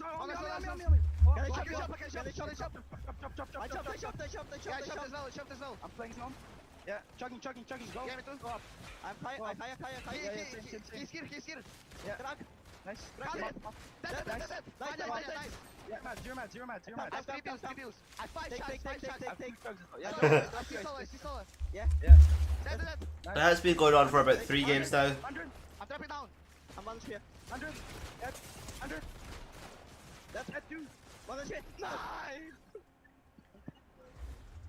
I mean, literally the whole thing that makes that entire thing work, right? Obviously, we've been watching the high ground for, 2 games now. It's kind of been the same playstyle. Queasy and Muristache kind of play that high ground while Swizzy kind of drops down and looks for those eliminations. Because Swizzy was actually on a lower level, he instantly called out, hey, I'm chopping it out. Like, if they want to be above you guys, I'm just going to chop it out. The fact that those comms come in so fast, but the reaction from Queasy and Muristache to just instantly kind of move themselves to a safe spot to make sure they don't get chopped out, played to perfection within an instant. It is that veteran mentality that Queasy is able to bring. You said that yes, EU has not been able to get a global championship spot. Pretty good. He's on second place now twice. He has been right on the cusp of being able to claim an international competition, and he really just provides and shows time and time again his knowledge of the game, and not just the game, but his knowledge of a LAN setting, of what kind of win position you need to do, and he gets his teammates in that position every single time. It's just so cool, man. Just watching the way how they move, how they're jumping together, how they're calling out things. It's not like, we're gonna move this, I don't know this way, that way. No. The moment they start to move, there's one single entity moving in the same direction, looking, calling out targets. They are so impressive. This is scary, guys. We got 2 victory royales back-to-back from the trio. Now, of course, in second place, though, the trio that won game number 1, Kanata still holding strong, right? This is still Kanata at the end of the day. They're still putting on a performance. They want to make sure they're like, okay, Queasy, you got a VR, but Kanata said, hey, look, I'm going to get 4 wins on land, okay? It's going to happen. Big thing for me right now is that the trio is making it to the end game right now, but I'm not gonna lie, like game number 1 was super good. 20 minutes, maybe half an games hour. kind of feel like they're kind of just like picking up points, being a little stragglers, right? Not necessarily having that great trio. Right everybody's after together. this We're healthy going broadcast, into the end game type of I'm game, gonna play Fortnite Battle, won't be which I live. think is kind of a good thing when you think about it, Kelly. It is. Like, up. they haven't really bounced back. 298 points. Well, if That's you look quite at a the lot. It's a dichotomy big of jump from Queasy's trio and 176. Kanata's trio, where Queasy's going on this ultra aggro, he's just controlling the high ground. Kanata's playing a bit more passively, and we saw that in games 2 and games 3. And we already knew that he was kind of playing a passive early game. But what I really appreciated in this end game right here, they were in the best position. So they were kind of actually staying in the back of zone. And there was a moment there where zone is pulling up a hill, and everyone was getting congested trying to climb over that hill. But Kanata won't stop it. They stayed back a little bit, waited just a moment, maybe took a little bit of storm. I want to make like there, is but then they were able to situated, kind of pass away pretty through the good, congestion and be able to make it into Agnew endgame. It to me, I pretty say good. this so many times. It to me, what makes a top player isn't what they do Bro, when everything's going their way. It's how they're able to handle it when things aren't.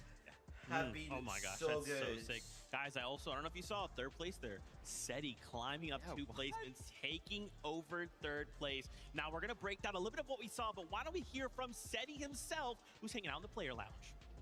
Obviously, it wouldn't be a Fortnite Global LAN if we didn't talk to our 2022 Invitational champion, SETI, and I'm so happy it's because you're in third place right now, SETI.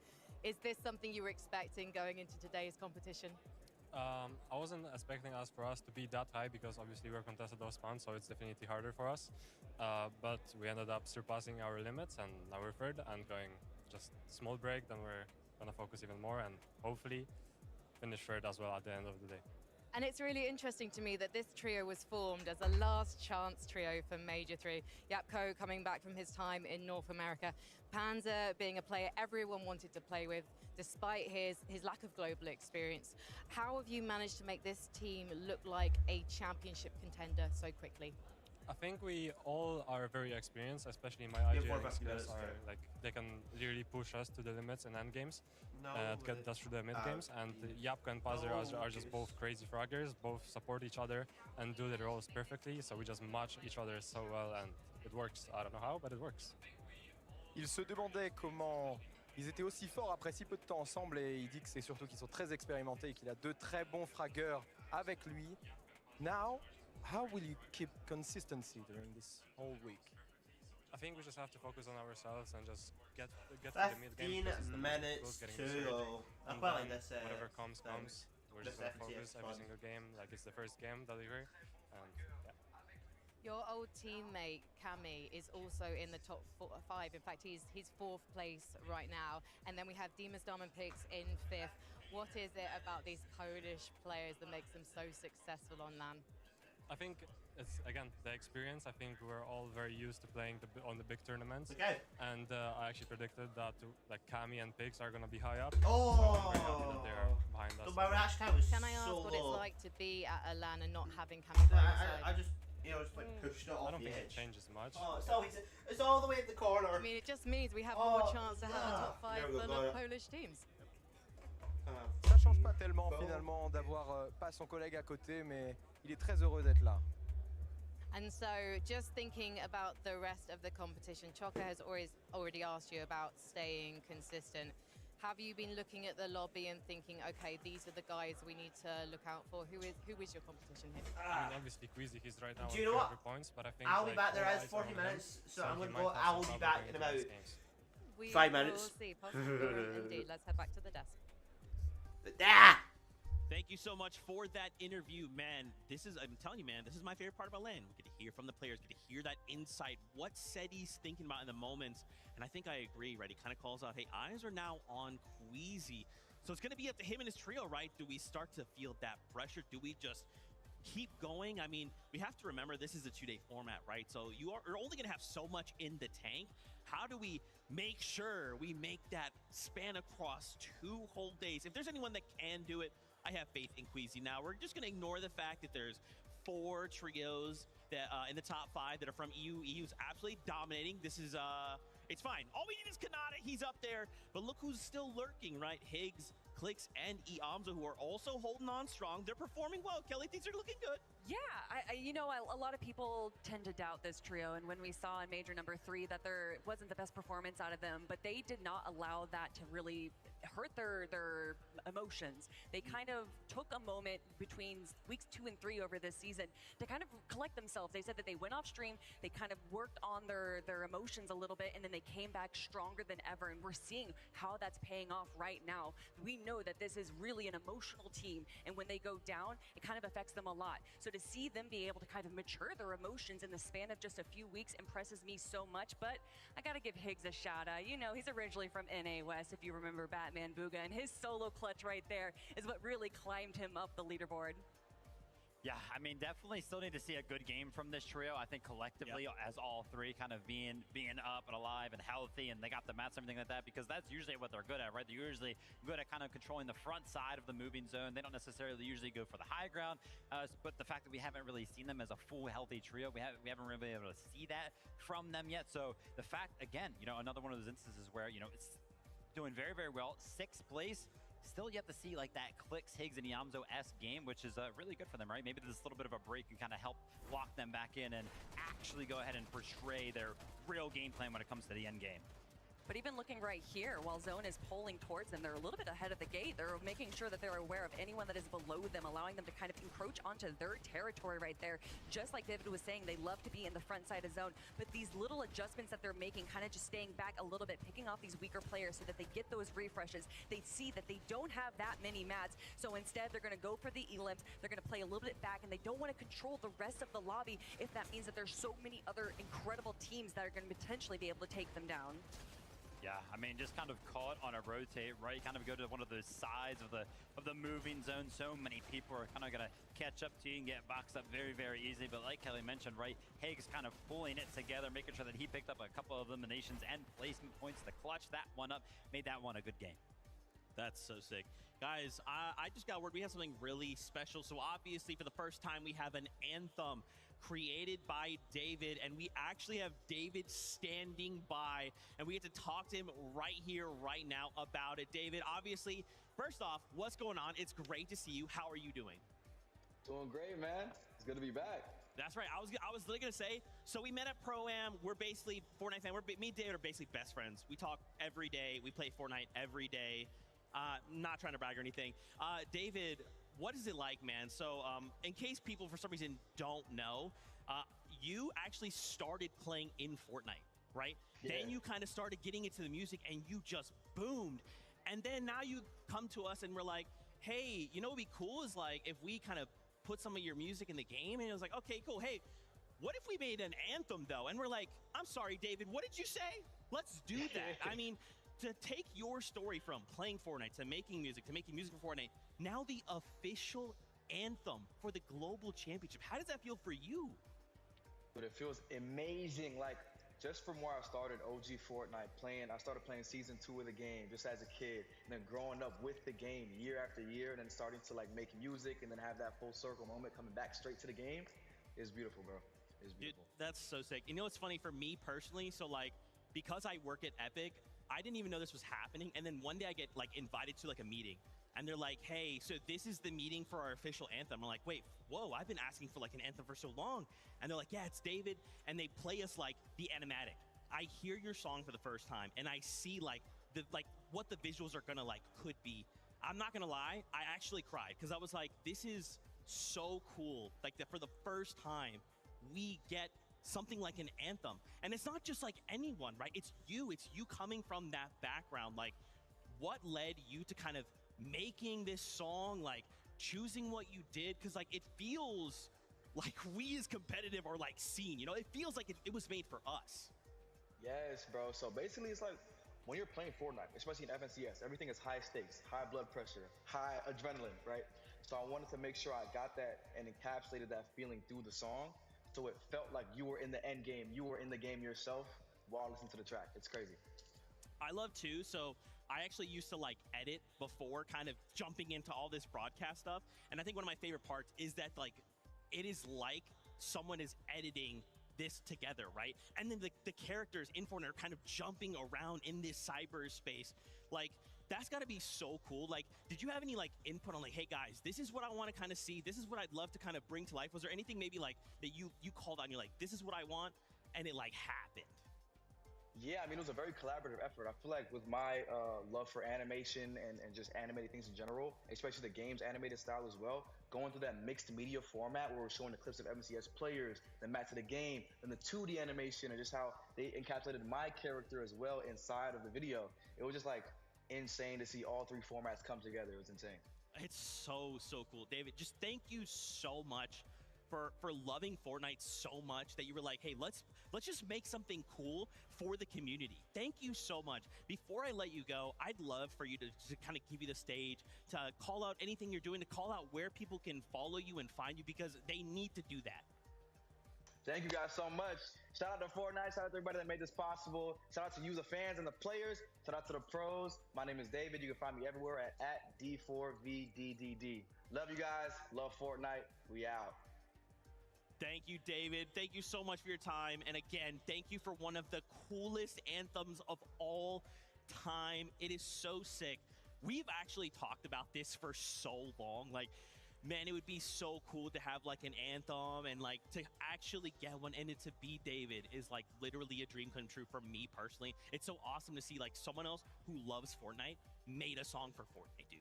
What I love is, like, you know, usually, oh, we'll gas people up, whatever. We've literally been singing this song for the last 4 days, and it's like stuck in our head. It's in a little earworm. We can't get it out, and it's just so good. And when we all got to watch that video for the first time together, we just kind of were astounded, stunned, and silent a little bit. It really does just kind of is the perfect combination of what you think a Fortnite fan is really bringing. Like, what you can tell that he loves the game, and that makes me love the music even more. And what I love personally is all of these players behind me getting back to their stations, because Zeke, I am so excited for 3 more games today. Yeah, that's right. Of course, if you didn't know, at the halfway point, we kind of give the players a break, right? We let them kind of walk away, take a rest, take a breather. Maybe they can talk about their trio mates, their coaches, whatever they need to do, and then they come back to the stage. We continue playing Fortnite. Now, as we kind of start to continue to get them back, we actually have another special interview. It is Loser Fruit who's standing by with Mini Miner. Thank you so much, Zeke. I'm up here in the VIP lounge, and oh boy, do we have a VIP. It's Loser Fruit. It's Fortnite icon, Loser Fruit. Firstly, how you feeling? Are you enjoying the event? What are the vibes like? I love it here in France. The atmosphere is amazing. I love the crowd. France. J'aime France. Absolutely love it. Now, I mentioned there, you're a Fortnite icon. You are an icon. You're in the Icon Series outfit. I mean, how does that feel? What does that feel for you? No, it's like the biggest honor to be an icon, but like, I'm the only icon here. I don't know where they are. Like, where you guys at? We're calling out you other icons. Well, you should be here. What's going on? Let's talk about the games. Really electric, as you mentioned, the atmosphere here. Unbelievable stuff. What are your thoughts so far? What are you thinking about the game so far? The games have been entertaining. It's good to see Power doing well in the last game that they just were in. What is Loser Fruit doing here? Hopefully, what is Loser Fruit doing? I mean, you have a little bit of land experience yourself, right? You played at the Pro-Am with Alex. What was that like? Oh, Alex is a goat. He carried me hard in Pro-Am, like, because I was terrible, but, you know, it's fine. He'll show him it. I thought you carried him, personally. Yeah, but it's fine. Yeah, I mean, what do you have to say to that team right now? They've had a really good game, right? They had an 11th place right there, a few eliminations. They're starting to grow into it. Is that something we can expect to see from these guys throughout the rest of the day? I think they'll just keep getting better and better, as long as they're having fun, but they just, like, dominate it. So I think we'll see more of them on the screen. Put them on the screen, broadcast, all right? So we need to see more Power, all right? You guys hear that behind the scenes. We want to see more of them. I want to see these guys popping off, and also I want to see more of the games. So I want to big thank you to you, of course, Loser Fruit, for joining us here on the interview. Got any final words to say to the fans at home, to all the people in the arena as well? Thanks, everyone, for watching. This performance is amazing. Thanks, Fortnite. Back to the desk. Hey, Loser Fruit, thank you. Thank you for being here as the only icon represented that's not playing. Thank you. Where are your other icons at? Anyway, guys, in case you didn't know, Double XP is happening this weekend in celebration of the Global Championship. Yes, sir. And there's a bunch of stuff happening. BR, Grapple Glove, and the Pump Shotgun coming back. Reload's got 100% rare chest spawns with some other unvaultings happening. And then finally, Blitz has melee mythics when you drop off the battle bus. Jump in right now. Double XP, don't miss out. Make sure you take advantage of that. Now, of course, as we continue the conversation, the players continue to kind of roll back in. We're getting closer. I kind of caught a moment there. Queasy talking right there. Swizzy Merch Stats are kind of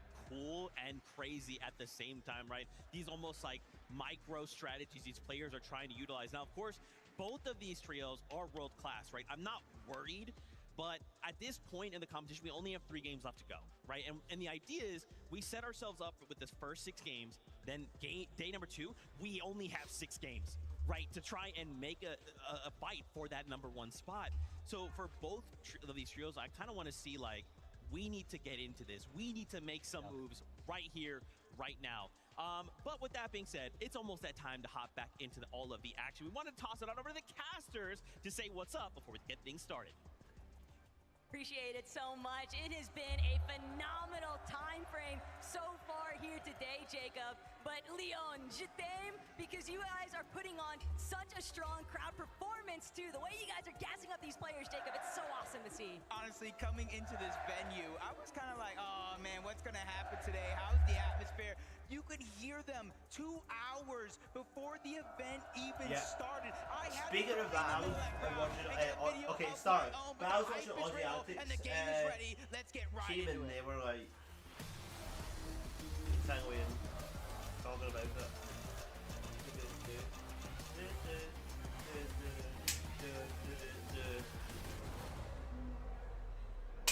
And we're back. One more battle bus ride taking us in to game number 4 here, Jacob. But the important steps are starting to be made. The players have had a slight opportunity now. Revitalize themselves, see if these strategies, revisit some of those strategies even for a good portion of our teams realistically. But for Doxy and Tayson, this has been the early game theme so far here today, because these guys have just been clashing nonstop. But we saw that Brazil interference take place in the last lobby, so both these teams know they have got to be even faster with this outcome. It is all or nothing, because if Brazil continues to intervene, they're just not going to be able to build back up from Rangers' ruin. Yeah, just one, but it was 2 different teams, but the drop remains the same. The 50-50 on one of the chests. For Doxy, he's going to have to disengage and try to find some floor loot elsewhere. Chicho was taking a good brunt of that damage, but his Pablo does get dropped first. Chicho as well. And this is a good opportunity as Chino and for Doxy are in a 2v2 situation. They're trying to close the gap, but for Doxy goes down. Tayson, the 5-time champion, going to fall as well. Now Chino's in a peculiar situation. Chino's team's down, pretty sure.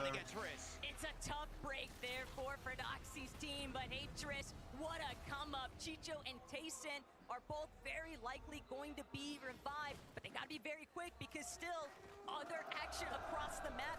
Benno, Vico in a very tough position, but Yuba, he's not gonna be able to escape. Benno finds the knock, finds the full elimination here, taking full advantage of that siphon, but he still has Rise up above. Could get it. I'm pretty sure his team is get out of right. Wary here. If he goes down, that is the end of it for game 4, and they still want to be able to strike inside that top 10 from leaderboard. But Benno wrapping around underneath Rise, even though he's overhead, Benno has the shield, HP advantage. Benno still breaking through, doesn't get the shot they wanted to, but Rise taking a huge chunk of this HP now. Toyota still seeing if he can apply a little bit of pressure on the backup section, but Benno, even in the 1 versus 2, he refuses to budge.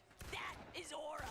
Oh, he finally gets the knock on Rise, and that was huge. That was 200. A lot of people were dying at the start of this game. Was down. Coyote went down to finish off that elimination, which gave him a huge 1v1. And with a third party coming in, Alex and on Rise Veno just got that elimination. As Vino's going to be the one that cleans up that elimination. But what do you do from here? You do have the chance to get the reboot cards, but your POI has now just went to someone else. The problem in the red alert there is that everybody knows that it's just Benno by himself. That reboot is going to be tough to make it towards, but Gabzetta, Scarpa away, already tangled up here. Snowy on the loops, trying to get the but completely caught off guard. Gabzetta, nice knock.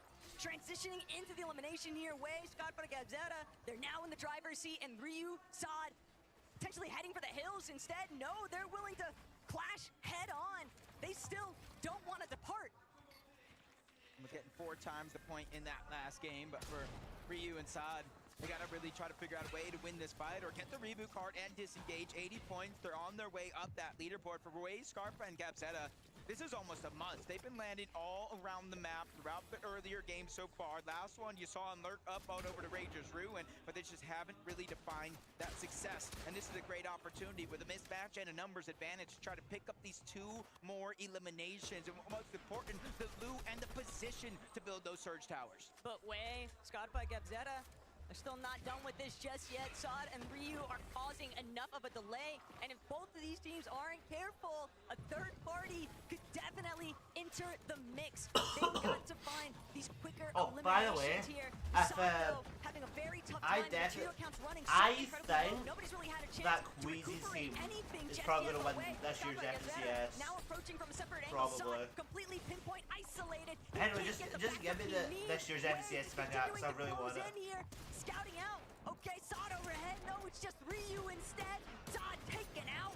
Ryu nearly out of this one, but just doing his best, and it's just not good enough when you're dealing with the full trio of Way, Scarpa, and Gebzeta. Yeah, with those eliminations, you see the rank upgrade drops coming in. It's not going to be the biggest difference maker, but it's definitely a good more loot than what they had before. Dystopia City, Peterbot, Ritual they're Cold, they've fighting. had enough of playing the drop spot roulettes. They knew coming into this event it was a triple contested fight, and now they're taking the fight to Tay-Tay. This one's personal as Ritual gets the first knock. There's Just got an elimination. putting in some work as well. 2 or 3v1 situation here on the Rhino, but it's not going to Peterbot last just got an too elimination. long. They He have should have had at least one finally woken elimination, up so enough that poking entire the team's beast down. because now they got what they wanted. I mean, you're talking about poking the bear, and take a look at what Venos managed to do in some of that downtime since he found those early 3 eliminations against Coyota's team. Flixie, Vico, now back up and in the running here. This is a real opportunity, Jacob, because they've got a couple of other teams that might be a little bit too prioritized with each other, a little bit too fixated elsewhere to scout these guys out inside the tunnelway. Yeah, I was looking at the mini-map right now. I saw another team potentially rotating in this direction, but it was outside of the mountain range instead of in. Mirstash, Weezy, Squeezy team. Too risky just yet. If they get this one, if they actually get this one, they're winning. Sphinx. And to start the game off, I did see Muzz get at least one knock. The drop spot for that team on the other side was just too far, giving them that advantage. And that's just kind of that early surge, and that's early confidence building for a team like that. The real unsung hero, though, for Queasy this weekend so far, Jacob, has just been the fact that he's uncontested. If this is what an uncon Queasy can look like on a global stage, then I cannot wait to see exactly how the entirety of this weekend plays out, but don't want to get too ahead of ourselves. Reasons, Alex, Anon, just taking a more slow and steady approach. Oceania has had its fair share of struggles throughout the course of today's matches, and for good reason. It's just very difficult when you are stuck in between some of these teams that are just these pre-established surge bases. Peterbot is going to fight cut through, work around, and they're dropping so far south of the map, Jacob, they just don't have as much resources. Yeah, definitely kind of changing things up for this game. They knew coming into this with the drop spot they had, the hardest part wasn't necessarily loot, not even materials. It was getting up and over that mountain to try to get in a good position for the game. It's called Ritual and Peterbot. You see them sneaking up, using the bush, the Flowberry Fizz, and the crash pad. That's Pix, Darm, and Demas on the other side. The revive is fresh. 2 of them are weak, and that's going to be easy pickings if they can continue to put this pressure down. Cold trying to be the first one in. Demas is the one that's getting angled out and pressured by 2 different players. Ritual is going to be there on the other side, but a surprise attack, a big shot. That's going to slow things down for only a short moment. Demas almost dead. It's almost dead. Colt's pushing back, trying to help his teammates. It doesn't matter who it is. I He have works to up keep top. these guys on their toes. Cold and Peterbot are playing like they just see red right now. All they want to do is jump into somebody else's box that's not their own, but Peterbot, he's going to be Peterbot's forced to 30th take a halt. place. He knows that he has to try and fight That his is team underneath them so or just leave not good for entirely. Peterbot. Demas, Darm, and Pix, they've That got is enough. not good for They have Peterbot. pushed back, and Peterbot is pushed out of the location. Kind of get a little bit confident there for Cold, Ritual, and Pete as they continue to kind of rotate on out. Surprisingly enough, they didn't kind of continue to stay over towards Dystopia, but what they left it, Baka, Pars, and Pump actually moved in. They're at a contested drop for themselves, north side of this actual POI, so they're just trying to get scraps. They're just trying to get any bit of surge, and right now, they spotted Cold and his entire trio rotate back towards Dystopia, and they're just trying to lurk. They're trying to get the heads-up play and an opening damage shot so that maybe they can fit shit up. Take a little peeksies, though, at what's breaking down. Kanata Rapid and Bolts. The elimination feed might be telling an entirely different story there, though, for what's shaping up here at Dystopia. Pump, Pars, Baka finding that elimination onto Peterbot now means that they are all good to go for trying to key in onto Ritual and Cold. Pars already overhead. Baka right next to him. Pump, separate angle as well. There's just so many flank attempts here, but Cold, Peterbot knows that he's got to depend on his other fragger here, and Cold could come up big time.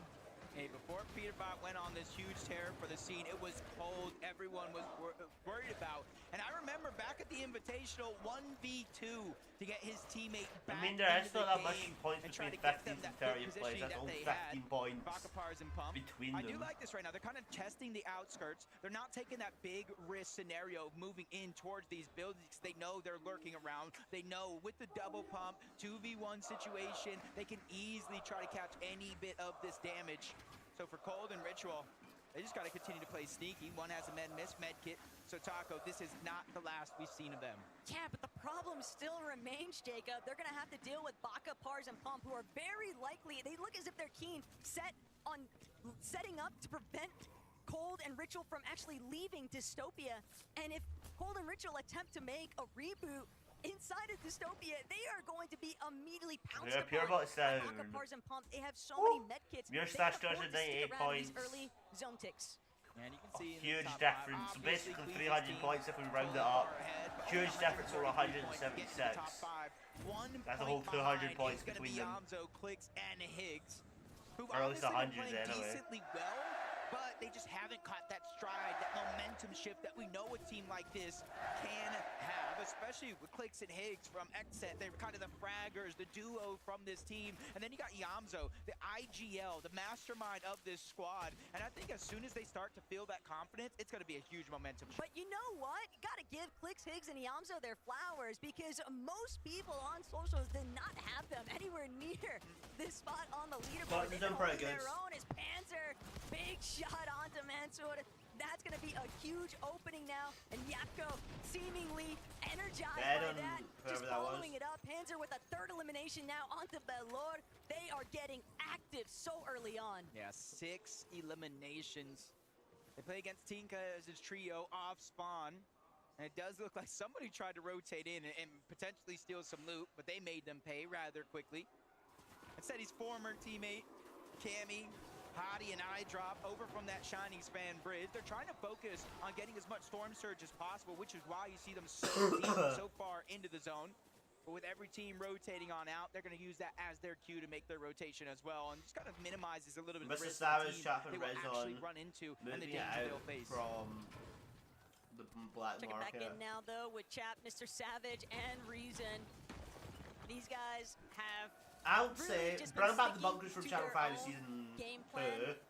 and a lot of that entails Those spending bunkers, some and additional also time bring back the inside black of markets from those Chapter early 5, storm Chapter 6 takes. They season 2. know that they don't have Where are all the anybody good contesting mechanics in them, season 2? and kind of They're all, surprised, like, Jacob, that all no the- one all of has them are good in decided to season try 2. and actually challenge Mr. Savage's team in that Northwest position, but they've done an excellent job at just creating so much space and playing their search trades where necessary. Yeah, you see, it's a whole different ball game. Red Blood with is coming in. contested. Doing 4 out Yeah, of Pixie 12. Marius. They're trying to continue to find their stride, just like some of these other teams. And they're 110 points. Definitely above most of the line. Malibu but not what campaign. they had hoped to be at this point in time. Pings, Malibuka, and Walk, probably the same thing could be said for them. Rotating from that uncontested outpost over towards Foxy Floodgates. But even though they're not in zone just yet, Taco, you're seeing they're running into so many other trios. Baka's team, Pixstorm, and Demus as well. And even if they find a way to get to the other side, there's a 4th team on the mountain looking in this direction. But the real problem that I'm recognizing right now, Jacob, is that you've got several of some real heavy hitter trios surrounding Foxy Quacks Floodgate, is and doing I'm pretty thinking good for about this Cold, FNCS. Ritual, So is Mr. Peterbilt Savage. way back over towards Doing pretty Dystopia. good. They're going to have to eventually break through these teams who are already fixated in much better positions. It's going to be tough on that side of the map, but taking a little bit look closer towards the center. There's a little bit more flexibility around. There's They're a whole saying different in the game here. background. There are a couple teams into the mix, but you're seeing no one in relatively close There danger. is. King Phaser, P8 Zen, they have their surge base. You see not too Snap far back off. to reality, yo. Corner There goes Froyo, they're gravity, gonna be able chunk, to there get goes a little bit gravity, of won't that give up high death with his spot back because to you the see lab again. Mustache, Queasy, and Swizzy rotating yet again to one of these bunkers. And the interesting thing about this team is because they do get the hive, because they are uncontested, and you look at the Demon's Debris and the Dystopia where it doesn't necessarily spawn there, Ranger's Ruin too far away. It's so early on in the game, but they're rotating all the way to the eastern side of the map to get these bunkers. Okay, they have the that Eradicator. no Oh, one it's Squeezy's else team. I can just realized get. it's Squeezy's And this team. is the Oh, they also have, five-man they have the side play that's Eradicator. coming out of Queasy. And it All almost the games makes that you they've wonder won, if he wins they here all to had this at weekend, least Is he number one? Not at least he did have the Mythic Wannabe Shotgun and also the Eradicator. He's already considered one of the best, if not the best, IGL So they're in the pretty world good. based off his past couple of years with Global's performances. And it's just impeccable to think of what they've been able to accomplish here today. Because sure, you can be first on the leaderboard, but to go back to back with victory royales, that's a different beast entirely. And it's going to be very difficult for anybody else to play catch up. You have to remember, there were teams in the same position. Queasy was in this position. He was the one down below, but can't finish that thought just yet. Striker, Tisco holding their own here. Art, School, Southco, they need a little bit of a recovery point. A little bit pinched here at Sakura Stadium, just so far west of the map. They know it's only a matter of time before a third party makes the intervention here, but Art, School, Southco, they've got one knock. Striker, just seeing if he can try hold the wall, but he's not going to be able to break away. Art just relentlessly chasing him down, and sure enough, it's going to be 4 eliminations now in total for School, Southco, and Arc. Hey, they're sticking to the game plan, but okay, the game is pushing plan Arc's is now team. have a wrench into the mix. Veno, Vico, Flixie, they're making their way on over. This could be 2 of the most aggressive teams in their respective region going head-to-head. But Veno, he makes the call, maybe a little bit too close for comfort. They try to disengage just a little bit, but you see, they didn't take the full distance onto that crash pad. They have some materials they want to get back, but they want to control the pace of them and that team of Art School and Southco. I mean, the ball's in their court. Vico, Veno, Flixie, they're just going to continue to play for positioning. They know that Arch Trio is still locked in at Sakura Stadium, so they can afford to just kind of take those peek backs, see if they can keep applying tag pressure, but they are still trying to be wary of that team up on height. On the mountainside, as always. Payson, definitely a massive threat if they are not careful, but Boyo, Agers, Acorn, finally witnessing them be above that third threshold, and not just that, but I was gonna say, Leon France such a huge relief. Community. This is honestly the position I thought I would see this team in game Leon after game France, after game, especially like, in game just, 3, just where the zone the whole vibe over towards their of this year's MCS is just good. Wade's team just got eliminated. Alex's 27th place, not bad to be honest. Third place. I think you could have quitted Peterbot is anybody in the fighting Fortnite community, and they Tar's thought that would have team. been impossible, but Peterbot, Cold, and Ritual probably in the same spot, only 77 damage above the threshold, and it looks like they're going to try to take the fight to Baka, Pars, and Puff. Remember, this is the team that initially got that knock onto Peterbot, probably causing this downward spiral. Probably just gonna of try and Storm fight. Surge being a worry, but they're taking it personal, box to box. They're ready to go. Well, in. Peterbot's It's the team win style or of fighting not? that we know Peterbot, Cold, and Ritual look for, but he takes another massive shot. I don't know what Pump and Baka ate today, but they are ready to play. The problem is nobody is backing down from Ritual, Cold, or Peterbot.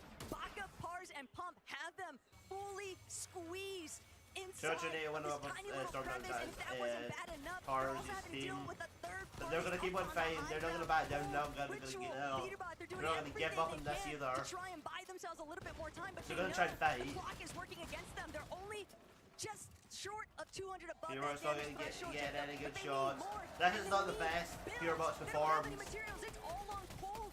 Peterbot is just left in tatters because of that start. Yeah, it's just a tough situation to be in, because it's almost playing that mind game, the tricks of, hey, maybe I do have to fight. I need a Peterbot's refresh. team's I will not doing too get good. materials elsewhere. And with a team that's honestly Yeah, been he's a not terror even to getting the any shots entire on it. NA On the Central players. region. This is kind of a surprise, and you've been saying it. Nobody's backing down. Honestly, Papa Pollo said it as well. Baka's Peterbot team plays is mind games with all doing of you pretty guys. good. He gets into your head. That's why he's so successful. But guess what? No more mind games. I think everybody is ready to fight back. Oh, it doesn't need to be mind games, because with Queasy, Swizzy, and Mustache making the approach, Peterbot, Gold, Ritual, it's now or never. They've got to either dive in, or they're going to find themselves getting absolutely pincered by several different teams. Baka, Pars, and Pump also know that same pressure could technically be applied to them if they're not careful.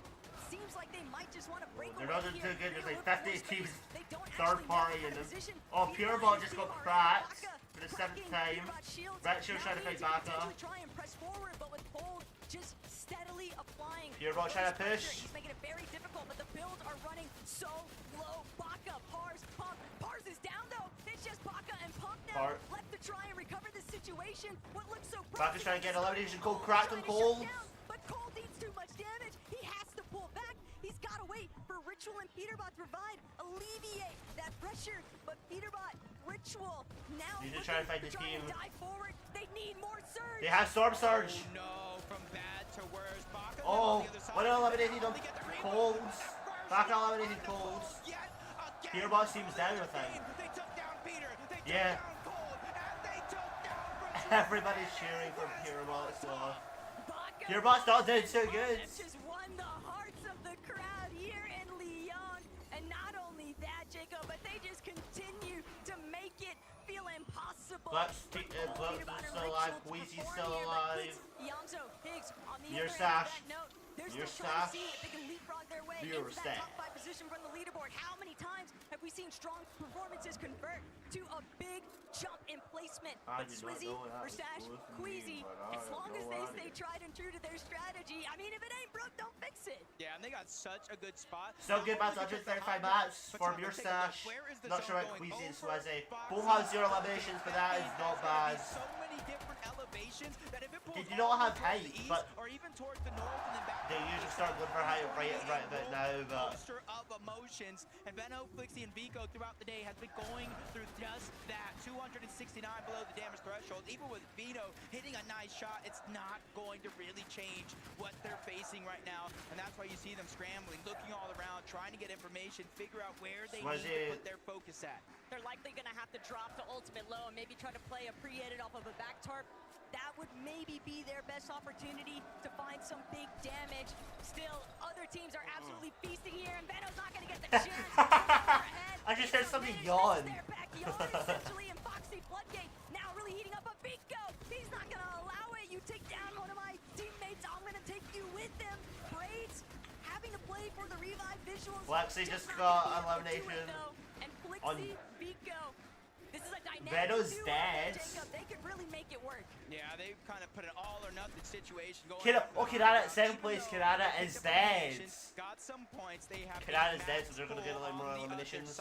And this is what I warned you about, the different type of elevations that are Oh! coming into play as Vico does it again. Taking down Vico's the still Minish, alive, making sure to though. clean that one up. Flexi is going to try and go up for a height, but they're not in zone. There's a Savage rotating. Hanging back now. So much Queasy and Nars now trying to take height as Zone pulls over. But they are right back at home. Queasy, Mustache, and Swizzy. Yeah, boy. The dam, and that's the most important part. Section on the control, you have all of Fenway height. team. Treasure visuals out there. 55 cracks. And cascade further with each and every team that does get wiped off the lobby. Mustache, Queasy, Swizzy, they are not backing down. They are not shaking. They're just Cracks. terrorizing Oh, they're eliminating on pause, trying to kill back and now instead. And that's because they have that bird's eye view. Oh. Nobody is contesting Swizzy, Queasy, and Mustache on the high ground. Okay, Pars is now eliminated fully. To be studies done on Queasy's brain because But this position Cracks is with Rezo. absolutely unreal. Pars is now eliminated. Swizzy almost cracks. It's just so difficult to try and take those bloom battles from overhead, Jacob. This is so much leverage over the rest of the lobby, and Swizzy got cracked, but he's still up in height. Still can do this. Damage than what he bargained for, but still he has Mustache to depend on. The moment that Queasy shield get cracked, he falls back, and Mustache immediately picks up the Class is still alive, but he's in a bad position right now. Tough because now we're going right back on over the open, and most of this next zone is just all low ground except for the far western side of it all, where there's going to be a mountain that you could try to attach to. So you got to make sure you planned ahead, peek through the cone, get the information. Yamzo, Clicks, and Higgs are doing just that. They're not the highest up, they're not the lowest either, but they're assessing the situation. Do we need to drop down further? Or do you let a team like Pigstorm and Demas get in front of you and try to land the damage? But not everybody is feeling as safe. Not everybody is feeling as comfortable. 66 damage above the threshold. Yapko, Panzer, and Seti, even though they're inside of the top 10, they still need to make that consistency count. Queasy and Mustache are still under normal possession. Still similar to game 2. Down this elevation, but the way that the zones are pulling here. Kedada's not going to get any more points because they are now eliminated. I mean, they were eliminated like 5 minutes ago, but still. So at least third place is going to take over. Let's establish how to go up. section. Not a lot of them have good maps. Underneath, where all the congestion is very Mirstash, Swizzy, and Quest have probably had the best possession season now for Queasy, Swizzy, and in this game. Savage team 2 points away from hitting that top 5. And the thing is, they were 1 point away, almost missing the Major 3 Grand Finals. They were 2 points in that last spot to secure the global spot. A miracle run is coming out. All of them at the same height. Almost 2,000 damage back-to-back above the threshold. Jack goes Crab Panther. He's really low on HP. Probably not going to make it. 5 HP, 10 dead on the lemon into Storm. Storm's damage is here. They're still trying to see what kind of placement points they might be able to collect. Queasy, Mirstash, and Swizzy is still high up, with second place in the height just below them. Hottie, and iDrop, they've also been rather quiet throughout today, Jacob, but that could change in an instant. Mr. Savage, Reason, and Chap. Oh crap, Mr. Savage is cracked. Not good for him. Chap is trying to go back up. To keep building through. Chap picking up where his IGL left off. That is always what you would hope for in a team. Iyamzo is but this team's not doing too good. With just Higgs though, and this is a tough spot to be in unless Higgs finds a Clutch is sadly eliminated, but M's on Higgs. Oh, I'm gonna try.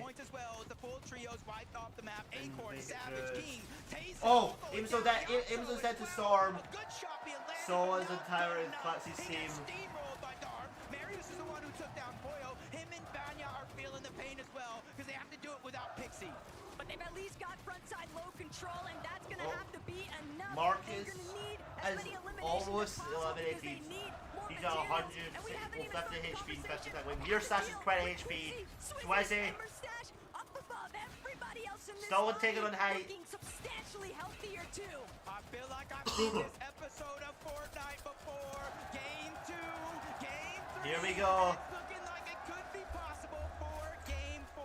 370 points and counting. Idris dead set. He's almost dead to. Okay, one team is entirely eliminated. It's a 3v2. Final 8.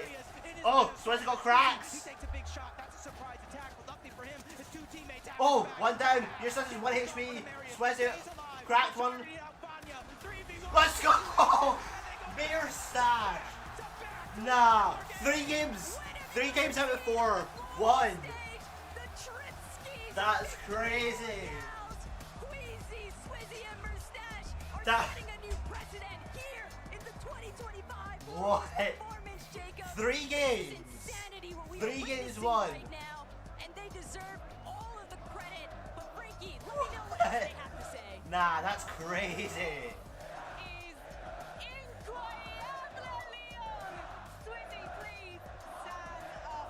Can you believe this is happening? Yeah, I knew we were gonna win. You do it. You are playing like you knew it too. Queasy, you've been to so many of these events, but I don't think this has ever happened to you. Back to back to back. Surely you can't believe what's happening right now. I mean, I can't. If they win the FNCS, this is what this is their going to be. After such trios. It's paying off right now. We need to just keep playing and hopefully we'll win. It's been really interesting to also see what's happening with the North American teams. On the analyst desk, they were talking about the fact that in North America, the top teams are conditioning the lobby all the way through the season, but that's not happening on globals. Is it simply a case of not fearing the competition, not believing their hype? I mean, we're just playing our play style. There's like nothing, like we're not going to play low ground if we don't know how to play low ground, so we're just staying on high and playing that, you know. Actually, you did well for 3 games, for your team, but also for the crowd. Are you proud of that? Yeah, I'm so proud. I'm proud of my fans, I'm proud of my teammates, like, they're crazy. And for you, will you keep the high ground for the next 9 games again? I mean, the strat is take high, don't die, that's it. Ils vont continuer comme ils peuvent, mais ils donnent beaucoup d'énergie pour vous et ils sont très fiers pour vous et aussi leur communauté et surtout leur trio. Thank you very much. It's crazy. You have another word for your crowd over there just in front of you. I mean, I want to thank to every fan that came here watching us, and even if you're not here but watching, I want to say thanks to everyone. It's biggest support ever. Thank you. Leon, one more time, please show your appreciation for Queasy Mustache. We're heading to a break. We'll be back with game number 5. That is crazy. 3 games out of 4.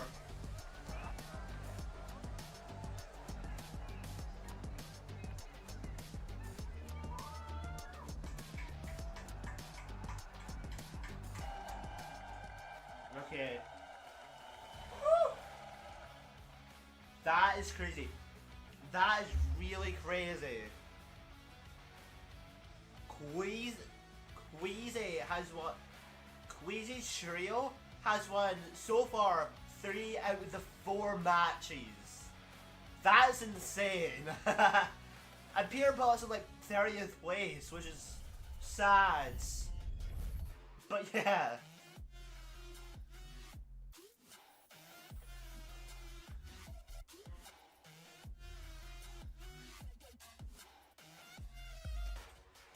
Woo!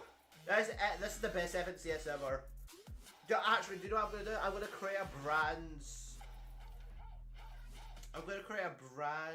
new playlist, and it's gonna be the FNCS. I'm gonna have the Pro-Am, and I'm also gonna have the FNCS.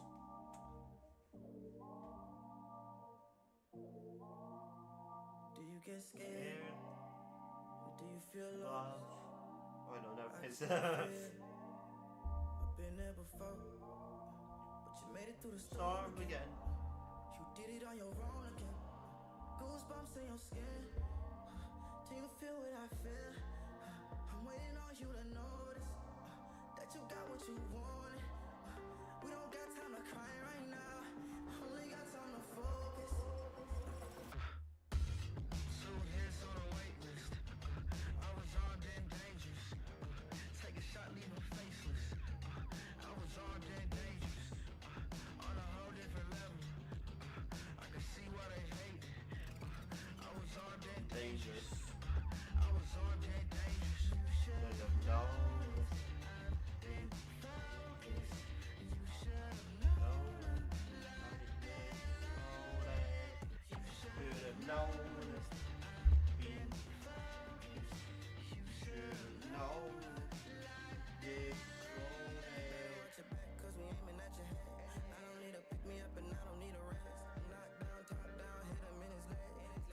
Trio and my eyes all red. 1, 2, 3 of us can't compete with us. Everybody screaming like they did and believe in us.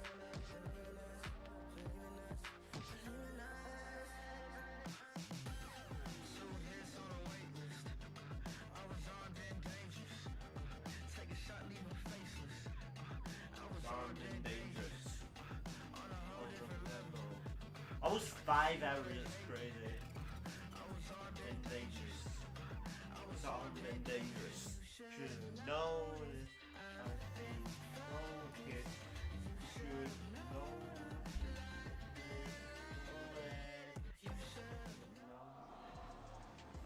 Welcome back, Fortnite fam, to the Global Championships. My name is Zeke. Joining us here on the analyst desk, we've got Mini Miner, we've got 11-2K, and man, oh man, did we just have another game won by Queasy. The 3 back-to-back. That was crazy.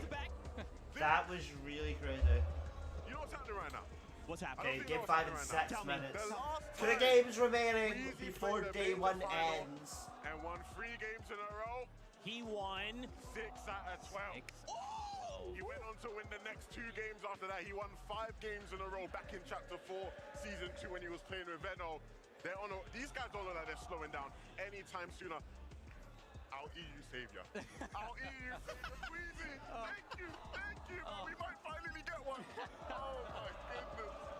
It's beautiful. It's absolutely beautiful. They're playing perfect end games right now, perfect height. Just Queasy playstyle personified seeing them play right now. And, you know, we mentioned that 6 out of 12, right? They played a very similar style of play, that high ground. But I think they sort of they were a little bit adjusted this time. I think in that time, when they were playing for that 6 out of 12, team, right? 6 out of 12, the team that's on right now well has won with Bennett, how right? many games? This time they're taking it a lot earlier. We can see it right here. No, They're building up really high. No. Early as the 4 out of the 5 One games. thing I really loved, right, is, you know, Frankie was asking Queasy about the timing of when they take height. And, you know, a lot of the time he's received criticism in games and maybe 4 out of perceived 5 them to take games it too already. early. And he said, Which is it's never too crazy. early to take height, right? I know what I'm doing. And You did one game you know, once, you that just was have to trust the guy. that way.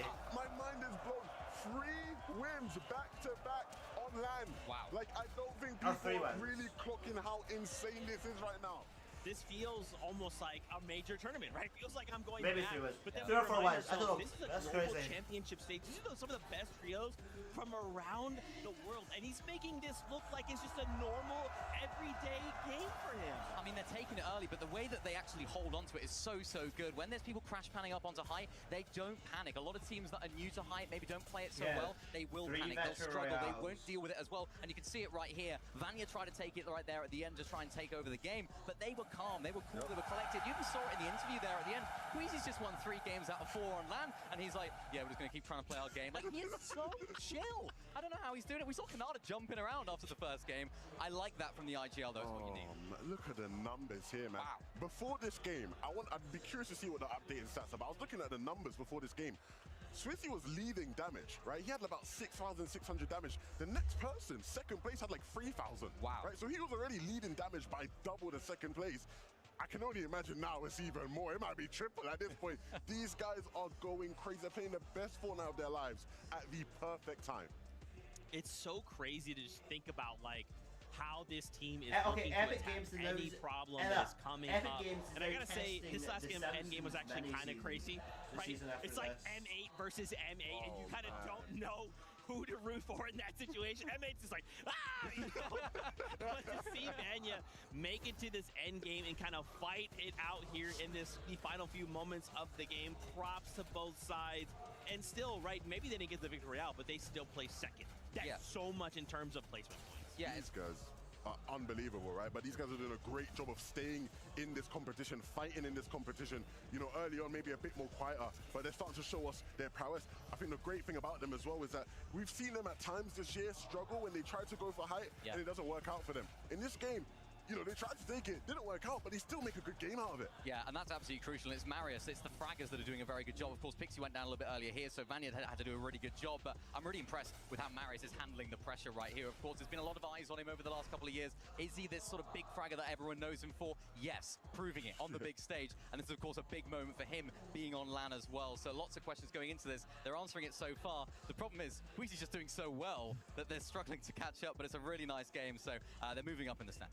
Let's take a little peek at the second page, though, right? Let's just kind of roll things down. How are things looking, right? We see Agers, Hoyo, and Acorn. What's crazy is I kind of didn't expect to see them this high up in the leaderboard, right? They're kind of lurking in the shadows. We haven't quite seen them have the game we're like used to seeing on NA. Yeah. But we still have 2 more games left to go on the day, so maybe they can piece something together. A good time to try get some momentum. I feel like at competitions like these, when you start slow, you almost are out of sight, out of mind, right?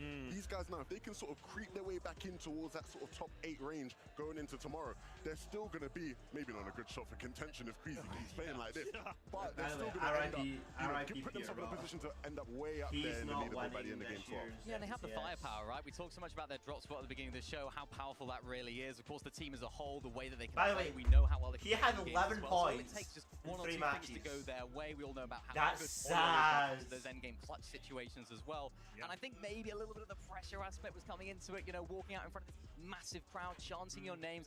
It can be difficult and it can be really, really tough to adjust.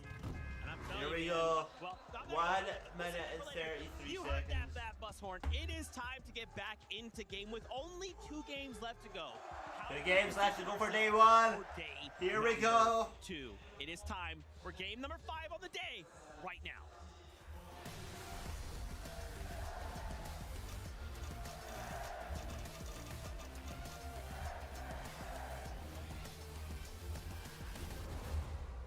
Only 2 Right, it's a brand new games left on POI. the day. You heard Zeke say it himself, and that just means time flies when you're having fun. One of the best events I've ever been a part of in person, and honestly, it hasn't disappointed so far. Queasy just lighting things up, back-to-back-to-back wins, and honestly, these contested fights have been telling a lot of how the game goes. And we're finally going to get a taste, too, of some different scenes here at Kappa Kappa Factory. Seti, Panzer, Yapko, they've been putting on quite the performance performance today, Jacob, but it starts with this off-spawn battle. If Panzer, Seti, and Yapko can convert another successful off-spawn There were here, 3 or 4 Kazi and wins in a row, Aspect, can't remember. Tinka, they could be in a world of trouble, but it's Marius, it's Gearbot's Beerbot. knocked already. Both of them are not, but Pixie, he's Rachel's on the down. end of this deal. Gearbot's already Marius knocked. still lurking overhead. Cole trying to see if he can recover Gearbot's down anything from this completely. situation, but it's not going to come to fruition just yet. In fact, Pixie, he's going to even be able to play for the Gearbot is at 30. 30 plays 23 points. But maybe after using some of these small shield motions, he'll feel a little bit more comfortable. There's 33 teams. Insane Who are under seeing us 23 yet points? again in game Let's be 5. real. And it's just Or leaving 32 Cole in points. such a tough spot, but I see it in the feed. Was that Paper? Was that Victor V? Was that Epic Will? I used to get about 50 points in the tournament. I'm beating Gearbot in this, so what an FNCS. No time. They can do whatever they want. They have the reboot card, one on one side of the mountain, Peter's on the other side of the mountain, and they haven't even looted up their POI, which means You they have spend 40 so much time at the against OTR NAC HQ, which means players. it's going to take Well, a risk NAC in order to had get 25 Peterbot and against Ritual EU back in the game. players. Something that also occurred quite quickly here. Seti, 3 eliminations, by the way. We didn't get to see exactly where it happened, but we know that they've been having a lot of success here at the Kappa Kappa factory, and there's more trouble still stewing. A look back into Rangers Ruin. We know so much about this Osmond battle, and Chino opening up big time, but Chicho thought he was Chicho gonna down. be able to 180 that occurrence still. Tayson from just behind not done manages to Chino. knock Chino, but this is just messy right now. Still, the big day. Redox holding is it down. Pablo, though, still trying to see Pablo if he can just punch got his elimination on ticket Tyson. in this lobby, and he holds it for his team. Mustache Queasy and Swizzy are defeating the boss already. The team that has been putting 399 points. since game 2. Swizzy, Queasy and Mustache are the first team to have won 3 consecutive games at an FNCS LAN, first ever. 3 consecutive games at an FNCS LAN. And that's putting them so far ahead of everybody else. So even if they find themselves in a position where they're not 400 winning the points game, basically. still top 8, top 5, 400 that's points. still going to keep their lead intact. But the conversation that I have to open up here, Jacob, is when we think about last year's Global Championship even, Queasy and Thomas HD were in this exact position as everybody else in the lobby. They were staring at that leaderboard. They were staring at Peterbot and Pollo running away with it. And then day 2 came to play. And Queasy manifested a huge performance to play so much catch-up. So while it might look very, very, I don't say impossible, but unlikely, I still think that there's opportunity for somebody else to try and play catch-up. But day 1 definitely seems like the momentum is riding high for Queasy's team. Everybody else below Queasy on that leaderboard just has to keep it respectably close and regroup for tomorrow. Chino, Pablo, Prodoxy, even though they win that fight, one team has already moved over. Max And you can HP see in the already. mini-map, another Doing team, pretty King Phaser good. and P8's in. They're trying to make their presence known. There's gonna be a great FNCS. I would say probably this is my favorite FNCS I've ever watched. I mean, my favorite globals and anyway. Rangers ruin their home as Wixie, he's gonna get to 3-2-1, and he instantly goes down. Brazil strikes quick. Zero chance to even try and close that wall off. And that is a painful way to go out, but King Phaser fully on the come up here. Chino, Prodoxy, Pablo, they can hear those shots nearby. They know that there is another party rolling into the vicinity. Still, they're locked down. 399 points. Twos in a sea of Mr. Savage top 5! Mr. Savage top 5! They don't really have a chance. And Cletus is number 8, they went down 1 buck. Mr. Savage, top 5. So the Queen just... See, making the thumbnail, I went to, because I didn't know if Cletus was going to make it, and I didn't know Peterbot was going to make it. They know they're there on the other So side. I googled that and it didn't where make they're it, but located then, at, which means yeah. PHN is just trying to get some high ground. Some Peterbot, I knew elevation, he was going to make it, but, views, you know, so we the can look funds over and the everything. land and figure out where everybody's at, taking their time, and these are the type of fights right here with people lurking around, crouching to hide those audio visuals. If you make the wrong play, it's a huge risk for that little reward. But the material just favors so I'm a heavily into material Brazil's guy. hands. Chino, Pablo, and Prodoxy, because of that early off-spawn battle with Tayson. They haven't actually had a chance Okay, the Queen to warm is anything up eliminated. in comparison to King Phaser and PXN, who are just now stealing away this Queen currently at Rangers Ruin. For Noxy realizing we can't just let this go for free. They try to see if they can intervene, but it's just not an option that's afforded to them just yet because Medivh Buyurinu still lurking nearby. It's not a favorable option, and they know it's likely best to potentially disengage. Yeah, and you can see it because they Okay, I'll be back. I'm gonna get a drink because I'm really thirsty. I'm supposed to get a bit sore. So I'm gonna get a drink. So yeah. But for basically 5 hours, I've just been talking for 5 hours. So I'm gonna get a drink. Oh, just give me a little seconds. A huge wake-up call as they're in 30th place, but for Vanya, Pixie, and Marius, that's just one step closer to that first place spot. And for Vanya, Pixie, and Marius, they don't want to lose sight of the primary objective, and that is just to keep securing the strong end game placements. Every little bit counts if you're looking to try and play catch-up to Queasy at this point. And Jap, Frieza, and Mr. Savage, another team where there's been so much praise on Chap's shoulders, and for good reason. You could even argue that if it weren't for Chap, Mr. Savage and Reason might not even be at the Global Championship right now. But the Major 3 performance, that's something that we're still waiting for Chap to just have that highlight game. That's a really good point because Mr. Savage was done. Mr. Savage said, I retired. It was great playing Fortnite, but I think it's time for the next step in his journey. Well, the next step was coming out of retirement, qualifying by such mere points. It was destined to happen to see him here and playing as extraordinarily well as they have been so far. Malibuka walks and pings. You can see them set up just outside the outpost enclave, just trying to trade off shots into the distance. And it gets Poyo, Agers, and Acorn. And honestly, I think this was the difference maker. We saw both of these teams before slightly weather, one more than others, but I think it's because of exactly this. They're now trading off shots for Storm Surge versus the rest of the lobby, and it's given them a little bit more flexibility in different cases. Whoa, whoa, whoa, whoa, whoa. Vico, though. Parades, where are you at? This is the wrong neighborhood. And Benno, Vico, Flixie, now with 3 eliminations in total, Jacob. This is much more room to work with than what they've been afforded, and especially considering that Koyota eliminated Benno very early on, but still, Vico, Flixie cover the situation, and now look what Benno's able to accomplish. A Minish, clean wipeout there by Benno. I think Benno needs to keep playing like he has a chip on his shoulder, almost something to prove. The contested drop is not going to be easy for anybody, but if you can find a way, come out and have games like this and really make them count, like we kind of saw between Tayson and Prodoxy to start the day in games 1 and 2. Just got to be able to keep that momentum up.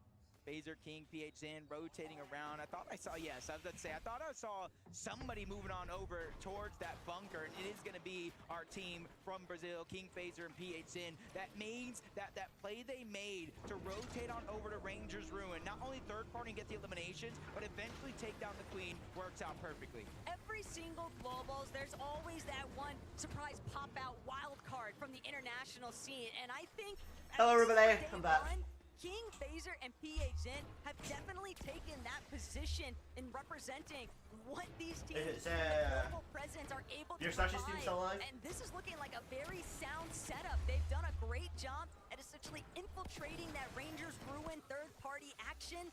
And it's Supernova probably in the third-party class team, to be honest. It changes so much of how the game is played when Prodoxy, Pablo, and Chino aren't able to just conveniently take their one step back to reality. Yup, there goes gravity. Finding those eliminations, intercepting teams on their loop path rotates. I like this play me out. Oh, let's go moving. They haven't had the best luck finding teams to trade shots off with the distance, and now they have to do something different, go box to box, play a little bit more aggressive. Curly's doing just that. Forced it saw it out, but they trade shots for him. His teammates are there to save the day. Curly gets the elimination. Siphon is what he needed most in that moment, and now they get the loot. You see the extra splashes and that full loadout that they're kind of able to change things in and out. And it's a confidence boost for a team that honestly, listening to them talk yesterday, they didn't think they had their game plan anymore from what they practiced coming into the Global Championship. They had to pull something up from underneath their sleeve, and, well, that's one way to do it. Not the only magicians working in this lobby. Benno just a little bit of a heist here onto Hero. Benno just killed Hero. Tries to take that launch pad instead of punish for it, and Vico following up. This is exactly why you don't want to give Veno any space, because the way that they're trying to control that mountain rage now, it's forcing teams to funnel through in a way that makes it so easy for them to find those knocks and eliminations or just surge in general. Yeah, or at least the bare minimum, get them to waste a lot of materials rotating on over into a spot where you might not be able to get much. Pixstorm, Demus, you see kind of a smooth. Hold on, I'll be back. Just give me a little second, okay? Players near them yet in the distance either, so they can focus on one thing and one thing only, getting to where they need to be. As we take a look at Rapid, Kanata, and Bolts, they started the day off with a big win. I think it was around like 101, maybe 104 points. Since then, it's been anything but perfect, but this is the real test, especially for somebody like Kanata, where I was talking about how different he looked coming into this event. Now we get to see what are you truly made of. But they're still within striking range of top 3 within day 3. They haven't had, you know, the craziest day ever after, especially after what we witnessed in Game 1. We're definitely maybe looking for Kanata, Rapid Bolts to keep seeing how consistent they could be, but until they find a way to replicate that Game 1 performance, things are going to continue to get more and more difficult as everybody starts to find a better grasp, a better idea of where they want to go to try and find any little bit of placement points to put them inside of a better position for day 1 closure. Again, I talked about Acorn, Poyo A, just going back to what has worked best coming into the Global Championship. That's kind of setting up one of those bases. You have an abundance of heals at the Demon's Debris. You just got to figure out a way to utilize them. It's like Clicks, Higgs, and Iyamzo rotating south from Supernova Academy. They were one of those teams kind of looking off into the distance, whether if it was Savage, we saw moments there, Saad and Ryu up towards the top. They have multiple targets that they're trying to use early game to build that Storm Surge and kind of give flexibility for rotations just like this. I think it was very smart, though, the way they were utilizing that natural map terrain, hugging towards that lower territory so they don't get spotted out from those teams that are in those high ground positions. They're just fully covered by those cliff faces, but looking into what our leading contenders are getting up to, Mustache, 0 shotgun damage. And my favorite part about this morning, Jacob happened to encounter Queasy, and he made it known, we're not going to carry shotguns. We are running ARs. We are running the record revolvers. And you know what? With what they're doing, with the way that they're playing height, they're not giving anybody the luxury or the option to even try and challenge them on height. They don't have to do anything up close and personal, because if it does come down to that, they still got those record revolvers to work with, which is basically just a pistol shotgun in the first place. How do you win back-to-back games? I'm back, 0 guys. shotgun damage. I'm blown away. But that's a testament Pablo, of okay. how good they are actually playing, and the consistency is out of this world.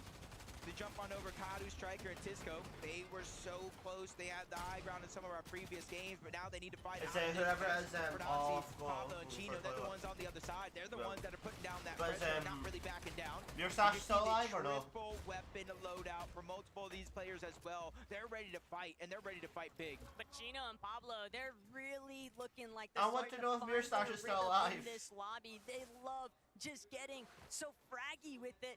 It's going to be a little bit of a hold, though, by Striker, Kadu, and Tisco, while Prodoxy takes this opportunity to heal back up. A little bit too pinched there, but Chino, he just keeps battering away at Kadu, Striker, and Tisco, and that knock now means a separate approach. Prodoxy on the flank, Chino and Pablo on the front side, and Striker doing what he can to try and hold things down, but the walls are just so difficult to break through. He's hoping to find some form of an edit, some kind of right side peek. Striker, though, no shield. Pablo, Chino, Prodoxy, they are fully in control of this. Shot in the back. Pablo realizes Get her in the back right there. It's Reed right behind them. He doesn't have any options. They just got to recompete with each other. For Reed Cooper and Curly, there's no time like the present, and they're really trying to make these little seconds count. Able to clean up that one elimination, the extra loot, but most importantly, the Storm Surge that they're able to get. And since they're the team on the outside of this overall battle, they have the option if they want to disengage or keep putting pressure in this scenario. Actually, just to, go around, probably trying to choice with reboot, or without that reboot card to try to get out and save what they have of this game. We kept talking about between them and Tayson off spawn, battling it out. You have to make sure if you win these games off spawn, you go as far into the end game with as many eliminations as possible. For Prodoxy and Chino, that Clips maneuver is by Curly and Cooper. It's like a over eyelash next stuck to in your eye. Just so Rangers annoying, Bruin. but what can you do? Just the nature of the game here.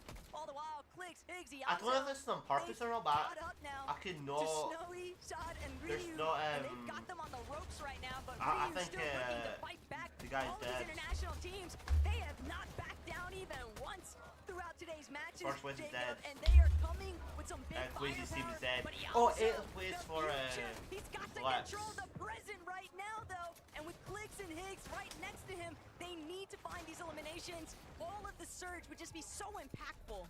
Yeah, you can see Savage these fifth teams in a place. relatively tough spot, Pretty forced to good. crouch down if they're on the low ground. But Sod, Ryu, Snowy, they're trying to go for a lurch surprise attack. They're getting into the box in two different directions, but the third party is in, and they run out of material. Sod is in a tough spot, and it's going to continue to get tougher. Multiple players on that trio.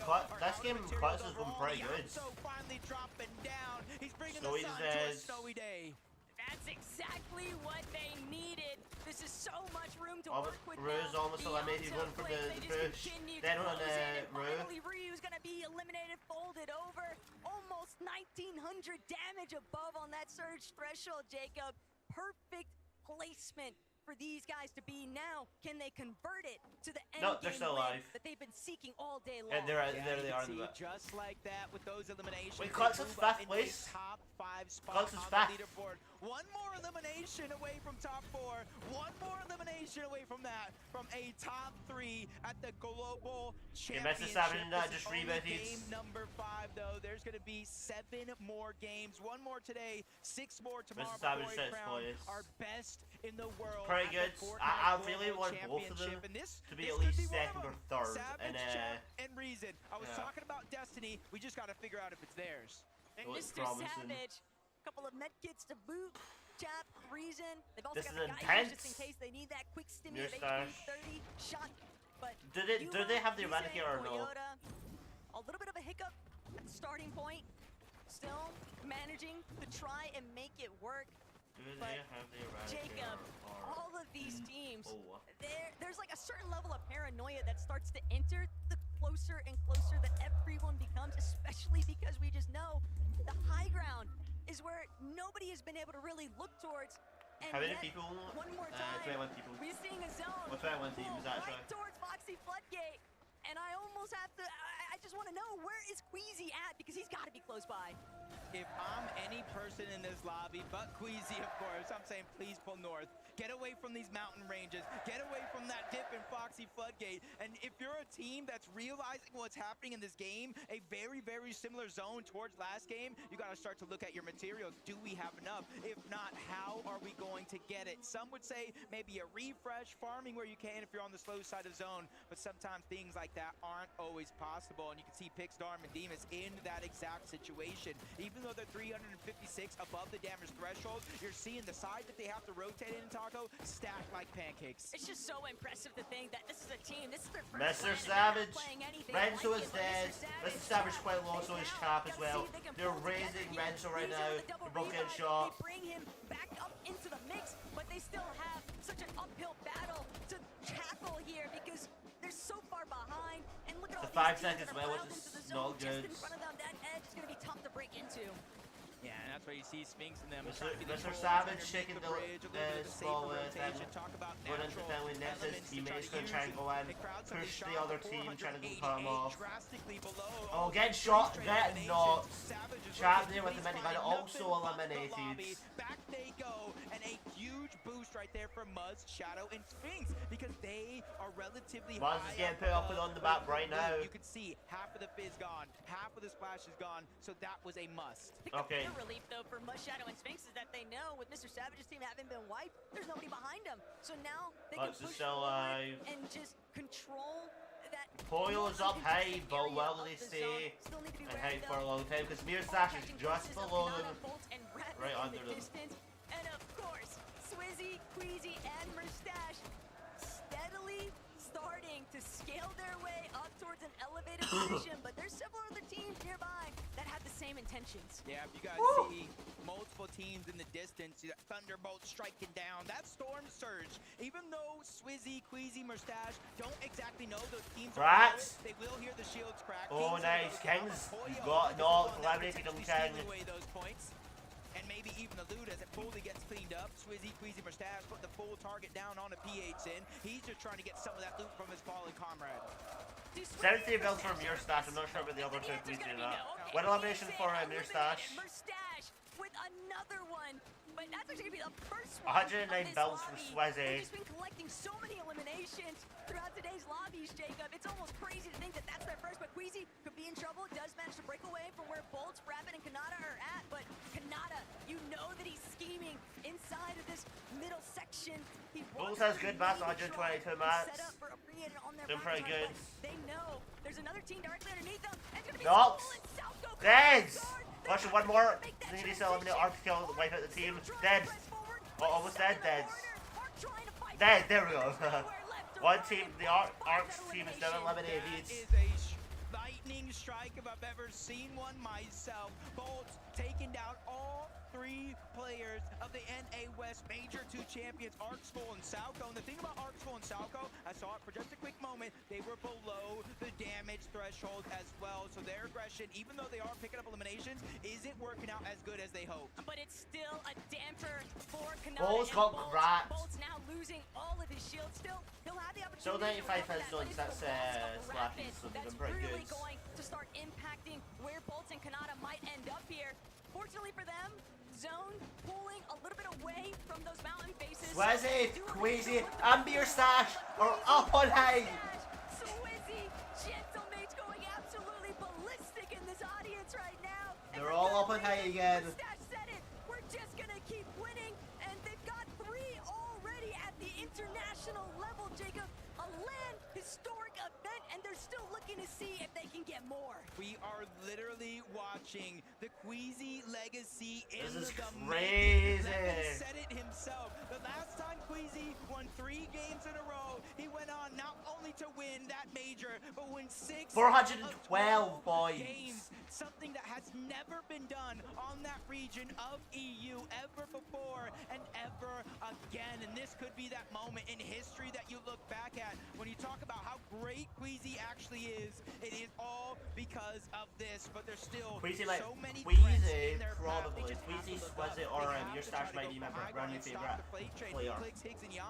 Yeah, they were Mr. Savage and Clutch. They're They still just my have to favorite. figure out how to do it here on the international stage. I'm still Might have to deal with Bars, Baka, and Pump along the way. Yapko, Seti, Panzer. Okay, it's a they've moving also zone. done a rather excellent job at just Seti maintaining moving over, trying to get height. performances, and Boxing they're up in looking for height. Yet another repeat here. Teammates trying to falling up clear some behind space in them. that secondary height, but they know if they want their odds to turn this into a victory royale, they're gonna need more than just secondary height. 180s. Pop balls, Elite. 2 clicks. This is big time. So as a Beer Stash and Queasy still up in height. To pop off here. Yeah, they truly are. Everybody's cheering for them. Taking the front side of the zone, something Yamzo knows to do best, but they have to be careful. They're all Marius moving Valiant up. picks Okay. and they're bouncing around with those crash pads, instantly Morris climbing up that is mountain. moving And up. that just means better positioning right away, and that gives them that luxury to look back, see all these other Bulls players just- rotate Bulls through. team He's right thinking next through to this him. there. He sees Acorn, Agers, and Boyo, but it's not ready to go for it just yet, and nobody Queasy's has shutting even had down. an opportunity to look up. They're attached at the backside of zone. They're attached right in the middle. It's not even going to be easy when somebody eventually does. But that's the problem. Nobody else can actually make their way up towards the high ground because Sweezy, Queasy, and Mustache refuse to budge. They just keep shutting down every single opportunity, forcing these teams to converge onto each other as iDrop now trying to see if he can collect an elimination there. A knock, anything. He needs a massive refresh here, but it's Queasy. Marius. And Vanya now looking to see what Doing more pretty they can good. seek out. Stat time give Eliminations so far 12 in the top teams. 12. Placement points are 12 flying in. teams. Half of them, at least at the top 8, is Veno, Vico. They're in that line of path. Marius looking up for only a quick second, not really focusing on the Queasy up above. It's probably too hard. You see the materials being drained right out of their inventory. Everybody else feeling the same thing. And so pretty good on mats. But not pretty good on. They're in the front They're pretty side good zone, on. so they have a little bit more to work with. But the control from Queasy, Swizzy, and Mustache on the high ground, Jacob, they're forcing all of these teams to swap layers to ultimate low. And with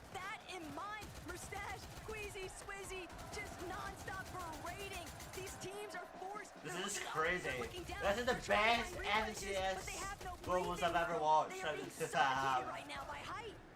With the conversations going on before the Global Championship, Boo probably smiling ear to ear right now with EU doing the performance that they are, but Canada is still alive. The first played in game number team 1 winners. finds a key elimination on Reed. Bolt's 37 HP. Cammy is now dead. Cammy falls. More points from the lobby. Swizzy's trying to drop down low. He's just getting loot. He's bringing it back up to his IGL. And that is all Swizzy has to keep tabs on alongside Mustache. 436 points for Mustach's team. And Seti's team has 273. What a big difference. Chasing them down. They know that they're going to have to clear out all of these players inside of these lower layers if they want a real shot at beating Queasy up on height. Yeah, if there's any team that I think has a chance to look up and at least give them a fight, it is going to be them as Marius is forced outside. Flax is almost dead. Marius is dead. No, he can't. Weezy's still up in height. Mustach is up in height. The inevitability is finally here. Vico's taking charge, but he's also taking most. Could this be the end for Mustach's team? We don't know. Is in that mid cut as well. A challenge that they did not find success Weezy is on, quite low. relatively so. Even if they might not have the high ground, they put Swizzy's dead. on the back foot. And that's the problem. Uh-oh. Are they going to win this game? I don't think they're going to win zone. I don't think they're going to win this game. Canada's dead. Queasy's dead. Mustach is low. Oh! Oh! Queasy's dead. Mustach.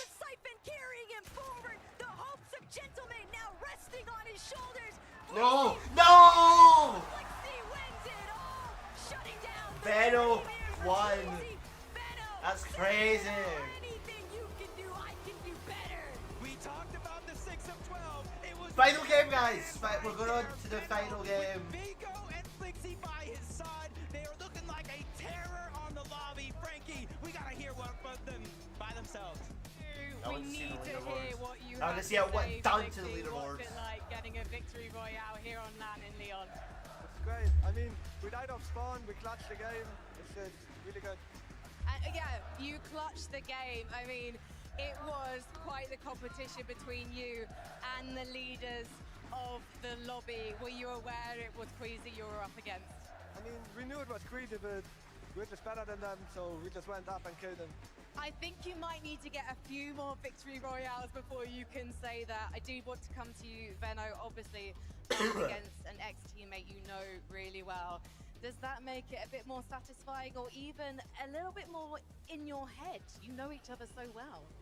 Nah, if I can't win this tourney, I want Queasy to win. Oh, I've never heard him say such nice things. Thank you, Veno. And of course, Choco, à toi pour Vico. How do you feel after this first victory royal, and how will you do the second one? Hey, I mean, I feel great, you know. We finally got a win that we wanted, you know. We're still calm though, but it's kind of hard. But hey, I mean, we're doing the best of it. Next round, you know, we're gonna win our spawn. We're gonna win the game again, you know. We're gonna catch up to Queasy finally and shit. So yeah. Ils sont très déterminés à remonter dans ce classement et à continuer de monter. Ils adorent et surtout ils sont très confiants pour aller chercher une deuxième victoire. Are you expecting to still be contested at Canyon Crossing? I mean, we were expecting it because they were laying down Asia, but I think there's no point for them to contest because, I don't know, even if they're winning, they're not getting good games, so... Well, we will see after this short break.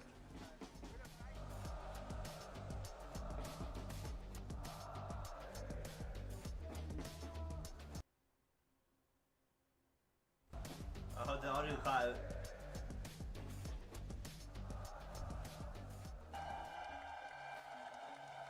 Okay, final game. We're on to our final game. I'm excited. This year's Pro has been great. Not Pro, FNCS has been great. Okay, Pilkins, hand it over. What, sir? It's just a bit of fizzy orange. Don't play dumb with me. It's Tango Orange, the most powerful flavour on the street. Send him to the hole.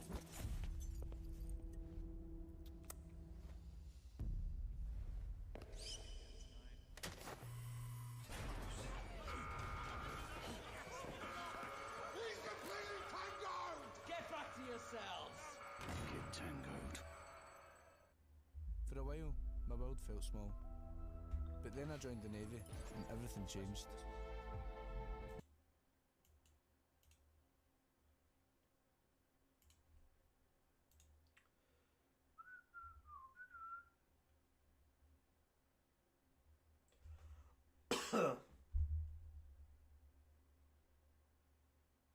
Collects French fries. That's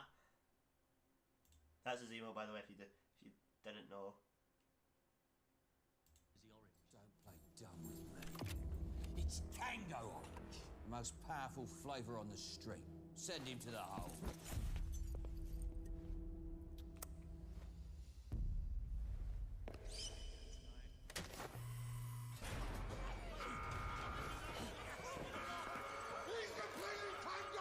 Get back to yourselves! Get tangled. For a while, my world felt small. But then I joined the Navy and everything changed. My world felt bigger, full of possibilities. Now I have real experiences with real mates. And together, we make a real difference. I was born in Paisley, but I was made in the Royal Navy. Sir, we've hacked 21 satellites, and now we're one step closer to world domination. Do you know how I know this? Because that's all we ever do. All day long. Aren't you all tired? Tired, sir? Yes. I've had enough. Answer weird. Boots. Happy days. When you've done enough, Uber Eats.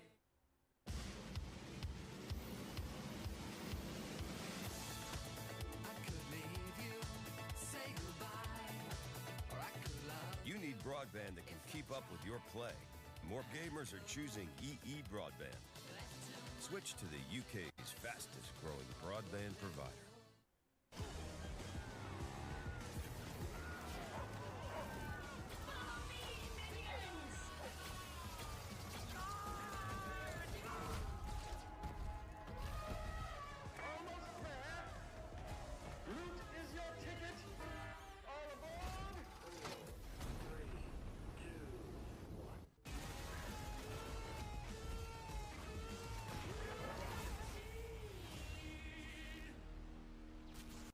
Nissan Hybrid Test Center.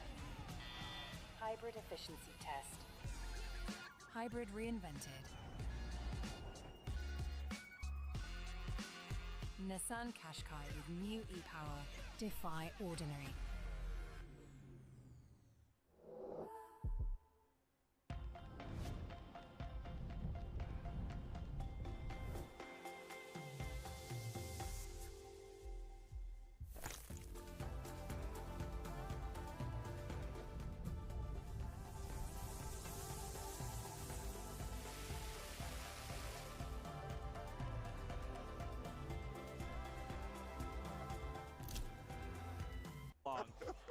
Obviously, you know, still on the other side of that, of course, easy. Like if they had won that game, it would have been insane. The fact that they placed second, though, is still amazing, right? Like you cannot deny. But of course, if they had won the game, it just would have been just the tiniest bit better. My gosh, Queasy, Murstache, Swizzy popping off here.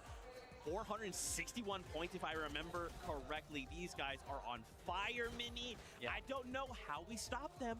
I mean, honestly, they were set up for success this entire end game. They really did well to claim that high ground like we expected them to do going towards the zone. They had a nice favorable pull, of course, over to that hill. And then when Queasy actually built out into the zone, which I thought was a really nice play, if zone was to pull over that hill, it ended up pulling the other way. So they did, of course, have to invest a lot of materials, which is why they ended up going down a little bit earlier here. But, I mean, what a clutch here from Murstache. What could have been, Levin? I mean, look, I low-key do wish we were in the alternate universe where he wins that. Because there is one, right? Yeah. He's so close. It comes down to just the difference between a little bit of damage. Regardless of that, though, right? Still a fantastic game to help them keep their lead. keep momentum, right? Because the worst thing you can have in a situation like this, and you know, speaking of Queasy when he won 6 out of 12, it almost sort of did happen where after they had won like the 6th game, you know, they're almost like, everything's won, we've won it, you know, they have a bit of a mediocre game and like the momentum's lost, but it's fine, we've won the tournament. These guys haven't won the tournament yet, they need to keep that momentum, that's still a great game. That's right, man. One game left to go before we say goodbye for the first half of the day of the competition. You heard that sound. Last game of the day. Let's get it. Last game of the day. Here we go, guys. Here we go. One last ride on the battle bus to score things out for day 1 here of the FNCS 2025 Global Championship. And Leon To has be honest, been it does not feel like absolutely like 5.5 electric hours. through all of it. Massive shout outs and love to the fans here in the crowd. But firstly, Jacob, we have to tackle the elephant in the room. It's what's been taking place between Ferdoxy and Tayson since we last peeked in over at Kappa Kappa Factory in the previous lobby, but now we're back at home. I was about to laugh to myself. You're talking about Ferdoxy and Tayson. But what about the 50 other teams that end up over at Rangers Ruin throughout the course of the game? That's what it feels they realize how this fight goes, and typically it might be left to just one person trying to clutch up. As Ferdoxy gets that first sweep. Tyson eliminated. Chico eliminated. goes down. Tayson follows next. That's back-to-back eliminations, but Chino's going to go down. That's going to give them an opportunity back. And if you notice, Ferdoxy has no more ammo. Ferdoxy's always dead. 10 HP for Ferdoxy. Of that fact, he finally picks up a few, but the damage has already been done. Jerez with only 3 HP, and Pablo and Ferdoxy on the other side are at least a duo, a strong duo at that, and they have a chance here to end the fight, and they do so. Large team eliminated. I want to believe, but when Pablo is just that healthy, the outcome is basically inevitable. Ferdoxy, Chino, and Pablo Wingo will play out the duration of Lobby 6, and this time it was so fast that Brazil likely won't be able to stroll on over and try to play spoiler. I mean, I did see in the feed, there was a team that was going in that direction. They saw the fight end in the feed. They said, you know what, maybe next game, maybe tomorrow we'll do this. Let me hit the other way. Yeah, but you see what's going down here right now. They actually chose to split the drop. Toyota, Yume, and Rice are going to take the top side of Canyon. That comes with a swarm. That comes with a little bit of XP. But Vico, Flixie, and Veno, they're taking actual Canyons crossing. There's a little bit more loot over here for them. And they said, hey, things haven't been going our way in the actual fight. Let's actually try to play some of these games out. And even last game, they did that exact thing, and it worked out. You saw them win that game. There's still a leaderboard that teams want to play for prizing, Jacob. Even if it might not necessarily be a threat to first, or even the top 3 in general, it's still opportunity for life-changing money, right? And Epic Whale, Paper, Victor V, they're looking to tackle Razzle, Tate, and Raito. They had primary control of the Stoke City. They pushed Raito's team toward the edge, but Epic Whale still needs to try and connect another shot here. He knows that Paper is going to have that overhead sightseeing, and Razzle, not a whole lot of materials, but Paper just trying to stay on top of this fire, just trying to see if he can apply more pressure for Victor V to capitalize on. Yeah, my eyes initially peeked at Shining Span where I saw them, but now you saw Ritual in the distance as Vox being in Malabuka. They're taking the fight on over. That's Aspect's team, and Aspect was the one that was landing towards the Kappa Kappa factory. So you're already seeing they're changing up their game plan. They're trying to steal away some loot away from Malabuka and Wox, but that's not something you want to do at all. And Malabuka, Wox being more than happy to try and collect whatever opportunities come their way. They're willing to try and generate these occurrences themselves, and they are just chasing these teams way out to the outskirts. This is a big commitment, but if they find the eliminations, it's all worth it. I like what they're doing here. They're just trying to trust in each other for the most part. One's going to go on over, try to see if they can find him, which it doesn't look like they do. They immediately turn back. It's not worth it in their heads to go for it as Peterbot finally makes his position known along with Ritual and Cold, and they immediately jump onto Paper. He was positioned on top of that with his building. Tagging that team down below, was not watching his back, and that's exactly what's going to do him in the end. You see Victor V looking like the only player left alive for his team. He's just trying to disengage. and at least try to give him a chance to get back on up. But it's the fact that Victor V is still left standing. Bit tragic. The Paper Epic Well, they just never saw it coming. The Crash Pad Fizz combination a little bit too potent here, and Paper punished for that overhead position and not keeping tabs of what's flying through the sky after him. Honestly, depending on where the zone goes, it's gonna help their chances or hurt them for Victor V, trying to get his entire team back into the game. We kind of saw more and more teams throughout the day kind of move over into this position, and that's going to remain the same. One all the way towards the north. Tisco and his trio, literally inside of Ranger's Ruin as well, but they're positioned above. And then Ferdoxy, who obviously knows where that team's at, where they're positioned, and he's at least trying to shoot off shots in their direction with that Stinger SMG, so he knows it's not going to get a ton of damage, but anything's better than nothing. And Ferdoxy, Pablo, and Gino have just been playing whack-a-mole all day long. It's like the moment they take out one team, they still got to deal with another one popping up from seemingly nowhere, and Pablo still working through the lobby. Grise and Coyota going to be victims at the other end of that shotgun barrel, but Yuma still trying to do what he can to pick up the pieces here. It was a nice knock onto Gino. Unfortunately, the 1 versus 2 situation, that's just so hard to convert into a victory there. So they're going to be put down temporarily, but things are getting messy here in the south side. Yeah, this is not where I expect Veno and Vico and Flixie to kind of end up, going all the way towards the south side of the map. That's given Alex and Resigns an opportunity to get the early surge, steal away some of this loot.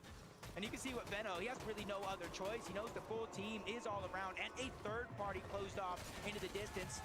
Even with 69 HP, does have some extra shields, but he doesn't want to give away his position with those audio visuals. Alex finally found him out, and the full team is wiped off from Victory Royale to 30th place. Yeah, it doesn't really matter where Veno tries to go after that. Alex Resigns and Anon, we're never going to let them leave this vicinity. It's just way too primed up of a chance, and they're not going to come by often, but still, Alex Resigns got to keep open eyes on the map, because Mixin and Focus, they might just have a chance to shut down everything that Alex just worked to accomplish. But Alex spots him out through the window, and Alex not going to be able to get that shot just yet, but still, the damage has been done. Focus, Mixin, they're bailing. Yeah, and they're only a duo. That's basically giving away your position for Alex and Resigns to make that decision. Do we fight it? Do we beat them on towards the mountain priority position? What's more important here? And I honestly like their decision to close out the day, play a little bit more aggressive, try to get more points, and already they get the knock onto Focus. Now they're in a 3v1 situation,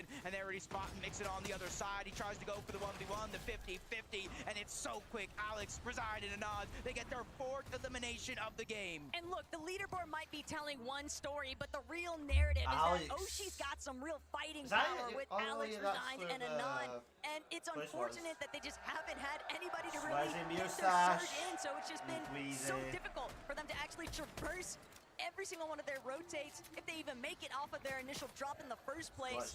But it's been a completely different story, as we all know, for Swizzy, Queasy, and Merstash. They have been titans of this lobby, and even with Merstash being not no problem whatsoever, because they're not going to be keyed anytime soon. It's just not worth the effort from the team that they're trading blows with. They know it's way too dangerous to actually make that trek. And it's almost kind of like having me ask myself the question in my head for Vortex, Goofy, and Mountain. They got the When do you Eradicator. stop targeting Queasy and his entire trio on the other side? Because even though that's helping them get some Storm Surge, it's helping Queasy, Merstash, and Swizzy a lot more, and they're bringing it much further on into the game. In the feed, taking down one of the members of OCE Power's team, Peterbot, Ritual, and Cold, because of their early aggression. They're able to get the Queen out of Dystopia City and immediately make their way on over towards that vault, where they're not only able to have that mythic AR, but they have the exotic as well. And while we are seeing some mild forms of success currently for Peterbot, Ritual, and Cold, the big thing to keep in mind here, Jacob, is that for a lot of these international teams and just other teams in the lobby in general, it can be very difficult to really find an opening. And you know, you're talking about Goofy and Mountain and what they're capable of, and is this even worth taking the battle? But they're in a pick your poison situation. They're so far northwest, their only options are Muzz, Mr. Savage, or Queasy. And they just keep landing on Queasy every time, while King and Phaser try to recover this battle up against Chino, Pablo, and Ferdoxy. Ooh, almost landed that good shot, but King Honestly, watching him throughout the season, when it comes to this double pump, it packs so much of a punch. He has Prodoxy and Chino on the slivers of HP, but unfortunately, the bait and switch comes through yet again. Pablo, knowing his teammates are weak, takes charge, gets that elimination onto King, leaving Phaser by himself. But it's so early on in the game, Taco. Third zone, 1 tick. Even though he has only 1 med kit, I'm not too worried because they're going to have to rotate out of that position. Look, we know that King is good at fighting, but in this lobby right now, Pablo has just been better with everyone that he stumbled across, and that kind of performance can carry them a long way. It's starting to feel a little reminiscent, Jacob, of that early performance that they had to start this day off. 85 points secured in 1 lobby. And who's to say they couldn't do it again? Yep, you can see taking the most storm damage of all teams. With the way some of these games have been going, not too surprised. Zone moving towards the north in a couple of games, all the way towards the west. They land at Kappa. They have a contested fight, and then so many other teams along the way, they almost have no other choice, especially since this has been a huge part of their strategy when it comes to these surge bases, and they have that abundance of extra HP, so it's no worries. But the conversation that's been building between the SETI, Cammy, breakup, I enjoyed this. and we're It's actually looking quite at both good. of these separate trios having so much consistent success that they are both within our top 5 here in day We 1. really enjoyed There's a this real series. chance for SETI and Cammy to try and see, you know, who is really the problem. And right now, based off their performances, Jacob, I don't think either of them were. I think they were both just ready for a switch up. I know when we talk about like some teams just forming, you know how they sometimes hit that honeymoon phase. What a perfect time for them to hit that phase and keep that consistency going, coming together, qualifying in Major 3. And really taking that opportunity, just that chance to play at the Global Championship and running away with it. Same with Vanya, That's and Pixie. reality, the ghost gravity, the ghost gravity. And honestly, whether it's contested or not, we saw Cold and his trio try to go ahead and make that their home, but that was quick work for them off that 50-50 drop off the side of the mountain, where you're seeing a lot of our top teams here, how they're rotating with the zone pulling towards the south. A lot of them are beating other teams to the punch. They're not taking that crowded position in towards the zone. But this is really nice for Clicks, Higgs, and Iamzo as they continue to press forward because they're approaching that mountain range overhead of Foxy Floodgates. They're coming from that north side position, pushing south. They're going to have that little bit of elevation to work with. And we've even got a nice little listening to see what Clicks is getting up to. Clicks is doing better than Pierbot. They're in streaming. Yeah, look at them. Look at this. 3, 2, 1. 30. Go. Let's go. Let's go. No. We full greet them. I like it. I like it. They got the damage. And Higgs, for a moment, was like, hey, let's go. Let's pick up the elimination. Let's go and go for more. But they realized they're at the top side of the leaderboard. They don't have to take any unnecessary risk to close out the day. This is game 6 out of 12. So we got 6 more games tomorrow. And so honestly, for a lot of these teams, you just want to get as close to Queasy, Murstache, and Swizzy as possible so we have a chance tomorrow. Well, I'm glad you mentioned Queasy, Swizzy, and Murstache, Jacob, because while they're here tackling Brazil, PH, Zen, Phaser already knocked. That's going to be the eliminations there. Excuse me, that's going to be King instead. Jacob, so much damage having been done there. And Queasy now on the back foot. He's actually going to have to depend on Murstache and Swizzy. Queasy's dead, Swizzy and Murstache need to get this elimination. They've now entered this battlefield, and for Doxy, he doesn't seem interested in leaving anytime soon. This is a blessing. This is a blessing for the entirety of the lobby, not just for Doxy, Pablo, and Chino here in this situation. You take them down, and I like taking matters into your own hands because 4th place, 1st place, 1st place, 1st place, 2nd place for Queasy and them at the top of the leaderboard. You cannot expect them to go down early. Sometimes you have to do things yourself. Phaser might not even know that there's a whole trio up above, but he might not have the HP. Storm Sickness is a possibility. He might have no other choice but to move into this trio. It's just witnessing what Prodoxy, Pablo, and Chino are able to accomplish when they finally have an opportunity to make it off spawn, Jacob. They've had to deal with so much action throughout every single one of these lobbies here today, and yet they are still managing to manifest these opportunities for themselves. You can see they're even so close to Pix, Darm, and Demus, who are playing out of their minds, not just here, but all year long.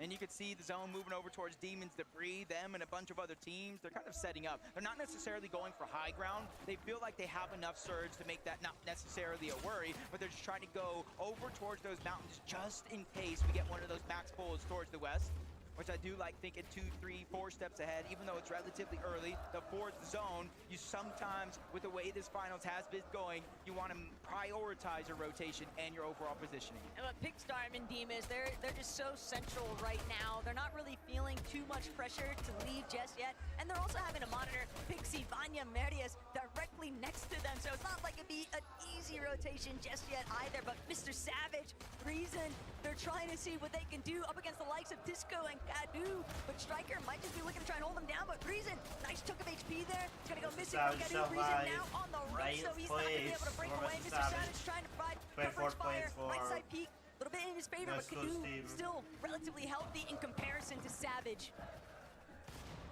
He does have 6 different crash pads. He does have the Flowberry Fizz. But does he have the reboot cards, and does he have a chance to get them? For Tisco and Kadu, they're in a very, very similar spot, but not as drastic. Only Striker is down, so they are going to be a duo in this situation, not too far away from the overall zone. So they too, if they have that reboot card, they can immediately move on over towards Rangers Ruin to try to get that reboot back, and that's exactly what they want to do. Savage has no other choice but go the other direction towards Foxy Floodgates, which is good because now he has a chance for the reboot, but he's moving closer and closer to other teams while being almost 300 damage below the threshold. But that's the problem. He's so low on his surge damage, and even with a successful reboot, hold that thought though, Pollo finally seeming to get a nice elimination here onto Kazi, and that kicking open the doorway. They need some kind of catalyst because they've had a very scrambly day so far. Second time's the charm. Second time is the charm, but they're deep in the zone, not a lot of heals. Phaser and King are both relatively low. You gotta hope they have something, but they have nothing. Phaser's gonna be the first one to drop. He did realize I cannot be the hero. I have to go. He has no heals either. Even though this is a one tick, he has about 50 now has 469 seconds on the clock. points. Either find elimination With or find any 290 sort of heals, points. bandages, anything. Oh man, Merstash, does he realize what's behind him? But PA Zen, if he gets the jump onto Merstash, that could be very problematic still. Merstash at least has Swizzy and Queasy. And a good replenish, but Merstash knows it's cooked from this point. He can't press forward any longer. Maybe there's a reboot later. Got the down onto Merstash. I don't even know how he was the last one to do damage. PHN did not know where Merstash was, and even if he did, he wouldn't have gotten the siphon, but he had heals. Merstash being down now leaves Queasy and Swizzy with a decision. Do we go back into zone? Do we get our teammate back up because no man left behind, or do we continue on as a duo? Right now, all I'm thinking about is what Prodoxy, Pablo, and Chino are getting up to, Jacob, because they're really starting to make a tear into this lobby. Kadu, Tisco, slight pause here. They pick up Striker, bring him back into the mix. Not a whole lot of resources available for some of these teams, though, that are just hugging the outskirts right now. It's been so many hiccups across the way. But Clix, Yamzo, and Higgs, they've still managed to find their footing on the side of the mountain face at Canyon Crossing. Yeah, now they're positioned right next to Kanata. That's the knock they got earlier, where they were able to kind of accumulate a good amount of surge. Now they look towards the bottom side of that mountain battle. Yeah, this is going to be an interesting endgame, because we've got Mountain. Inching closer and closer to Gabzera, Scarpa, and Way as well. Kanata knows and sees all the same things along with Rapid. I think Kanata's the highest. I'm not sure though. And they're all kind of targeting off the side of the mountain, just trying to take advantage of every team that's a little bit too slow to rotate. It's just so dangerous to go for some of these. Is that Alex? The window edits. You peek too long, you might find yourself getting picked off along the way. But right now, Marius, Pixie, Vanya, all they're focusing on is how to find the best success in this last lobby. Doesn't matter how you start, what matters is how you finish, and that goes for day one here at the Global Championship. That stat was crazy. Even though they're at the top of the Your leaderboard, stash is they've dead. taken It's more gonna be a damage 2v than they've dealt. But that just goes to show, like, from them on. how risky they're willing to play in order to get those eliminations, in order to be able to stay from now alive on. and build up Queasy and that storm Swizzy surge. need to As I see get Art this taking one. out Alex, Anon's gonna get taken down by School. Not sure if OCE is still alive, but NA West trying to bring themselves back into this. And just by the looks of it, zone pulling so far away. Queasy, Swizzy, they realize there's no chance to get Merstash back into the game, so we have to make our numbers count. But without Merstash, Queasy recognizes, hey, I'm gonna have to shift into gear and bring to light what kind of fragging capability I might actually be able to unleash, because some of these other teams that are just doing everything in their power to try and play catch up, you can never discredit what they might be able to accomplish. For Doxy, Gino, Pablo lurking at the very bottom of it all. They've got so much surge already. They can play fully for positioning, but Cold, Ritual, Peterbot, they are looking rough right now. They still have a good chunk of resources to actually bring their ADP back up, but they're still just in such a tight position, and no one is even backing down. All day long, teams have been openly embracing the fight. Alex is eliminated. Yeah, drop spot aside, Resign. this is a game with the loot, Almost the dead, loadout almost that dead he to has. Storm You really as have to well. make it count. Teddy Never Echo and mind. Panzer, It's not Storm. 678 above the damage threshold. They may not know I can't tell Resigns if is they're in getting Storm or ticked not. I'm not by sure. Storm Surge, but if they were close by, they could probably hear the shields crack, as Victor V is close by as well. I did see a couple of his teammates go down in the feed. I don't know if he's entirely a solo, but hey, it's Vic. Oh, well, no, that wasn't my fault, Taco. That wasn't my fault. Okay, Aussie. That was Swaz and Ozzy's Queasy fault. are on high. This is definitely Ozzy's fault. They're getting shot down, they're getting shot down. Oh, Queasy got half HP. Queasy up in the skies. Queasy having been spotted out. He knows this is trouble. We gotta So start he needs to maybe take that, working our way down. This is not the spot to be. But Gino, Pablo, Proxy, they don't care. They're looking to fully collapse. They see that Queasy is weakened, and they've actually completely overthrown the ultimate Pablo, high ground position. But the fact Fred that Queasy and Oxen, Swizzy are his still teammate, alive, Jacob, they're it's still higher than potential Queasy's replacement team. for points to keep building. Are Yeah, this they is almost gonna like a do the full clutch of the circle century moment, because or remember, it was not? Prodoxy, Pablo, and Gino the one that even took down Merstash in the first place and put him in such a rough spot overall, and they really haven't been able to recover from it since. Take a look at some of the Dead action on going down the around guy. the lobby. Oh! Canada Canada, into his really, own hands. The don't first really know, knock, but that his was teammates easy. are The gone. second one somehow was Oh. easier, and now Canada's looking to pressure that third elimination. And that's something big for them, because you can see he's all by Canada's himself, running. still taking pressure, He's- still Canada's taking damage in all cracked. directions, and quickly running He's out a of builds. solo. But if it resembles a Canada's a shotgun, solo. Canada can still max it out, and that's all he's looking for.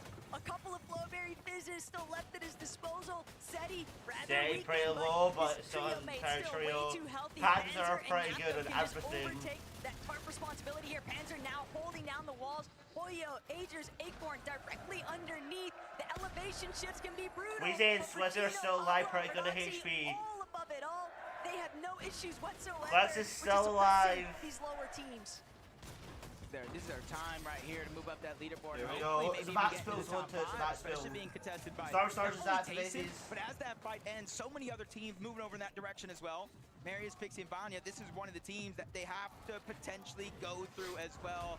As you're seeing Vanya get another elimination onto Mountain. That's their second one overall. 254 above the damage threshold. They're not focusing on taking any fights that they don't have to. Yamzo clicks, they both fall. Swizz are still Storm alive, Surge Don is a Hagel. huge thing that's taking them all out as the full trio's back to the lobby. Now Acorn's pressuring in. Marius sees him coming from a mile away. He goes out. Acorn eliminated. Poyo almost eliminated too. Poyo is not. Marius with back-to-back eliminations. Marius did such an excellent job at just pushing them fully back. That is a huge Agers moving to come up zone, here as don't Agers now some started damage, still has to try and see if he 8 can bring it splashes. together, but Marius Poyo is is now just not eliminated. slowing down anytime soon, just continuing to barrel his way forward inside Marius of the is still ground alive. lanes. Redoxil.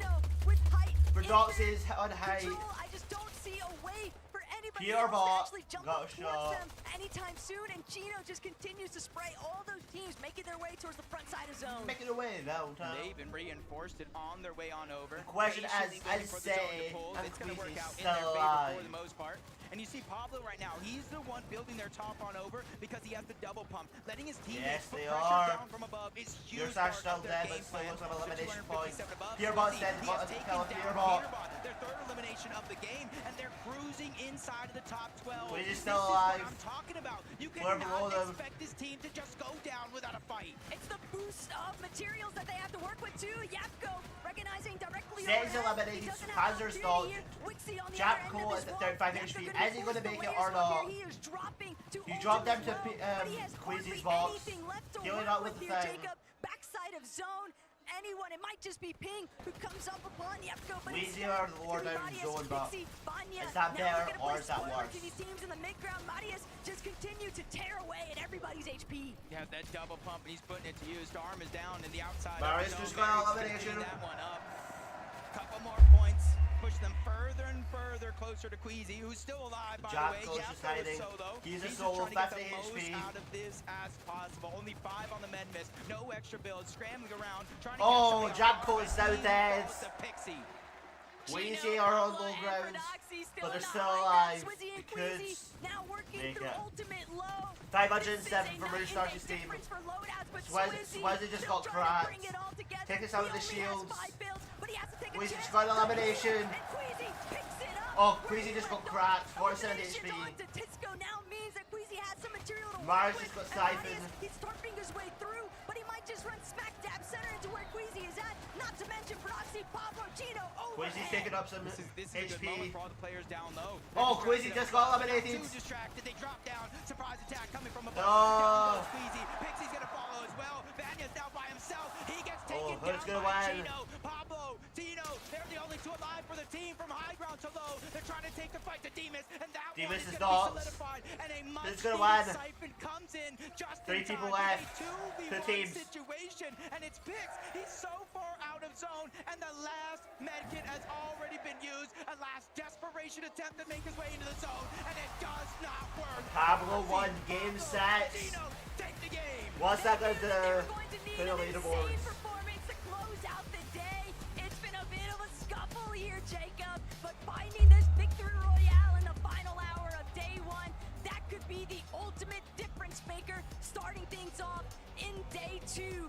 First and foremost, though, we gotta see what they have to say. Frodoxy, stand up for me, please.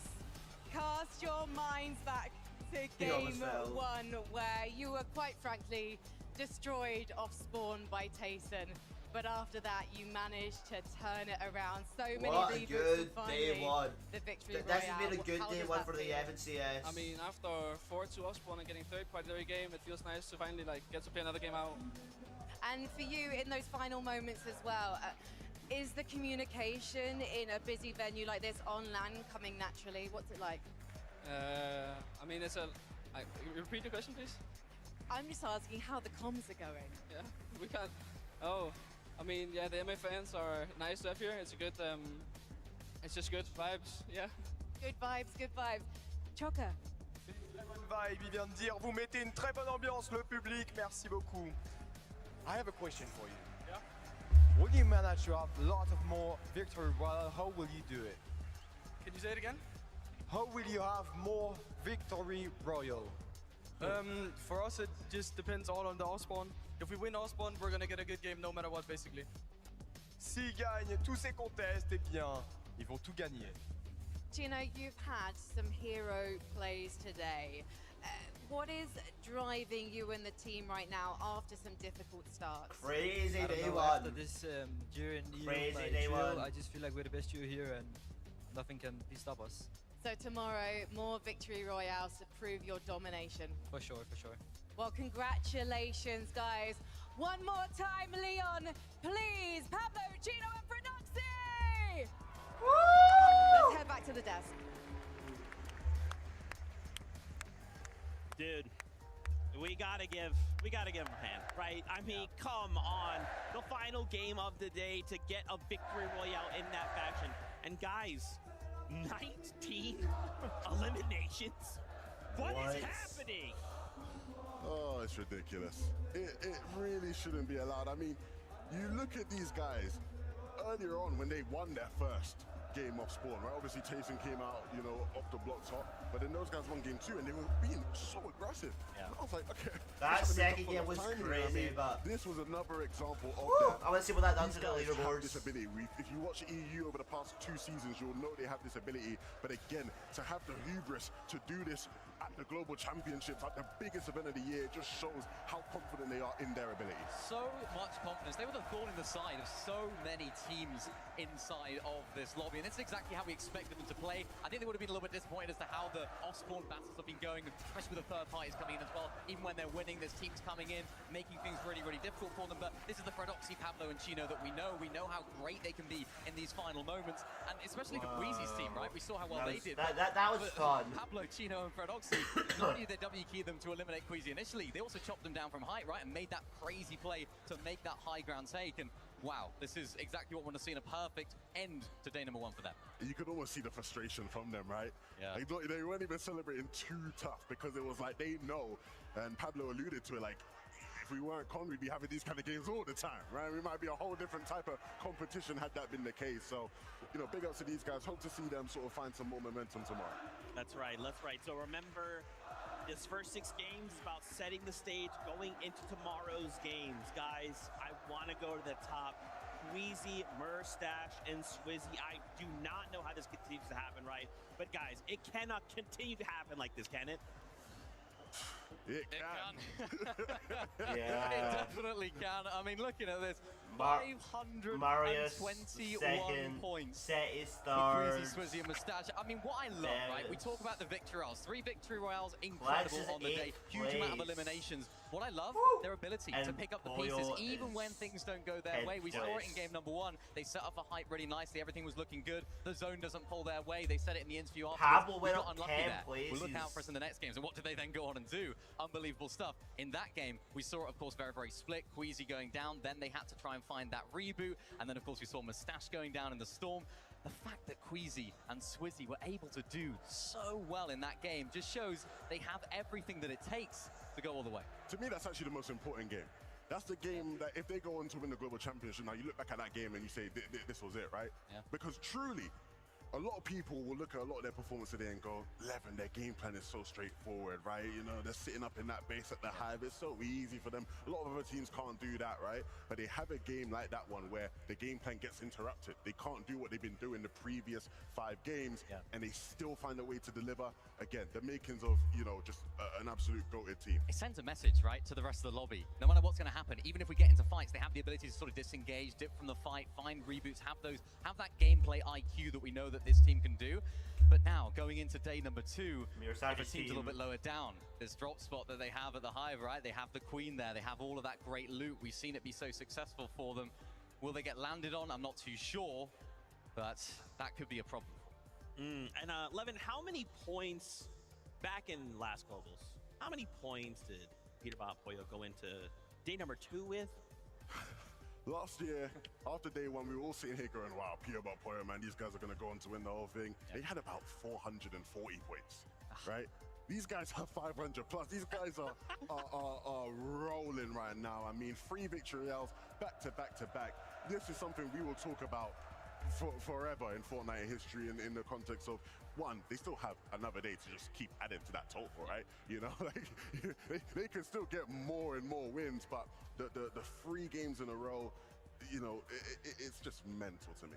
I mean, guys, we've got to hear from Queasy himself. Frankie is standing by right now to get his thoughts after the first 6 games.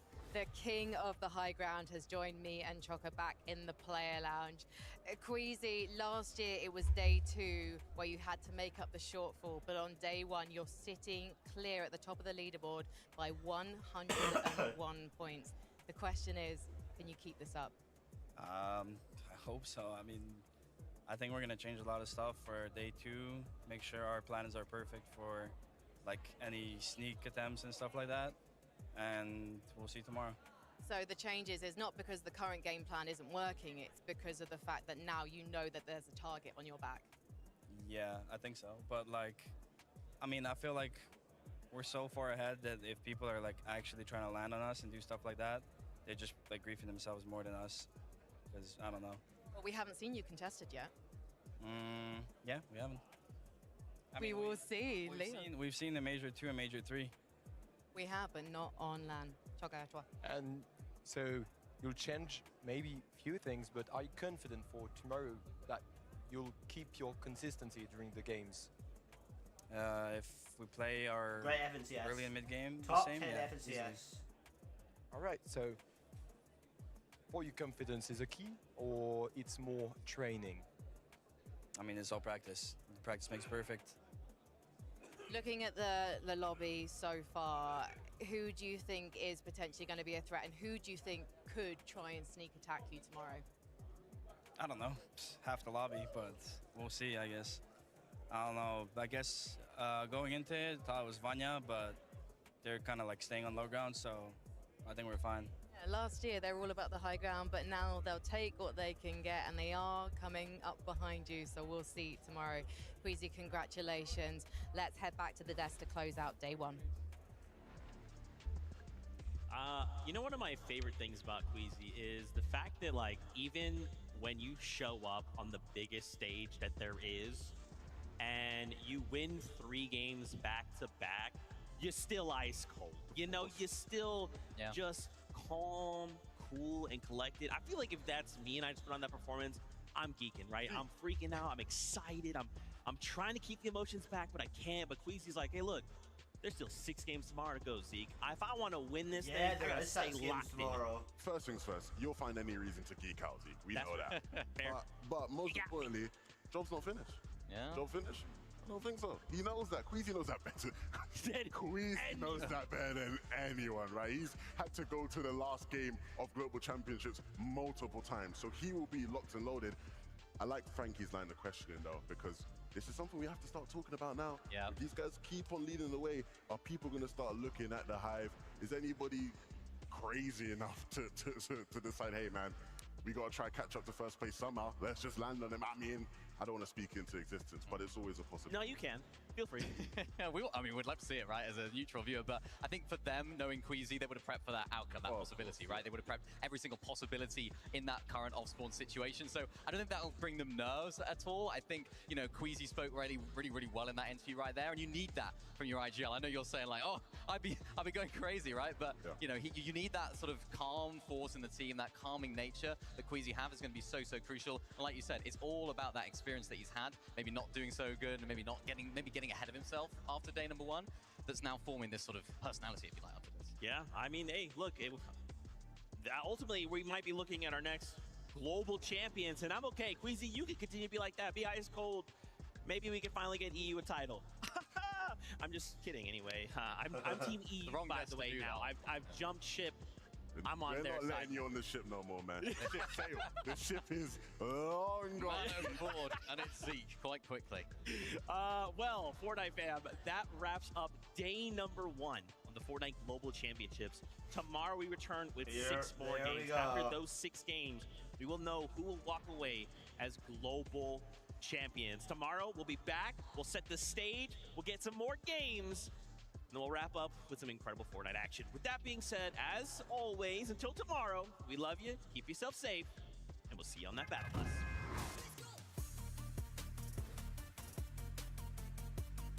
FNCS. There we have it. The FNCS day 1 is done. I'm so excited for day 2. Day 2 is tomorrow, by the way. I'm excited.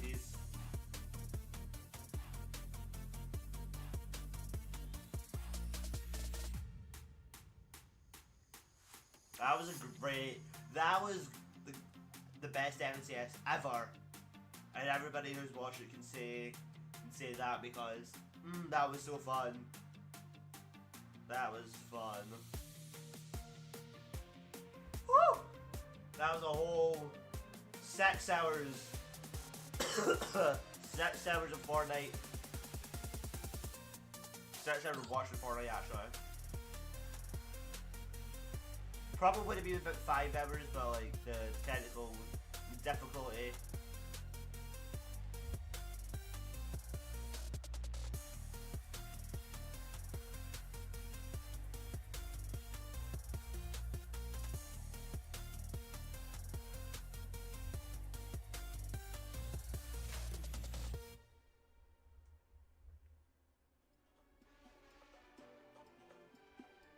Thanks for watching. Tune in tomorrow for more action.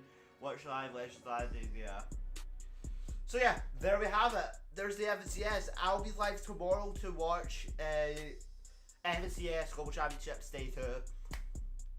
So yeah, hope you guys enjoyed that. Like, share it. I will see you guys in the next one.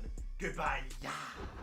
Sir, we've hacked 21 satellites, and now we're One step closer to world domination. Do you know how I know this? Because that's all we ever do.